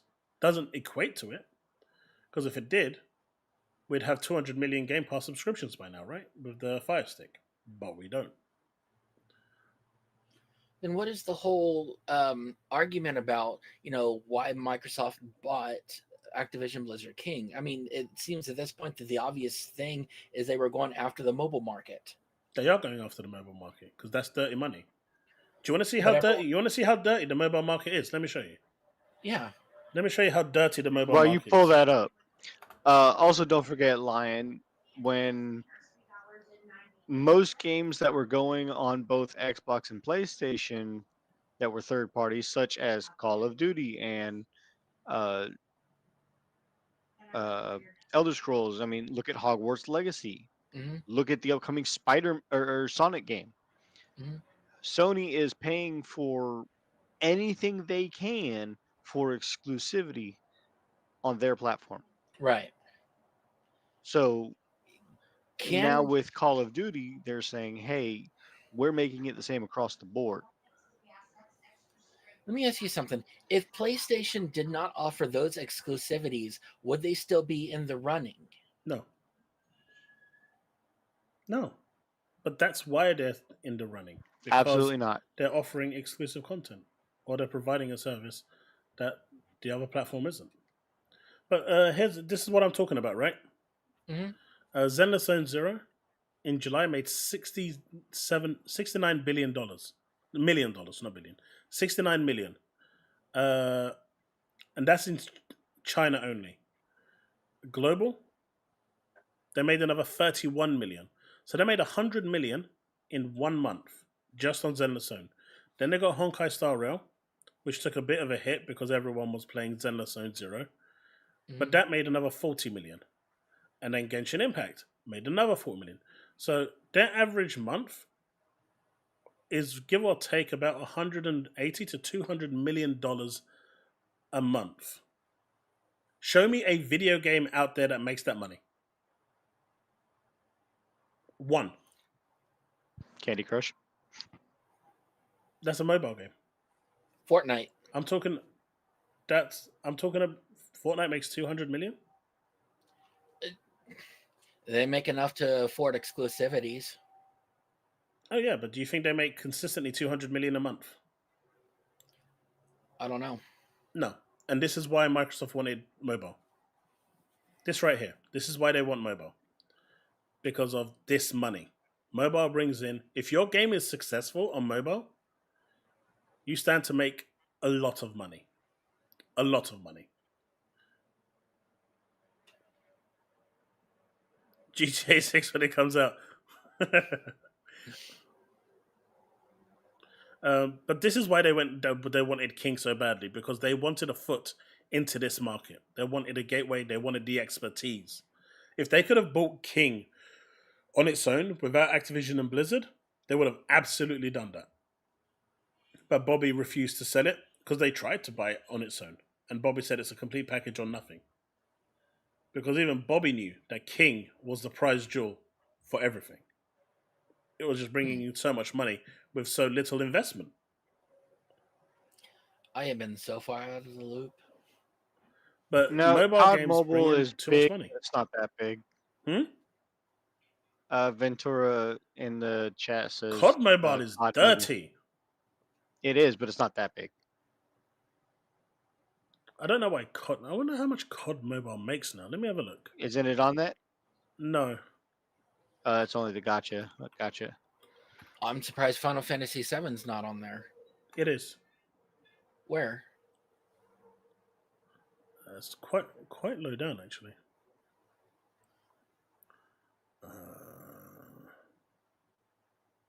That's Brave Exvius. I've seen quite a few Final Fantasy game titles that you passed. Mm-hmm. There it is, Ever Crisis. They made 1.5 million last month, 1.5 million this month, and there's very little investment into this game, which is why they're keeping it running. And of course, that goes beyond just mobile, because I've got it on Steam. Mm-hmm. Oh, and these there's also another one. Also, these ones over here, all this pricing that you're seeing, this is just iOS and Android, not PC. Oh. Right? All of these up here that have PC ports, these three, yeah, that PC money isn't included in this. The PlayStation money ain't included in this.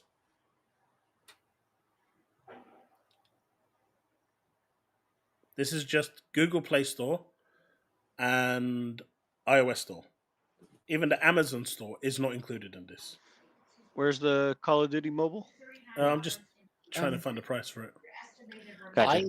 I do need to go. Thank you for allowing me to come on here. That's fine. Always welcome. Hopefully we can talk again soon. Sure thing, dude. See ya. Have a good one, Line. That once I place this order, we cannot add any. All right, so Call of Duty Mobile made 30 million. These are monthly, by the way, yeah? From 2019, October. 30, 20, 21, 14, 29, 36, 35, 28. So yeah, it makes about as much as Zenless Zone Zero in a month and Honkai Star Rail and Genshin. I don't know. They're in the league of their own. This got cannibalized because everyone was playing Zenless Zone Zero. We'll see next month what this is going to do. But it's roughly about. It'll be roughly about here. If it was in this list, I'm not sure why it's not. Sounds about right. Do you have any other questions? No, they don't have it. But yeah, it makes dirty money. 30 million a month. This is, Call of Duty at one point, I think it was about 5-6 years ago, was making, I think it was $7 or $8 million a day. $7 or $8 million a day.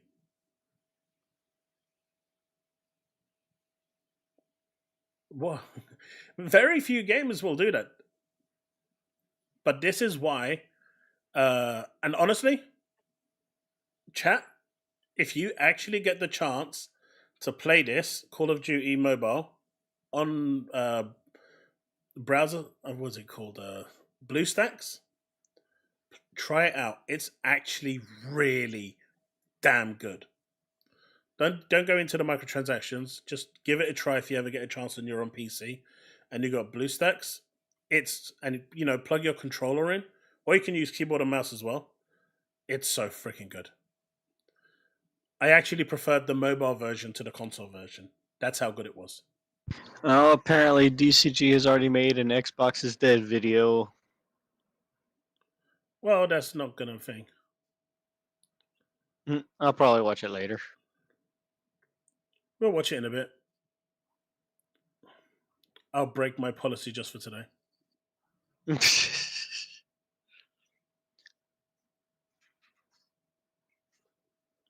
I mean, there's still two more days. These two are still going at it.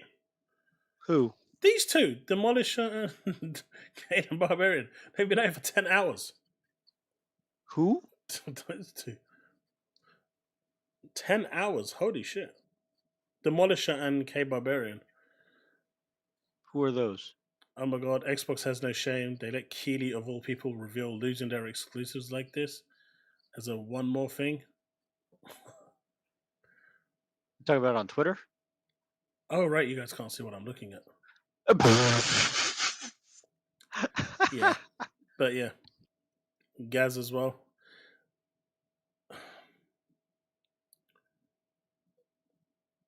I don't know why COD Mobile isn't on Switch. That's a good question. COD Mobile would work on there. Diablo. I was really mad about Jeff Keighley's little footnote kicking the butt to Starfield. Had this great trailer for the vehicle drop that's going to be sometime tonight. And then after this awesome trailer, oh, and don't forget the 30th is going to be the DLC drop. And then he moved on. No respect for anything Xbox.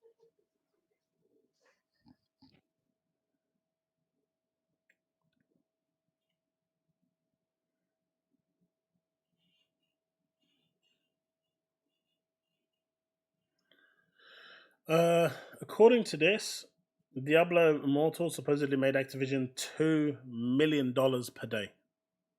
That's 14 million a week.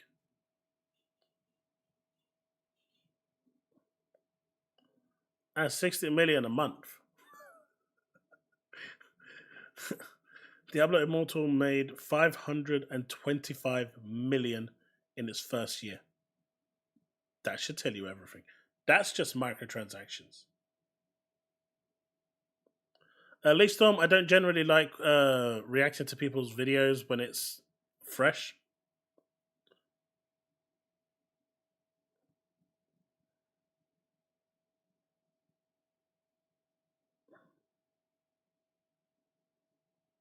Devastator? We'll see. But that's a lot of money, right? 525 million. That's why mobile was so important to Microsoft. They wanted to tap into this. Whether they will or not is a different matter. Have you guys seen this, by the way? I really want to try this out on PC.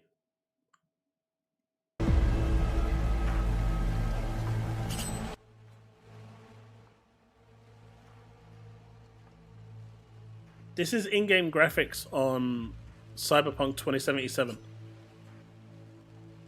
Isn't that a mod for Cyberpunk, though? Yeah. That looks insane, man. A bit too real for my liking. I mean, the only thing that looks real is the motorcycle. Everything else, you can tell it's just not. But those graphics are insane. What is that I'm watching? Cyberpunk 2077. Looks like strippers on parade. Yep, sign me up. No, Chaos does sign me up. It's a game. It's the one that Keanu Reeves debuted, and he's in it. Honey, I was working. And Idris Elba. I didn't see all. Look at it. That's so insane. That's in-game graphics. That wasn't a McLaren. But it's a mod for the Cyberpunk game. 18.51 gigabytes? That's not bad, Diablo. She wants me to go with her to the store, so I will bow out. Have fun, y'all. I'll put the link for StreamYards in case anybody else wants to hop in my place and in my stead. Chaos and chat, you have yourself a nice night. Take it easy, buddy.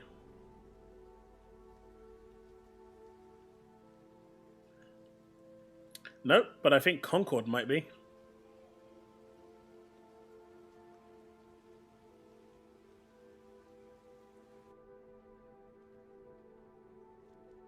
Have a good night, dude. This is insane. I don't... The amount of mods that you need to do this, though, I think is like over 100 mods to get this to be visually this good.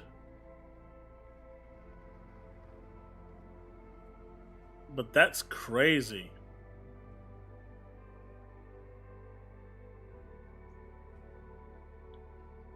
I want to try this so bad.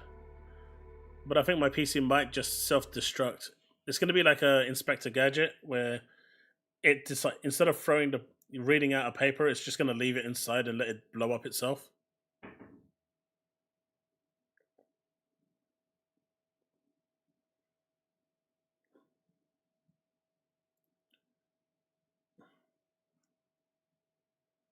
Good evening, Chaos. Just a quick hello. Actually going to bed. I'm up again at 4 a.m. Ouch, 4 a.m. That's nasty.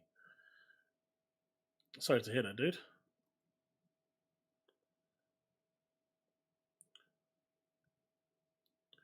Is it on GeForce now? Yeah, but my streaming isn't great. I'm only on 50 meg. I can give it a try, but I don't know how it's going to run. I can't really do cloud gaming much at the moment because of my internet connection being so bad.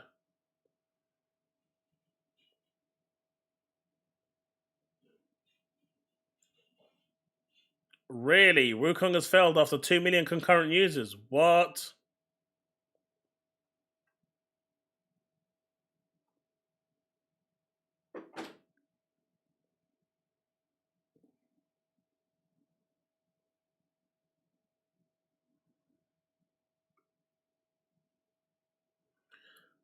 Automata, I would say give or take a few months after the exclusivity period ends. It depends on whether Sony has in their clause that Hoyoverse can't actually work on an Xbox version until the exclusivity period is up, because they can do that and have done that in the past. So that wouldn't surprise me.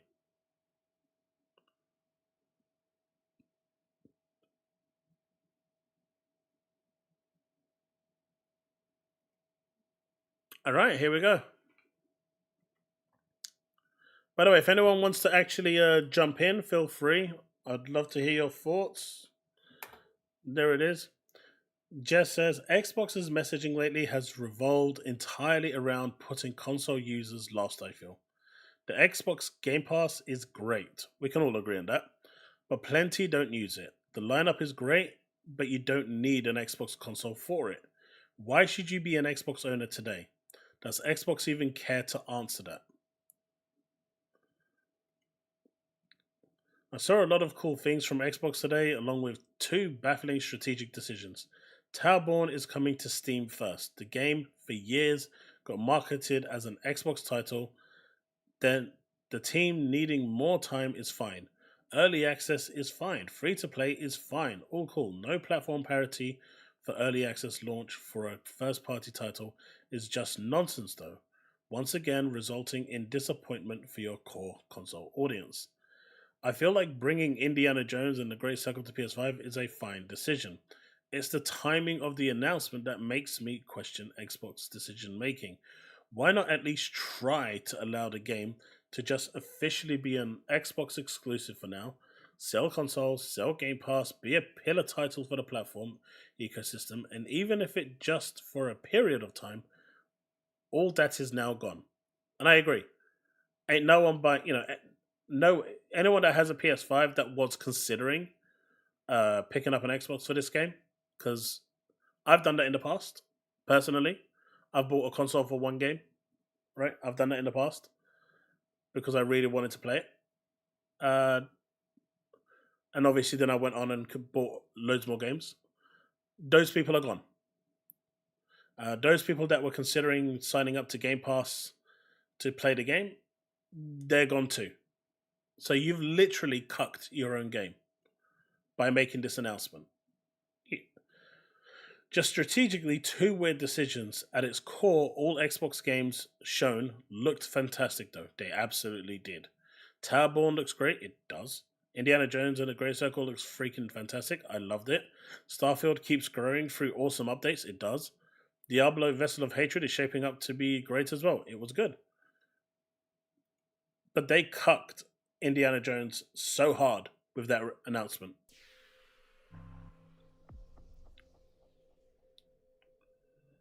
Minecraft makes over 100 million a month, by the way. Yeah.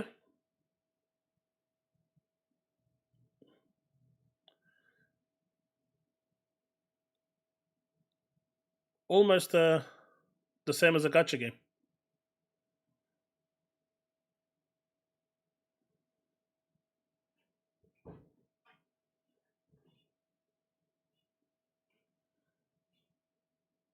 Kevin, I think you pressed the enter button a bit too quickly.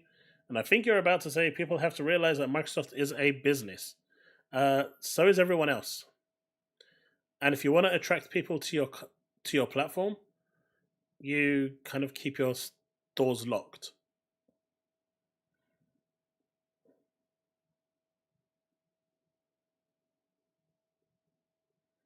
Yeah, same as Hoyoverse's games. Before Zenless Zone came out, Genshin was making, just on mobile, around 150 million a month. 100 to 150 million.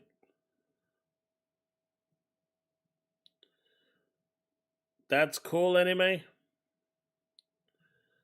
think it all depends on how long it took to develop, because Xbox purchased Bethesda in 2021. Bethesda might have had a contract before. Green Goblin, it didn't matter about the contract because that was renegotiated to be Xbox exclusive. That was already proven in court. Microsoft at some point went back, and I think Microsoft have decided that anything that's coming now from ZeniMax is going to be multiplat. It's really that simple. Everything coming from ZeniMax going forward will be multiplat. I don't expect anything from today onwards that's coming from ZeniMax to be exclusive. They might keep Starfield on Xbox and PC as a tentpole title, but everything else looks like it's going to go as a timed exclusive.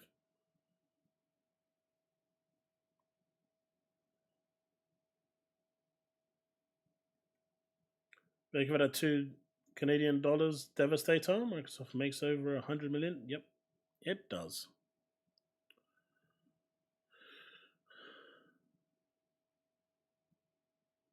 Chaos, do you think Microsoft could sue the FTC? No.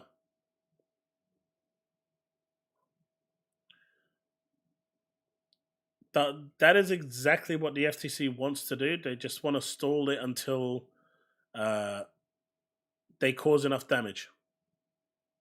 This isn't about the consumer anymore. It was never about the consumer anyway. It's always been about giving Microsoft a bloody nose. And they've not just given them a bloody nose, they knocked their kneecaps off.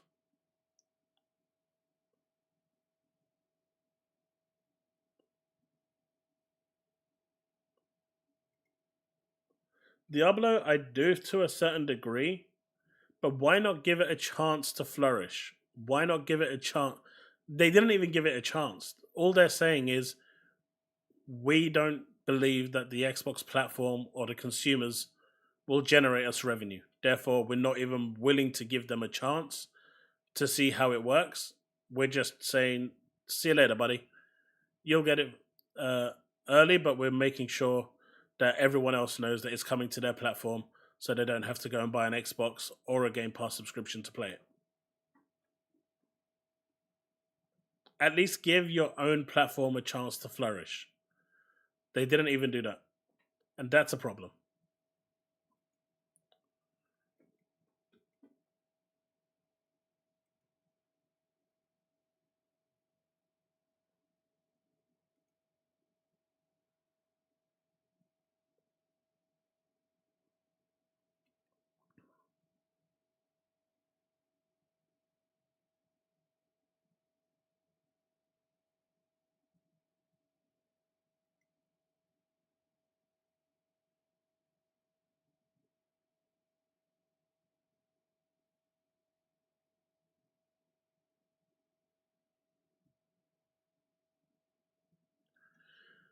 Karim is off on one as well.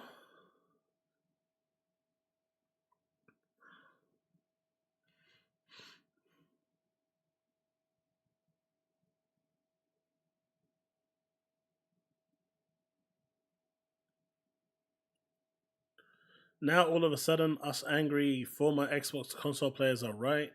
Now you guys are upset. I never had a problem with more players enjoying Indiana Jones. I am against exclusivity, especially when it comes to third party. No, you wasn't. The problem is the way the announcement of Indy coming to the PS5 was handled. Microsoft couldn't wait to release the game first, get some Game Pass subs, maybe some Xbox console sales, and even some game sales for the Xbox. I mean, when are we going to find out about when Avowed is going to PlayStation?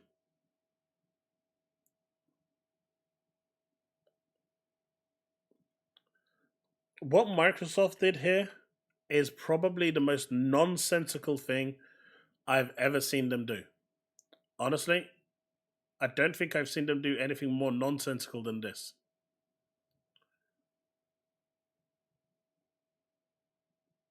It's not Indiana Jones or Starfield. Phil Spencer on Xbox games going to PS5, February 2024.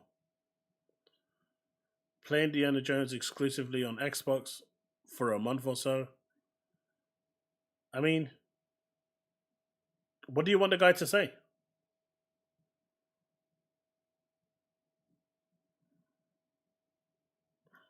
I mean, they didn't even announce. I mean, I know 16 is in development for Xbox, but they could have at least softened the blow by announcing this for Xbox, and they didn't.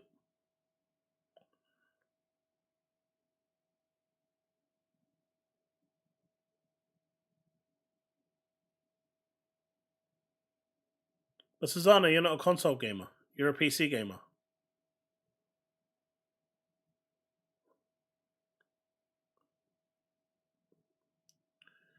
It's more the way they've gone about it. They didn't give the game any chance to succeed.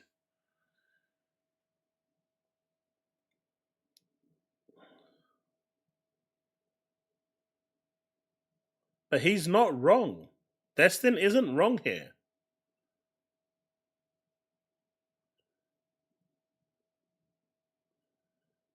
You know, to say that he's wrong, he's not. I disagree. He's not wrong at all.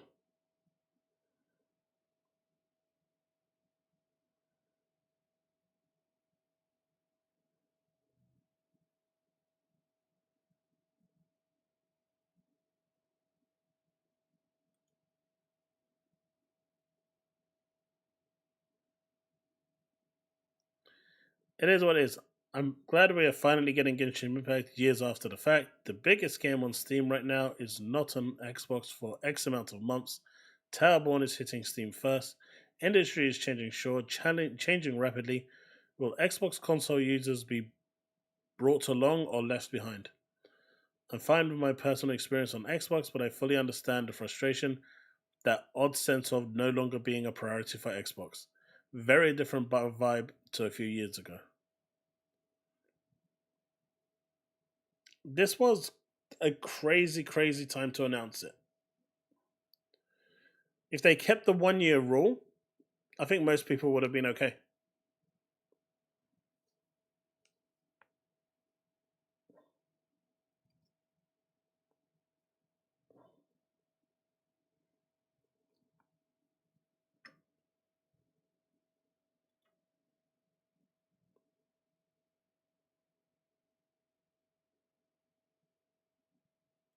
Oh, that was legendary, right? That was legendary. I remember Ryan McCaffrey bashing Xbox for that. That was crazy.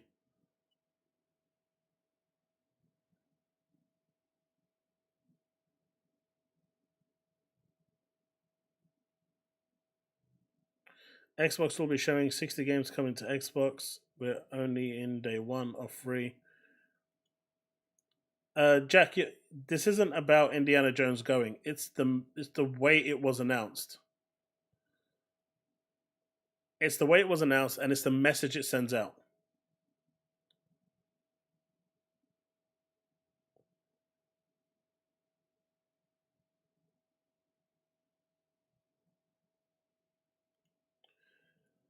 As I said earlier, to a certain degree, I think there is some appeasement of the FTC because they're just trying to get this case closed, and until they do, they can't do anything. But Sony is right now, they're in the playground, and everything is theirs. They can do what they want, and there is no one opposing them because they're not acquiring anyone. Any third-party contract that they go and make, they can legally do. If they don't want to put anything on anyone else's platform, it's within their right as a platform holder to do that. They don't have to put Helldivers 2 on Xbox. They don't have to put, Concord, not that anyone wants it, on Xbox. They don't have to do any of this. So, as far as the FTC or any regulators are concerned, Sony's playing ball. They're competing, as it were.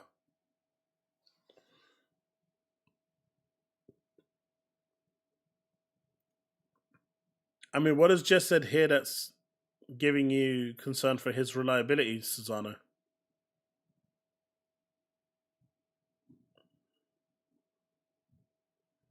I can tell you that the base is feeling... Maybe a lot of people here might not be feeling that, but more people outside are going to be feeling this. Lately, stop using Internet Explorer. Announcing the PS5 version of the game, you literally financed on stage to thousands of people to just on another level, in my opinion. Sony wouldn't do that in a million years.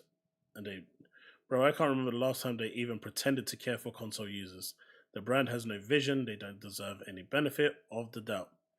All the Xbox console fans applauding this is bizarre. Bottom line, this will keep more people from buying an Xbox console, which will also speed up the timeline of Xbox not making them any longer.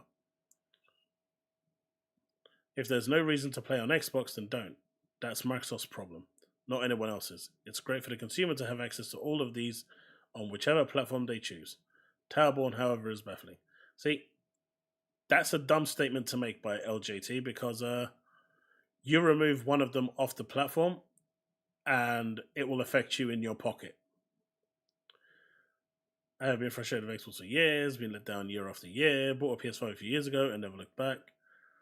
I already bought this gen, so is what it is, but it'll be my last for sure. I never owned a PlayStation until this gen, and I'll never look back. Xbox Game Pass is the best gaming service, but you can't convince people only with that. I can't think of a reason why people would want to buy an Xbox right now. That's the general sentiment.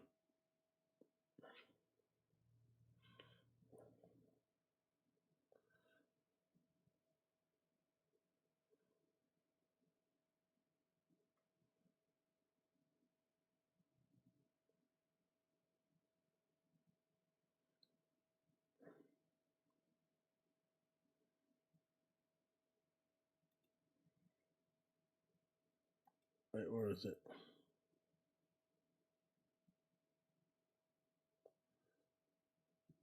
Chris George, time will tell.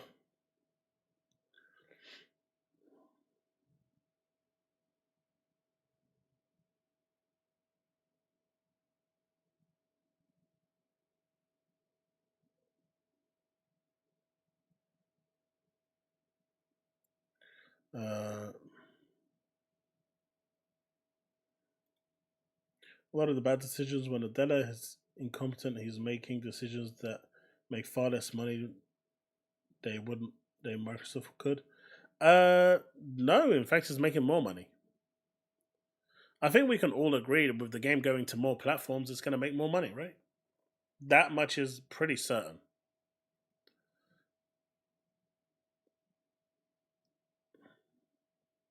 This one is so weird. Worse than Indiana Jones on PS5. At least Indie is a timed exclusive, but here they literally said, screw Xbox. I don't know. Will I be streaming day 2? I can't, Chris. I'm gonna speak to my son to see if he can actually stream any of the Gamescom days at all. But I'm actually working on all 3 days. So unfortunately I'm not available. They happen during the daytime for me. If they happen in the evening, it wouldn't be a problem, but for me it's during the daytime, so that kind of cripples me a little. Chris, that's why I asked him earlier. He said he'll think about it.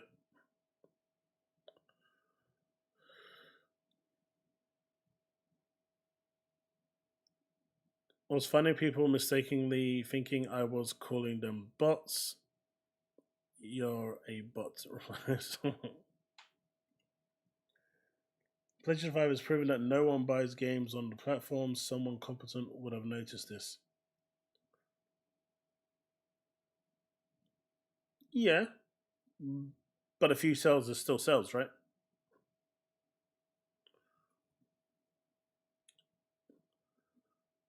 But the money, the revenue talks.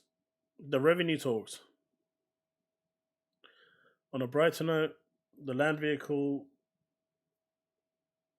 in Starfield is fun. Try driving on the moon. Man, the physics is spot on. Get him a takeaway, he'll do it.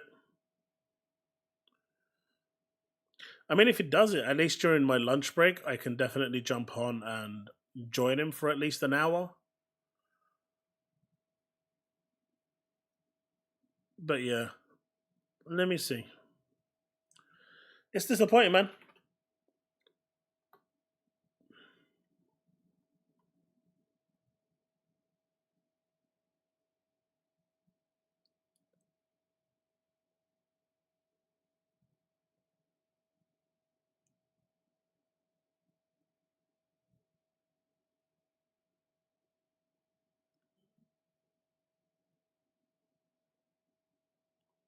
Where is...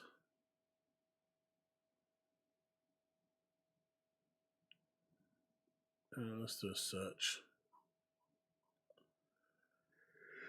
All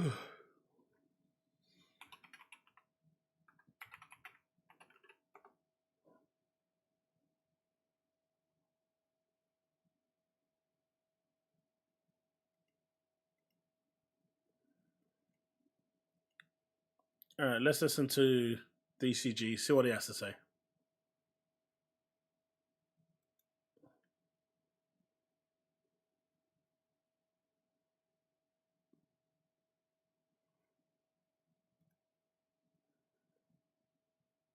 All right. Let's check this video out. What's up, gamers? Dreamcast Guy here, and today we're talking about the death of Xbox, because at this point, the console of Xbox is literally just useless. It's gathering dust. Every game that was originally coming to Xbox is now also coming to the PlayStation 5, and not only does it look better and play better on the PlayStation 5, but we're about to get the PlayStation 5. Wait, how does he know it looks better and plays better on the PlayStation 5? What is he, a bellend or something? Pro, which means that Xbox games are better across the board on the PS5. But again, how does he know this? Let me break it down, because they just announced that Indiana Jones is coming to PlayStation, and people seem to be a bit pissed, a bit confused, because the people that have been absolute... The PS5 Pro isn't out yet, and God knows when it's going to be out, so relying on a machine that no one has a release date for is stupid. That's like me saying, well, the new Xbox in 2026 is coming, so that's going to be better than the PS5 Pro, right? So therefore, the new Xbox console is definitely better graphically. Defending the pride of Xbox for years and years and years, I think they realize that it's over. The Xbox is dead. But let's discuss. Hi, hope you're having a great day and already.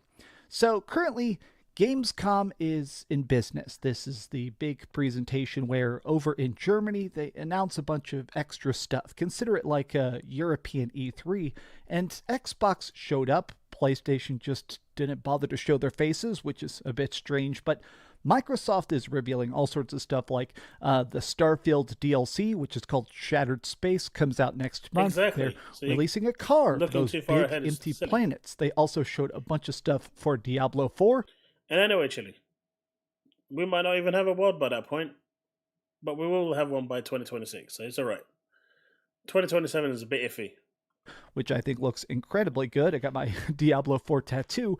But here's the part that the game ends with. This was the big closer, which is that Indiana Jones is coming out December 8th, and it's coming to PlayStation 5 probably about 60 days after that. So everybody is immediately... 60 days?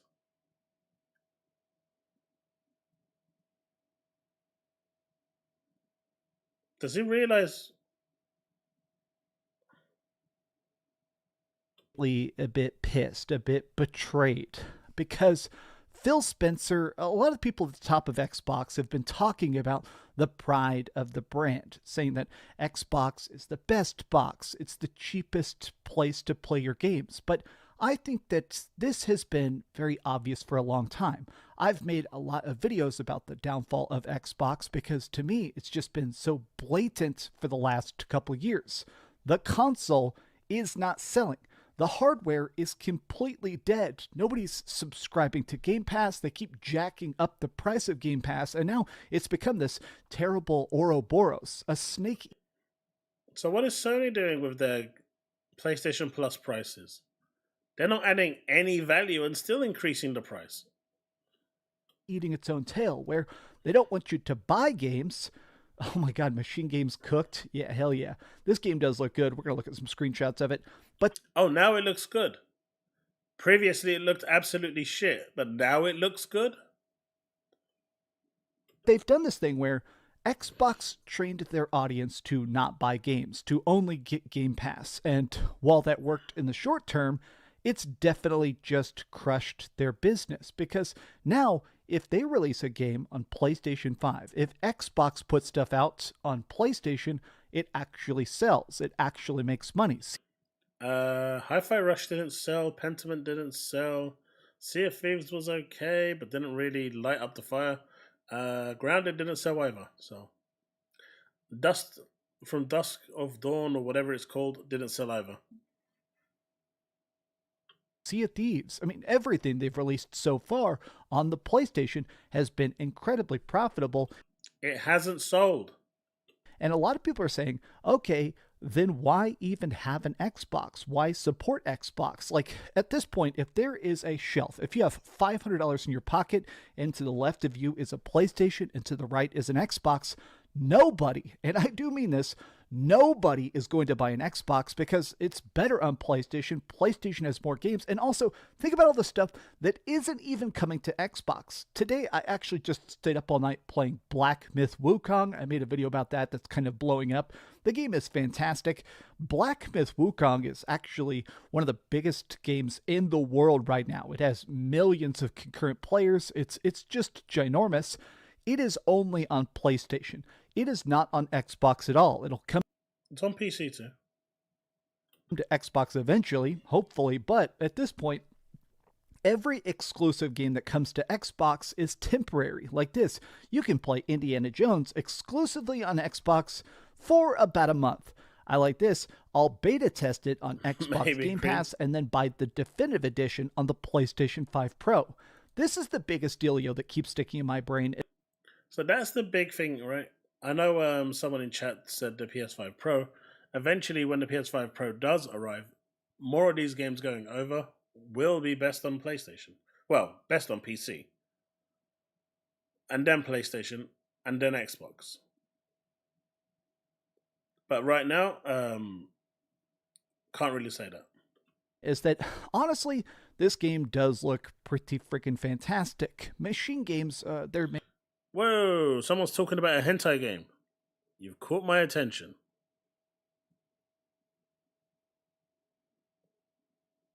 And all the Wolfensteins, you know, these guys are the best at murdering Nazis, ripping them apart, watching all their gooey, worthless, soulless bodies get evaporated, right?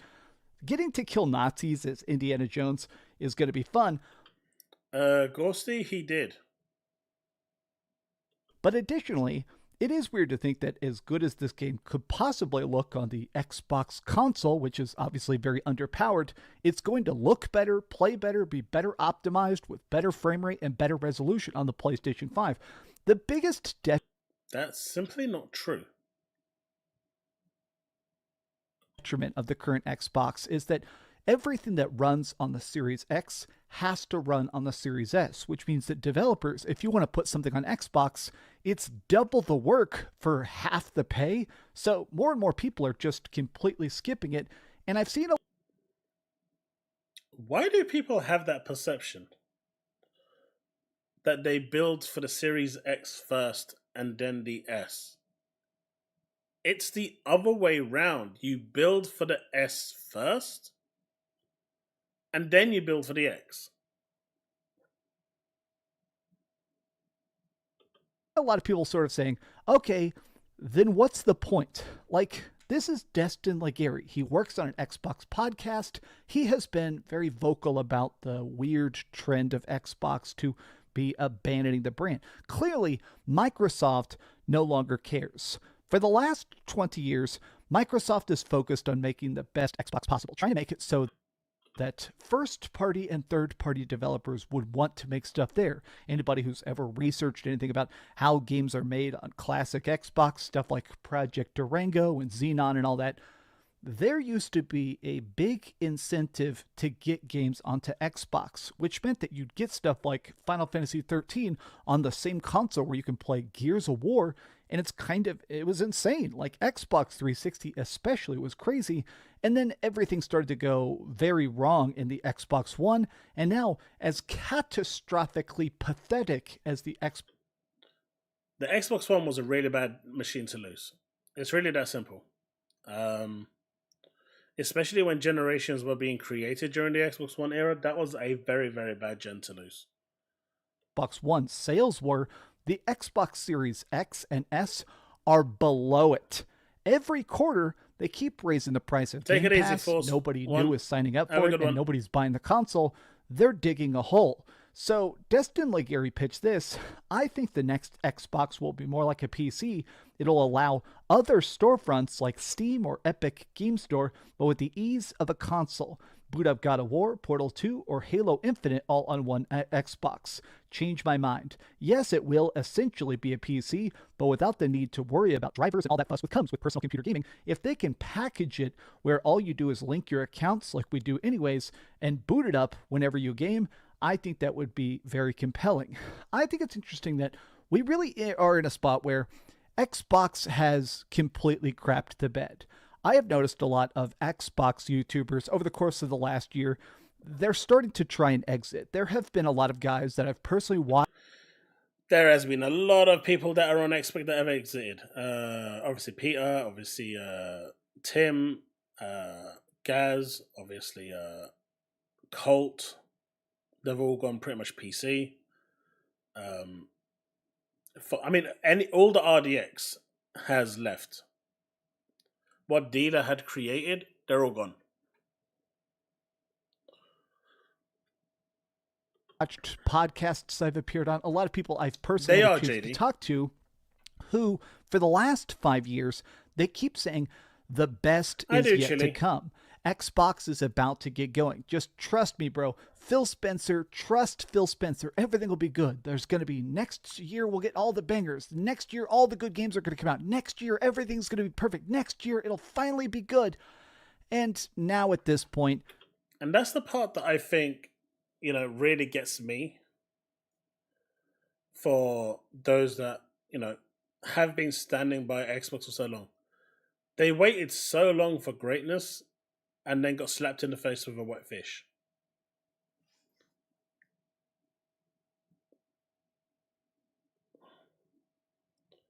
I think that's probably the worst aspect of all this. That, people have stuck by them through their worst time during the Xbox One era. And when they finally come and things are starting to go their way, they just throw everything away. Even if games do eventually get good from Xbox Game Studios, they'll be better on PlayStation. This is the shortest gap we've had yet. It seems like it's probably going to be between 30 days and 60 days between the release of this on Xbox and the release of this on PlayStation 5. I think the next gap is going to be day and date. I mean, obviously, a bunch of games have already been announced day and date. That's wild to think about some of this stuff. I say Diablo is day and date. Doom, the Dark Ages is day and date. Call of Duty is day and date. A lot of these games are already, even though they're made by freaking Xbox first party, a lot of them are still coming to PlayStation 5. So, if we're looking at this, multiplat, for now that's exclusive. Multiplat, I suspect that's going to be multiplat. That will probably be multiplat. That's PC. Multiplat. For now, that's exclusive, so that's 2.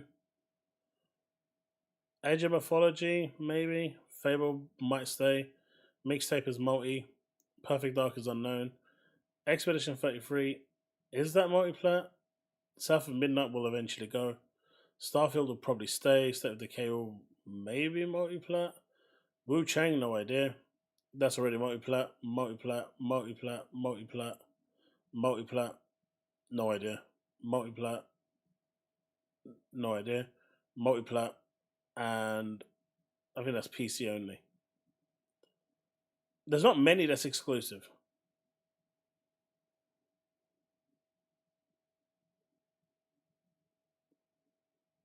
Oh yeah, Devastated. They are 100% focusing on short term. Like I said, with Indiana Jones, they didn't give it a chance. They absolutely should have given them a chance. They absolutely should have given them a chance to see what it would, to see what Indiana Jones could have done. Or, you've got a massive lineup for Xbox this year, right? You've got Call of Duty on Game Pass, Indiana Jones. You've got, what else have you got? You've got Diablo. You've got Microsoft Flight Simulator, which is niche, but it's still there, right? You've got Stalker 2. You've got all of these games. You've got Shattered Space. Really big titles for your end of year. You've literally set it all up to go ham for that final run in to the end of the year to try and bring in as much customers as you possibly can to the Xbox side to get people onto Game Pass. Whether it's they don't sell consoles or not, their main aim is to build that Game Pass subscription. How are they going to do that now?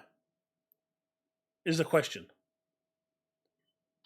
If you turn around and told someone Stalker 2 is exclusive, are they going to believe you? No.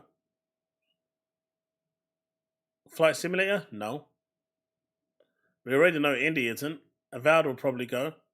Diablo already isn't. Do you see what I mean?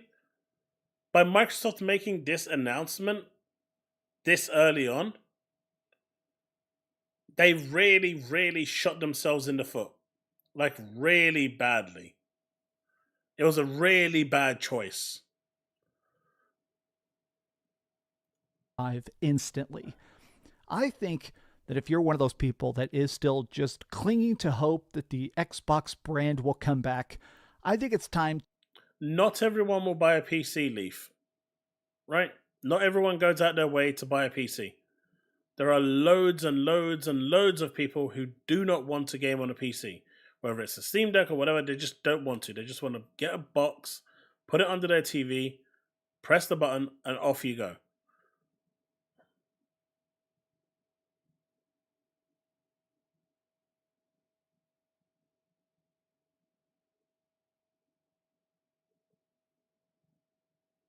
No, it's only small for Microsoft, Silver. It's big enough for everyone else. It's big enough for Nintendo. It's big enough for Sony. It's only small for Microsoft because they can't sell a single machine out of the market. They can't sell anything in Europe and they can't sell anything in Asia. Their only market is the US. That's why it's not big enough for Microsoft. Let's not beat around the bush here and try to sugarcoat what is and what isn't. The reality is Microsoft could not market their console, and this is the fruit of their labor. It's got nothing to do with fanboys. To relinquish that. Building a PC is a little bit of a pain the first time. You can buy a pre-built PC, you can get a... Never buy a pre-built PC. Build it yourself. You save a shit ton of money, and you learn how to build PCs. And it's fun, because it never works the first time. At least in my experience. Console, you could get a Nintendo Switch. Personally, I'm very obsessed with the Steam Deck, but at this point, if you are still trying to say Xbox is the best box... yeah, I'd give up on that ASAP. But these have just been my... Yeah, that's the end of the video. There wasn't much... This video was just... not much said. Honestly.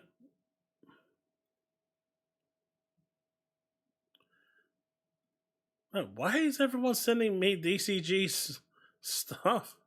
Jesus Christ.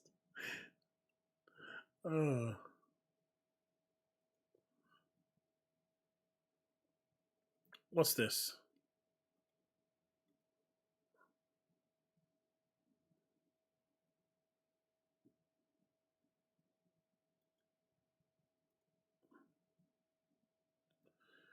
Xbox fans, they fooled us all. Now the question remains, will you continue to fall victim to their lies? And no, that doesn't mean you switch to PlayStation and become another kind of victim. Join the resistance. What is he doing here?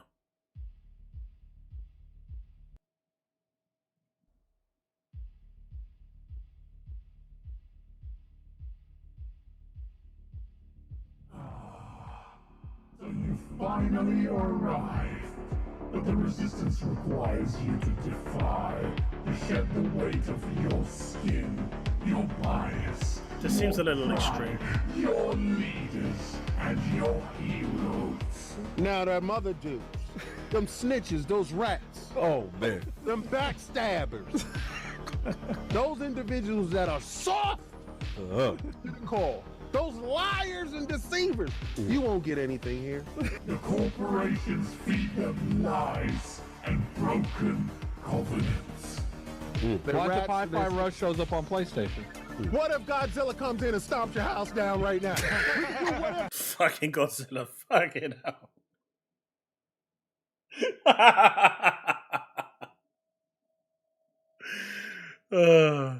Godzilla, come and stomp down your house. Oh shit. Wait, this is coming back to Kong. I don't like this anymore.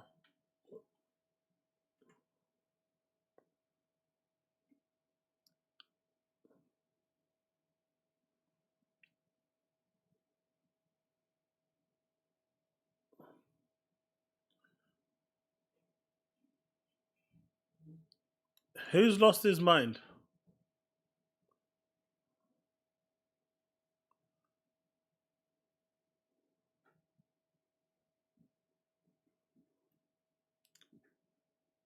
Goggle, I've always found it cheaper to build my PC. I've never seen a place do it cheaper than I can build it. But if you can find somewhere that can build it at cost price with no labor, then by all means show it to me. But the moment they add labor to it, it's less than what I'm making. It's less than what I'm doing it for. If you actually look over every decision Nadella has made, you'll likely notice he picks the one that makes the least amount. Nadella picks the one that makes the most money. So financially, he picks the ones that make the most sense financially.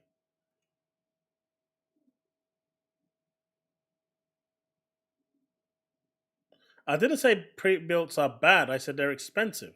They're more expensive.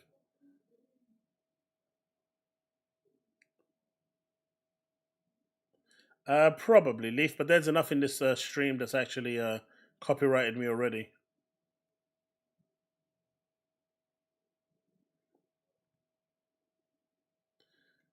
I think there's more to this than what we don't know, but I can imagine it will come out. It could be weeks or months. If there's more to it,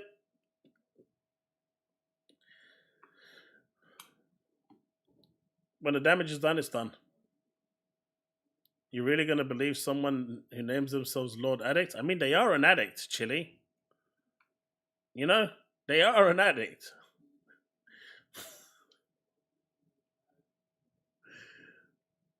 I love King. Hey, Chille, thank you for that gifted membership.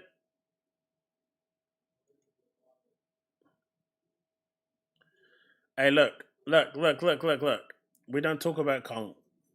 There was a lot of therapy during that period, okay? A lot of therapy. A lot of therapy.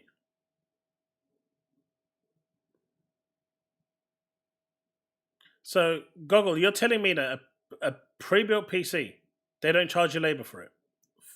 For putting it together and selling it to you? There's no labor cost at all. They don't put anything extra on top of it. They sell it to you at cost value of the parts. They build it all together and send it to you. If they do, then fine. If they add 1 penny of labor, that's a penny I save. Still cheaper.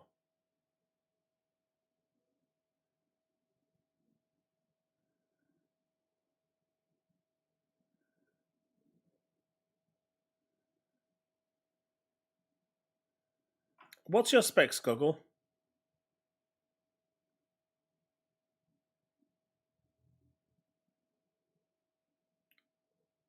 Oh, no, I'm not saying pre-built PCs are bad. Again, you're misinterpreting what I said. I'm saying that it's more expensive. Build it yourself. It's cheaper. If you can build it, it's cheaper. I know not everyone likes to build it, and that's fine. For those people, that's what pre-builts are for. But if you can build it, shopping around for the cheapest prices for the hardware is going to be cheaper.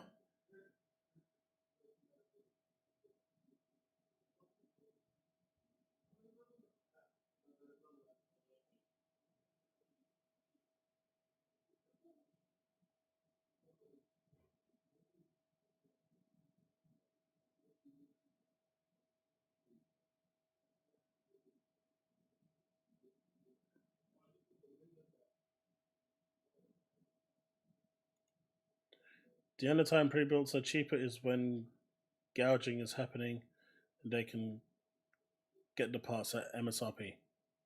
Pretty much. If you build it, they will come. Yeah, except they're not building it. They're giving it. You don't have to tell us which games, but are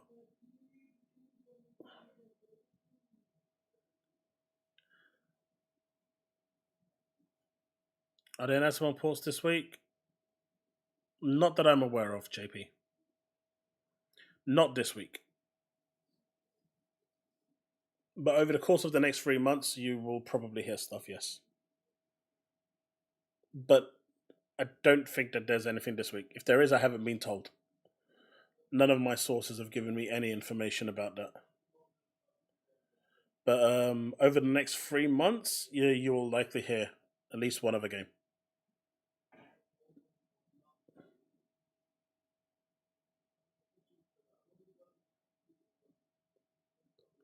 And Goggle, I'm not saying that, it's bad to buy pre-built. I know loads of people who buy pre-built because they don't want to build their PCs. Like my kid was going to buy it pre-built until I told him no. And I think we say just buying the parts and me building the PC for him, I think we saved about £400 overall, which is not bad. Not a bad saving, right?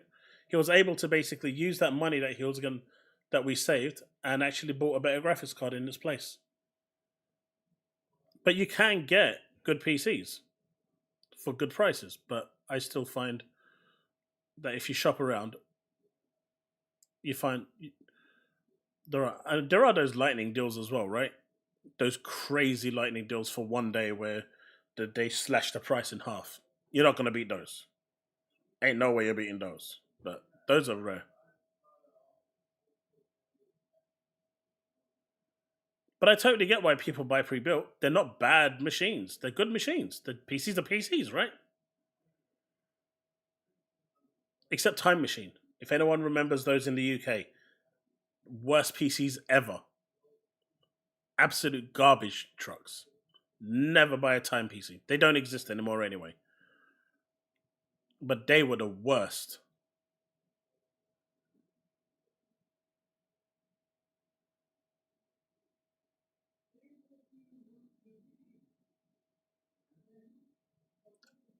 And Goggle, again, you're making it sound like I'm saying that pre-built PCs are bad.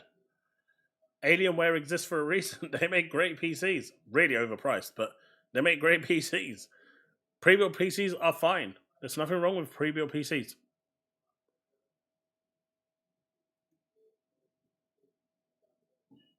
I imagine all diehard Xbox fans that got mad at Nate and everybody reporting on the Indiana Jones PS5 rumor will apologize now, right?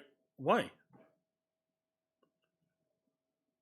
9 out of 10, that guy's been wrong. So the one time he gets right, you're going to go and apologize to him? No.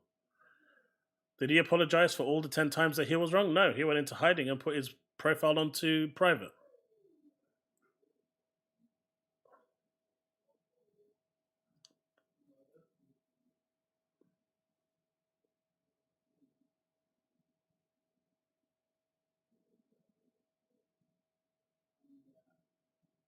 Pretty much.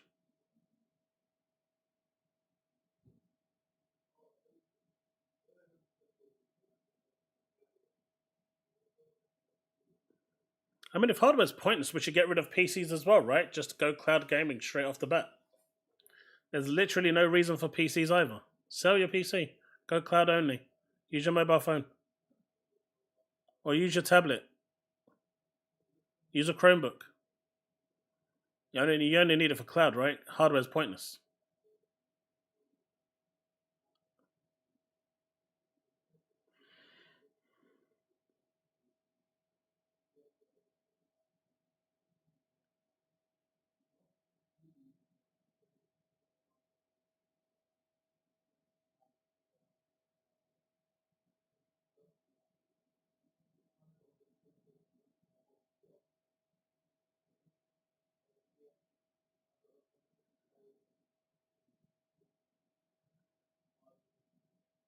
Oh, I bought Lemon PCs in the past. They're bad.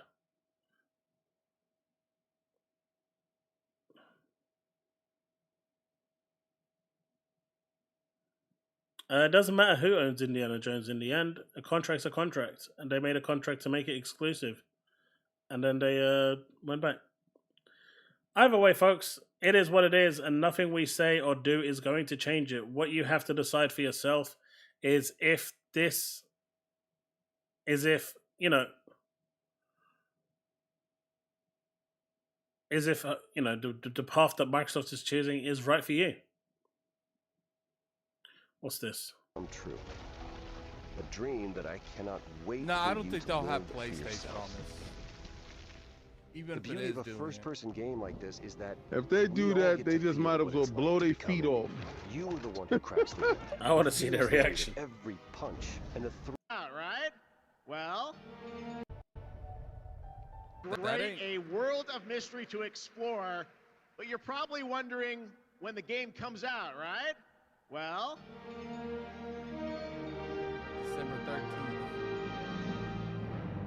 December 9th. I was off by 4 days.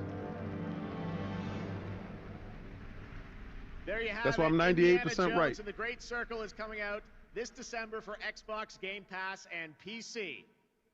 But there is one more thing that Machine Games and Bethesda wanted to share with you about Indiana Jones and the Great Circle. Oh, man.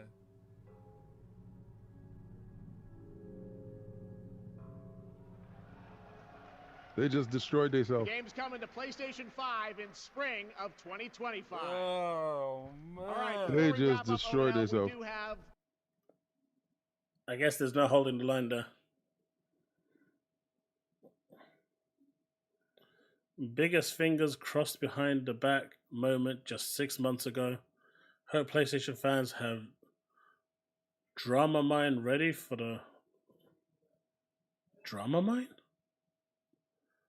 Am I reading that wrong? What the hell does Drama Mine mean?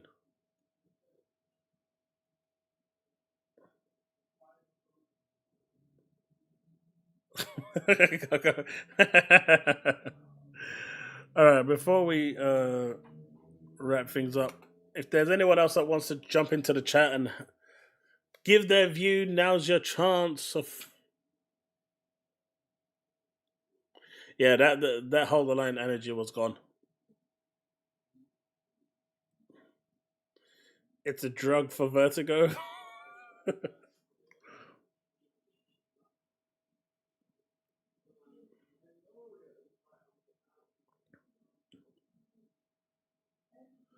Dramamine is the seasickness medication? Okay. I actually didn't know what it was. See, I learned something new today, chat. I learned something new.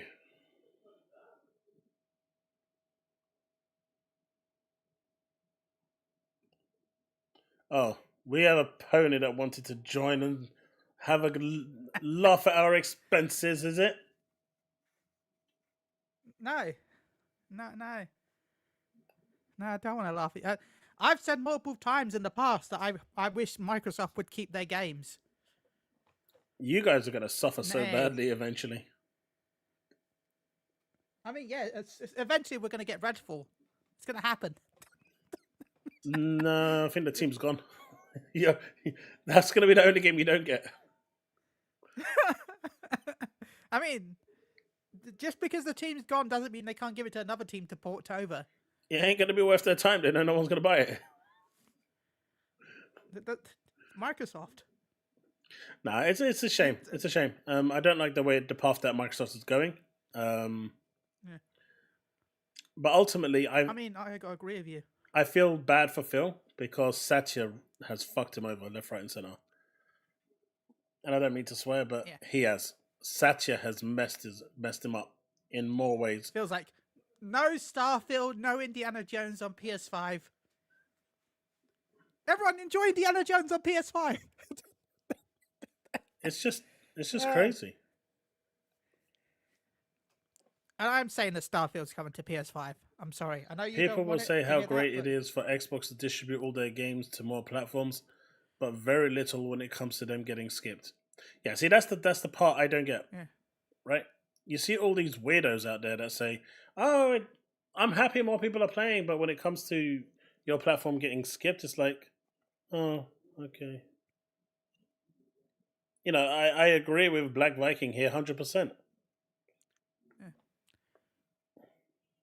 Well, no, I thought most of those games are Baldur's Gate's on Xbox, right? Saying what link you're looking for? It is, but it wasn't day one. Just like Wukong isn't day one.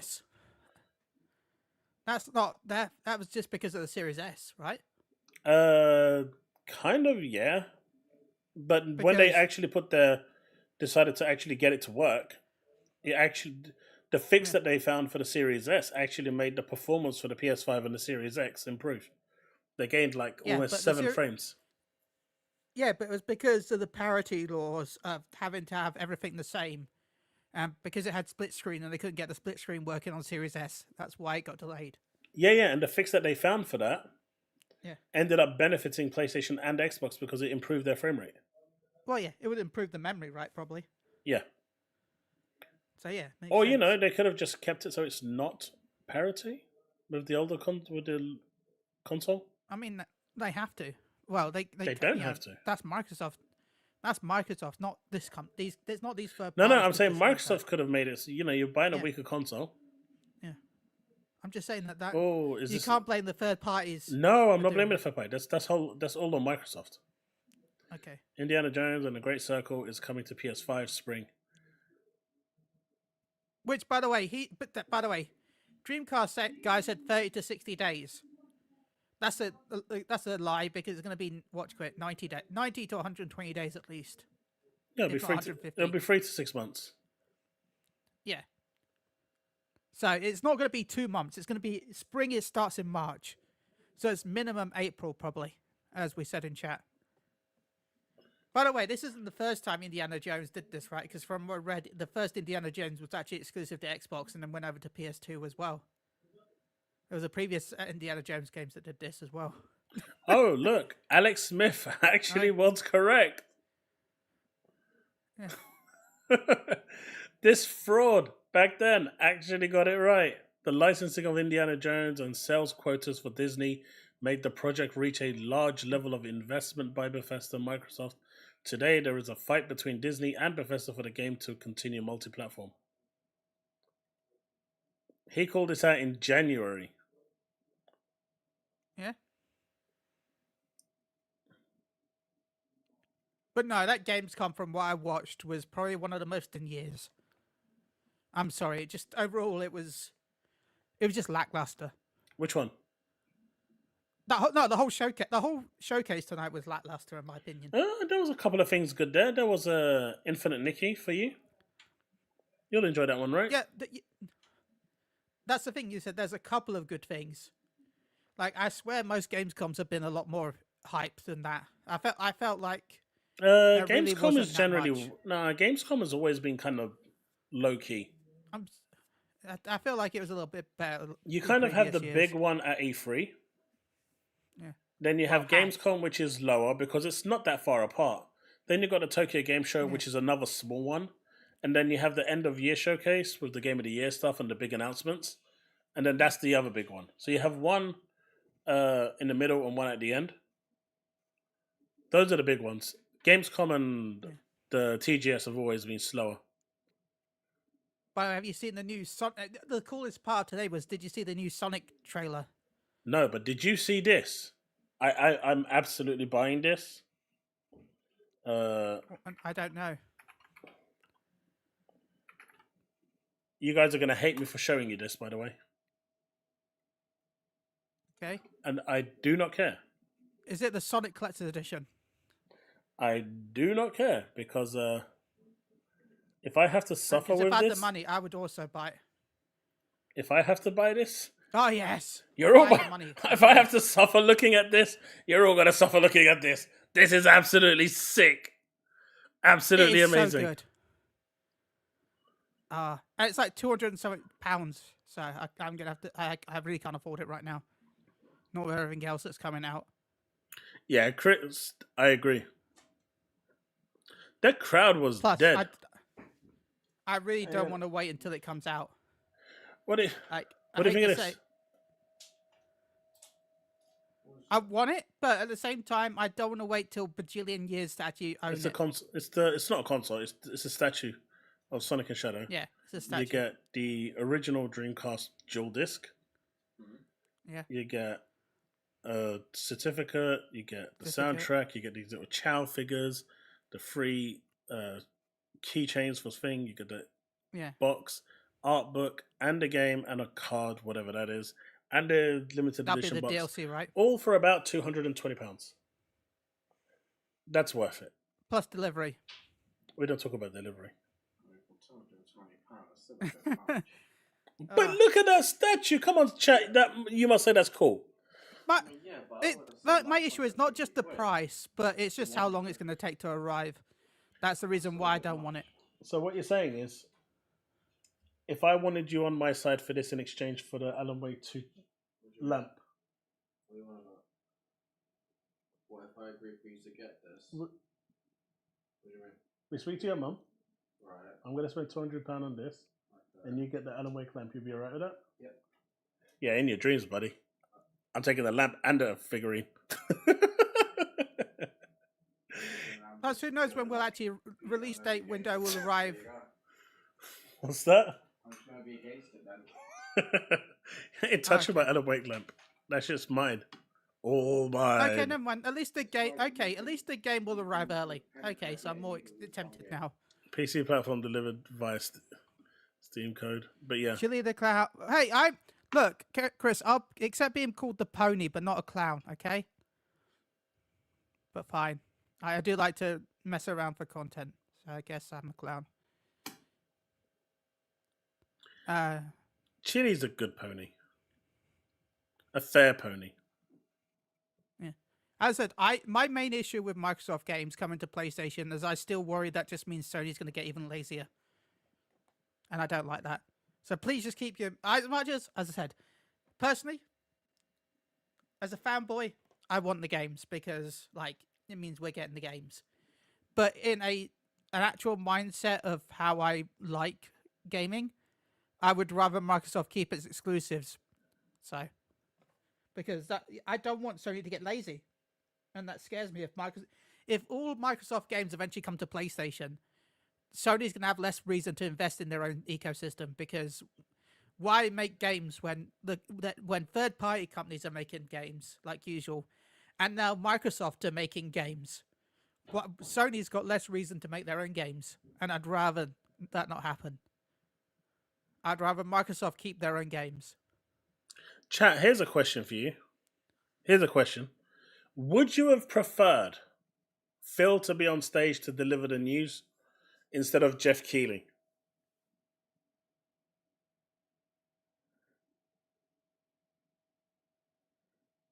Who on stage? Chaos on stage? Phil instead of Spencer. Jeff Keighley? Yeah, I'd rather Chaos be on stage. Sorry, Phil Spencer. I still prefer Chaos on stage. Can we get Chaos on stage? Can Chaos promote next year's Gamescom? Let's see if there's going to be any Gamescom next year.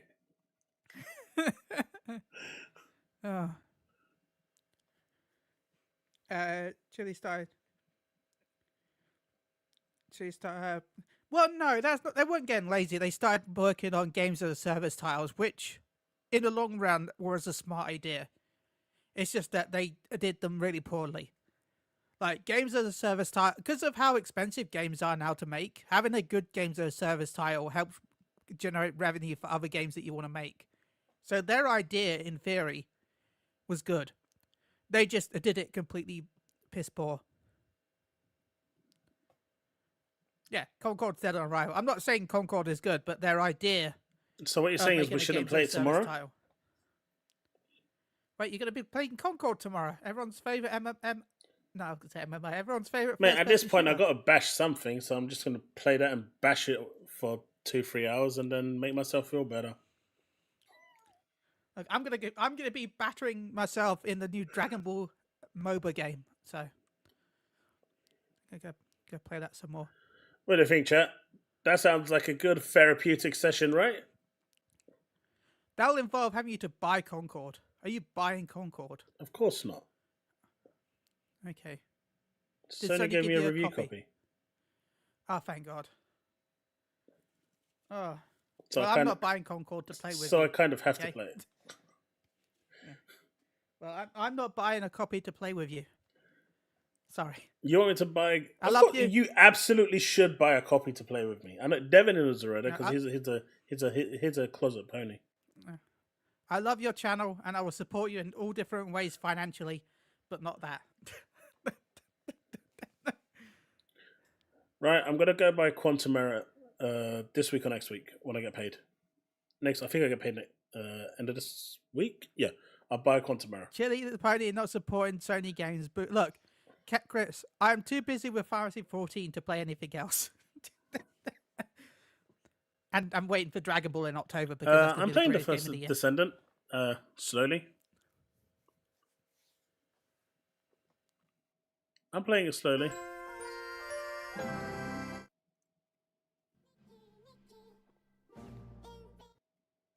But yeah, it's apparently the servers are live though for Concord for anyone that has bought it, the deluxe edition. Nice. I agree, Chris. Concord should be free, or at least free on PlayStation Plus. Yeah, it should have. Instead, we're getting Plucky Squire, which is probably a better game, to be honest. It's crazy though.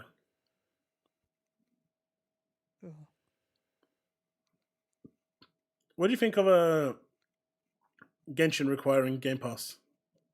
It's so does it require Game Pass? It does. Yeah. I know. I posted. From what it looks like, it does. From what it looks like. Kind of Essence Sparking Zero until they see Dragon Ball GT. GT probably won't be in Sparking Zero, Stephen. But anyway, yeah, Genshin. From what I saw as well, it looked like it does. But I don't know if that's just Microsoft posting a generic page. Like, I don't know if I just don't know if they didn't edit it out. Maybe they just like uploaded it because there's a pre-order, because you have to pay to pre-order, and because you're paying to pre-order, technically you're buying it. Then and it's not free to play. Maybe once it actually goes free to play after the pre-order window's open, they'll actually remove that. Maybe.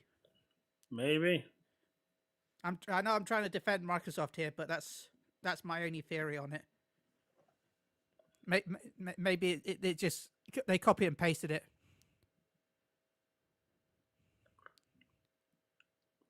No, you do not need PlayStation Plus to play any free-to-play games. You do not need PlayStation Plus for free-to-play titles. But there is a pre-order bonus that costs $10, right?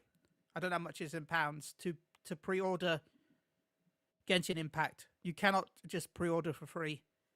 It'll be released as a free-to-play game, but as it is currently, you have to purchase it.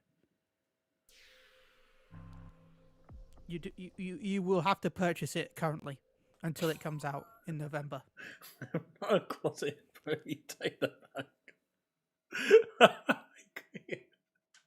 That is correct, Chris, but also, like, it's weird because I guess £9.99.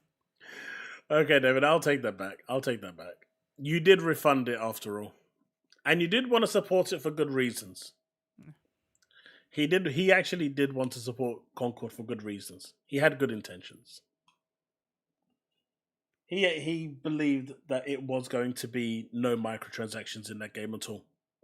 You know, like the developers actually said. And then they came out and said, like they said originally. Surprise! We got microtransactions! Surprise, we actually want the thing to survive and not die. Well, it's still going to die, but you know what I mean. Man, people are coping hard.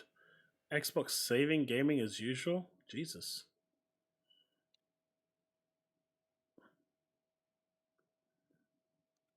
Hey, Borderlands 4. Yeah, Borderlands 4 was a big announcement. Although Tim Sweeney already made that clear that it was coming anyway. Yeah, but an official announcement's still nice.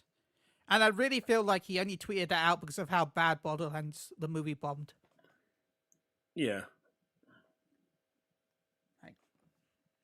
It's like, it might be bad, but we're still working on something. Seriously. I personally would rather Tiny Tina Wonderland 2, but that's just me. I enjoy playing my playthrough of that. I am a JRPG and a waifu fan, Poe, so that's why I have a PlayStation.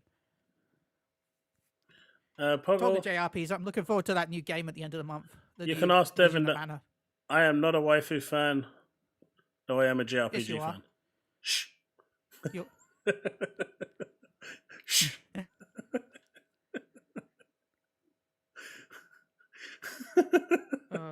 Just outing me straight away, not even giving me a chance. Yes. That's mean. Head of Xbox hardware, Sarah Bond. Are you gonna try New World? Maybe I tried. I was supposed to try the closed beta, but I never got a chance to. I downloaded it, but couldn't try it. I almost did, but I turned it down in the end because I didn't know. But I will try the open beta when it comes out. I enjoyed New World on PC, if I'm honest. It was okay. I didn't like the original. But Sarah... Yeah, I didn't mind it. What is Sarah doing then, man? Why was she put there? Yeah. You have to wonder, why did they put Sarah there?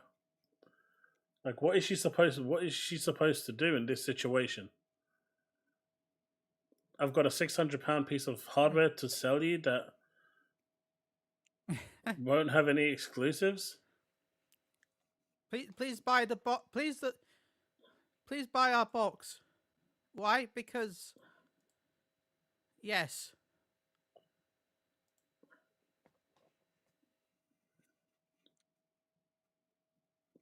But she's passionate about her job. I don't know if she was a DEI hire, but bottom line, they just threw her into the deep end and basically said, good luck.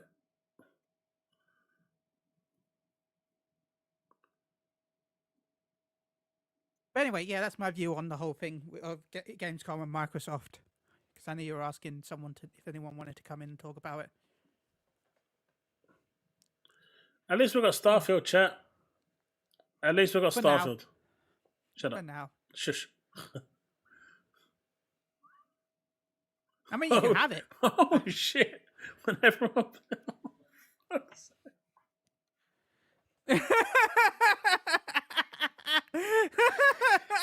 Oh, damn. Why? Oh. Have a good evening, Diablo. Have a good dinner. Have a good meal, Diablo. It's not wrong. It's not Metal, wrong. pretty much. Chille, be honest, have you used the PS5 for the Corn Hub? No, because you can't really access the browser. Why? But there's a reason why I used to call my PSP the Porn Station Portable, okay? Sorry, Corn Station Portable. No lies, you can't really access the browser on PS5 easily, right? You have to go through, like, stupid methods to actually access it. So, no. So, what's your rating of Gamescom, chat? Let's give it a rating and see where it's at. D. You reckon it was a D? Yeah. Chat, where do you think it is? It's either a C- or a D+.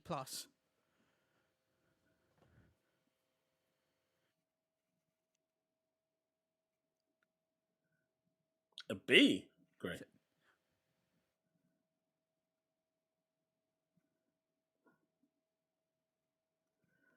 I think it was a C. Yeah. I think C is fair. I think C is fair. We saw Indiana Jones at least, even if it was in dire circumstances.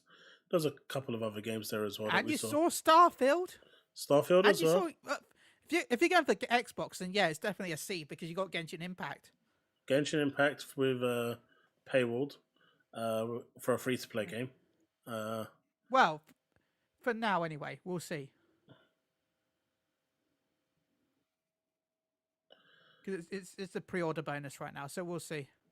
Okay, let's see what this is. As I said, there's a pre-order When you bonus where purchase you through purchase links it. on our site, okay. I just want to see what this is because he tells you what it is here. My mouse is messed up. Genshin Impact is a message-free multiplayer game. Yada yada yada. One of the biggest worlds. Yep. Yeah. The listing detailed the November 17th release date, as well as the special art scene above. The Xbox launch news was confirmed. The game was a huge success and was estimated to have passed $2 billion in revenue through mobile alone in its first year. Yeah. Any players that pre-ordered a Genshin Impact bundle for $10 on Xbox will get the following items. Let's see. Advanced Character EXP Material Hero is 15, waste of time. Advanced Weapon, waste of time. Wishing item, only 2. 2 summons. 2 summons. Fucking hell. What the fuck? Don't even get a multi. That's a scam. You get 2 singles. That's a scam. No, carry on. You still get more stuff in your amazing $10. You get 150,000 more. Like, you'll get that anyway. You'll get more character X. You get the basic character XP, a basic weapon, and a food item, rainbow macarons. That is a scam. Do not get it, chat. Seriously? The materials you'll get anyway over easily over while you're doing the dailies. The wishes are only going to give you 320 primogems worth. That's it. You get 60 primogems a day for $10. That is a ripoff.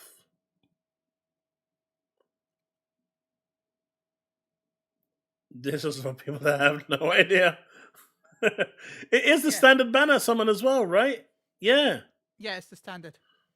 Oh shit, not even the limited banner. It's even less worth.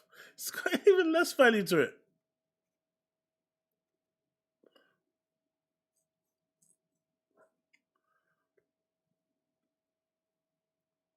That's bad. As for other games, Zone Zero is currently under a timed PlayStation console exclusivity deal, but I wouldn't be surprised to see it and Honkai Star Rail eventually arrive on Xbox after being staggered out to avoid cannibalizing the fledgling player base. Yeah, that makes sense. That makes sense. That's a scam, though. Should be looking at this. Too much focus was put on the Japanese market. There's many Eastern countries.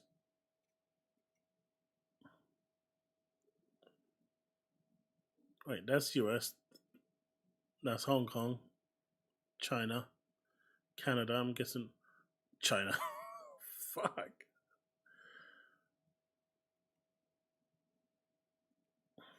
That's crazy.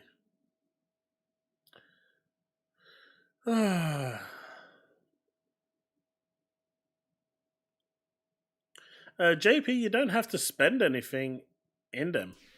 You can get a lot of stuff just playing for free. You don't have to spend anything.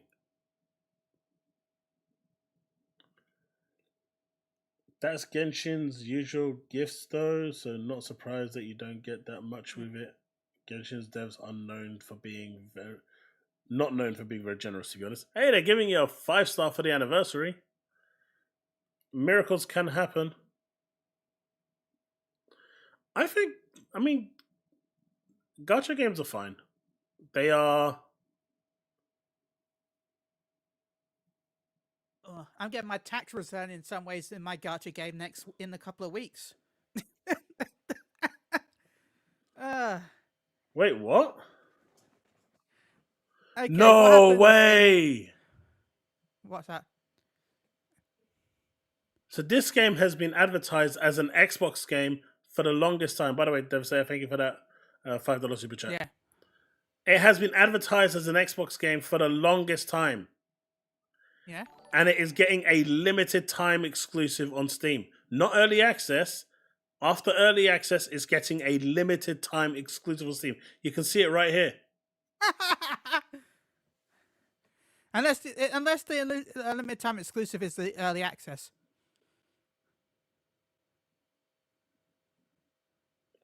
Satya's just telling you to go buy a PC.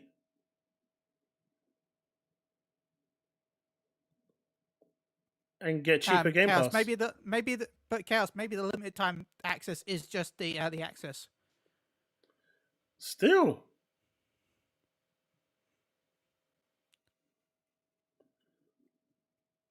What deals does Microsoft... Go on. John says, what would you have bought anyway? Me? Yeah. Where does it say that? John Gray, would you have bought it anyway? Bought what? Towerborn? Towerborn, I'm guessing. If it's Towerborn, if I liked it, maybe. Indiana Jones, I'd buy it. If they released the physical, I'd buy it. If it's digital, there's no point. There'd be no difference to playing it on Game Pass and thing. Just like I bought Starfield. If they release like a collector's edition of Indiana Jones, I'd buy it. Towerborn, I'd buy that. I've bought a few indie games, even though they're on Game Pass, like Cocoon, for example. I bought Cocoon. If you've heard of that game, great game. Really, really, it's a puzzle game. I really like it. It's on Game Pass. I don't buy every game I play on Game Pass, but there are some games that I will buy. I know Cocoon was only available digitally, but I bought it anyway because, I just wanted to have it there for whatever reason. I like the game. I'm not going to sit here and say I buy every game, by the way. I'm not going to be a hypocrite and a liar. I don't.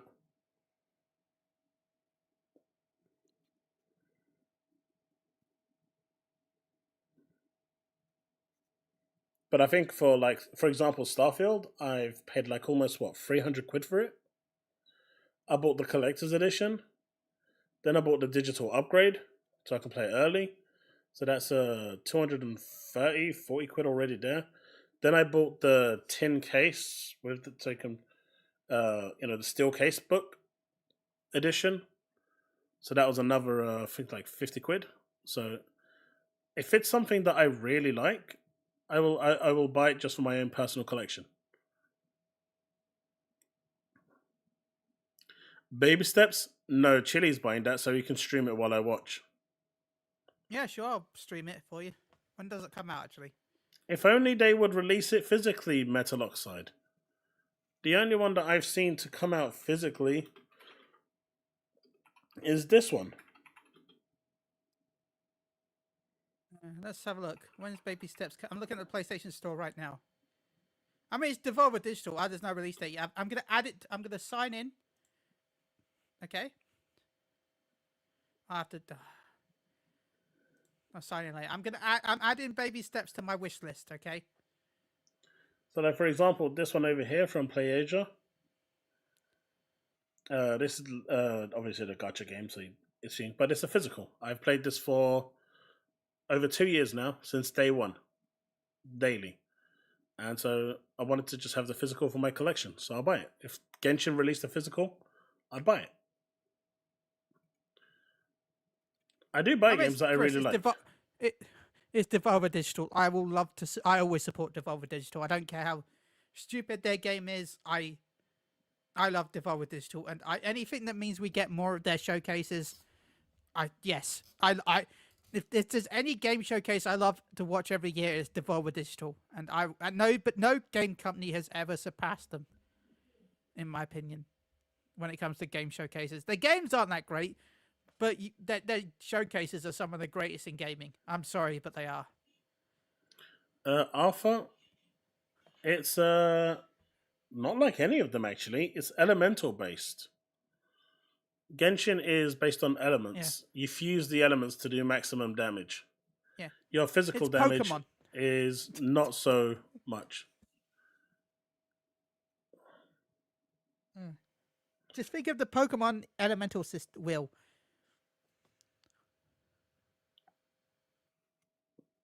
No, it's Sony's secret showcase. Aren't they supposed to be in Tokyo Game Show? Sony never has a showcase. I don't think we'll see. Yeah. Sony's never really at Gamescom. Sony doesn't need a showcase. They've got Microsoft providing. Yeah, Microsoft does it for them.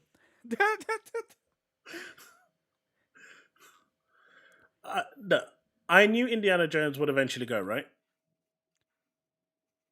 I reckon. You did, I always. Most people didn't. I always assumed it would go, and I'm not even upset that it's going. Right. Yeah. I just don't like the way they announced it. A little bit. I don't like the way they announced it. I think the way they announced it was stupid. They give the console a chance to flourish. All they've basically said there is we've got no faith in our brand or our console, so we're putting it everywhere. And I don't like that. That's the part I don't like about this whole announcement. The fact that it just looks like they have no faith in the community. Exactly, Metal. So secret. Microsoft just had it.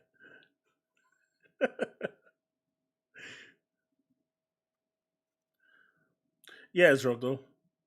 I was streaming it on Monday, and I might stream it again on Friday. Maybe.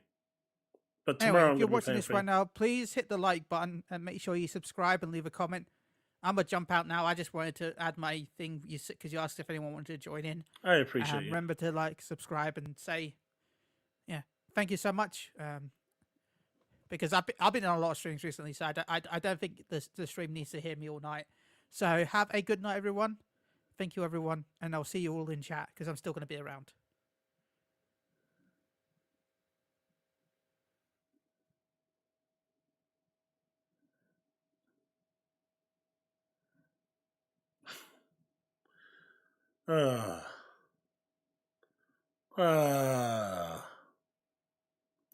It's gonna be a few rough days, chat, on social media. That's some sick controllers, by the way. That's some sick controllers.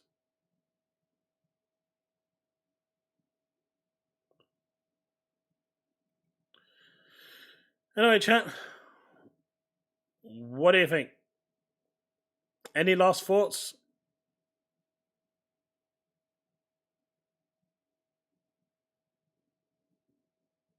You blocked everyone but us, guys. I won't care much some people do about indie being multiplayer, but I just don't care that much about the game that much. John, it's not so much about the game. It's more, number one, they lied. They openly lied to every single Xbox customer out there. If anyone saw the trailer and decided, right, this is an Xbox exclusive, it's not coming on PlayStation, I'm buying an Xbox because of this, and there would have been people that did that, they got lied to as well. So it's a multifaceted point here.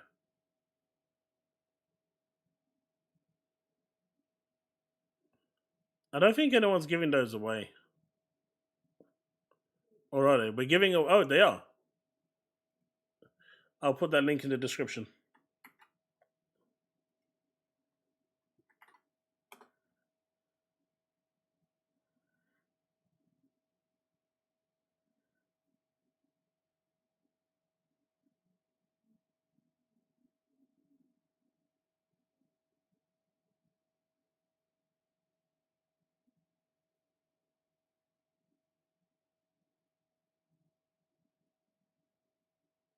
Xbox can't compete. That's the problem, Stephen. Right now, in its current standing, Xbox cannot compete. And like I said earlier, I know people are going to refer to Phil Spencer's wordplay as he was referring to those 4 games. That's even more of a scummy thing to do to mislead the community even more than they already were. Right? So he chose wordplay to manipulate and deceive even more. That's the opposite side of what you're saying. So that doesn't really help the situation.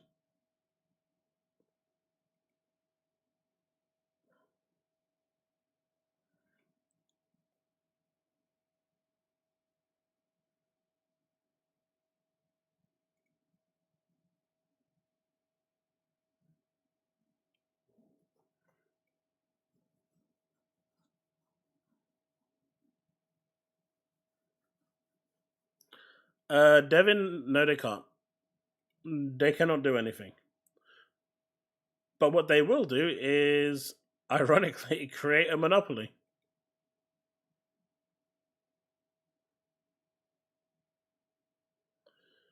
If they put the core games, if they put core Xbox exclusives, they're just killing Xbox. Forza Horizon 6 got no business on PS5 Pro.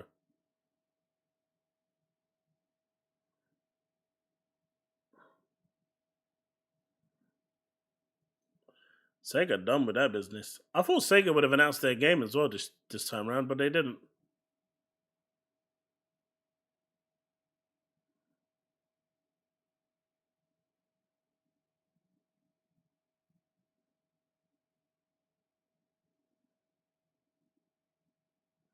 But you know what? I'm going to end it on this note. And this note only. If there's something that I've learned today, well, actually not learned today, but something that everyone should kind of adhere to, is that you can't be too sure of something, and you can't be sure of, anything anymore when it comes to the gaming industry. Even certain games from Sony, even if it's not their flagship titles, that they proclaimed will never go day and date, are going day and date. Saying this game will never come out on this platform is just screaming to be proven false now. Just play your games and get excited for the games, the ones releasing on your platform. Get excited for the games that you're going to enjoy. Get excited for the games coming to Game Pass. Gaming is all about having fun. Gaming is all about being immersed in a world where you just get lost and have an awesome time. Do that. Because I have a feeling that a lot of this is going to get a lot worse before it gets any better. If it will get better. But that's pretty much all I got for this.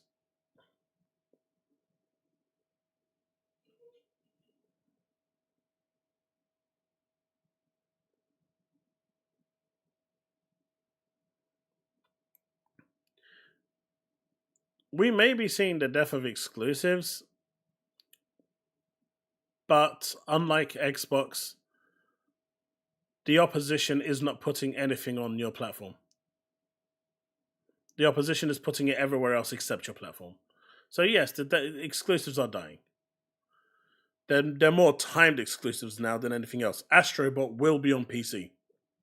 Stellar Blade has already been announced coming to PC, and Shift Up has made an official statement saying that they expect to sell more copies on PC than they did on PlayStation. That's gotta hurt. But they actually made an official statement saying that. So, Stellar Blade is going to PC. All of these games will eventually go to PC. But none of them will go to Xbox.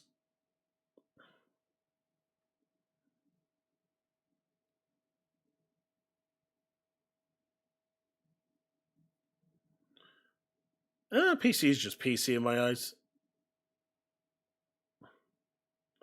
It's its own beast. I know it runs on Windows, but it's its own beast. Realistically, if Nadella was never allowed to touch Xbox, then Xbox would be in a vastly better position.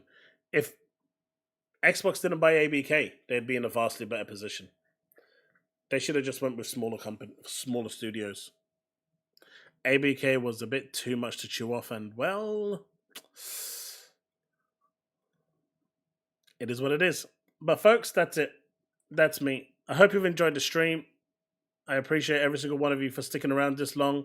I hope you enjoyed the Gamescom, the reaction. I hope you enjoyed my son's reaction. We still couldn't find the name for him. Hyper, I guess, and Shadow probably were the best. I am going to see if my son can actually do a stream tomorrow. And if he can, keep an eye out for around 1:45, which is when it starts. If you don't see him live by 1:45, then you know it's not happening. Thank you for the £2 super chat, Chille. I appreciate it. Thank you for the stream. It means a lot, especially with these streams being, this 100% being demonetized. You know, it really, really helps. But I appreciate everyone for sticking around, man. And I will see you all on Thursday back here. If you want to check out Concord, Sony did give me a review copy, so I'm going to be checking it out tomorrow over at Twitch. So feel free to come stop by and watch me do stuff that I don't normally do. Right. That's it. I'm out, and I will see you in the next one. Peace out, people. Chris George, I always make an honest review on things. I will know. I mean, if you go and watch my Spider-Man review, you will see that it's full honest. Every review that I do is honest. I never just bullshit or lie about it. I don't think that's fair. If I'm being given a review copy, I will respect that. No. Okay, look. There are some things that they tell you that you can't talk about, and that will always be in every single review, but it's nothing egregious. You know, it'll be just like normal stuff that they tell you can't do or stuff like that. But for the most part, they want you to be honest, and they tell you to be honest. And they actually put it in big letters. Make sure you are being honest and transparent about your review. And you have to kind of like agree to that NDA that you are going to be honest. They don't want you to lie about it.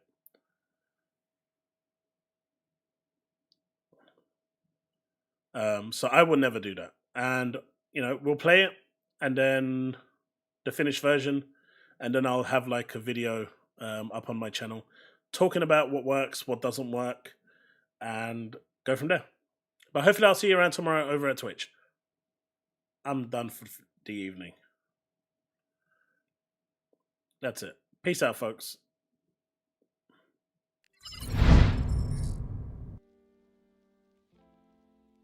Have a good night. Remain legend. Don't forget to like and subscribe. Bye.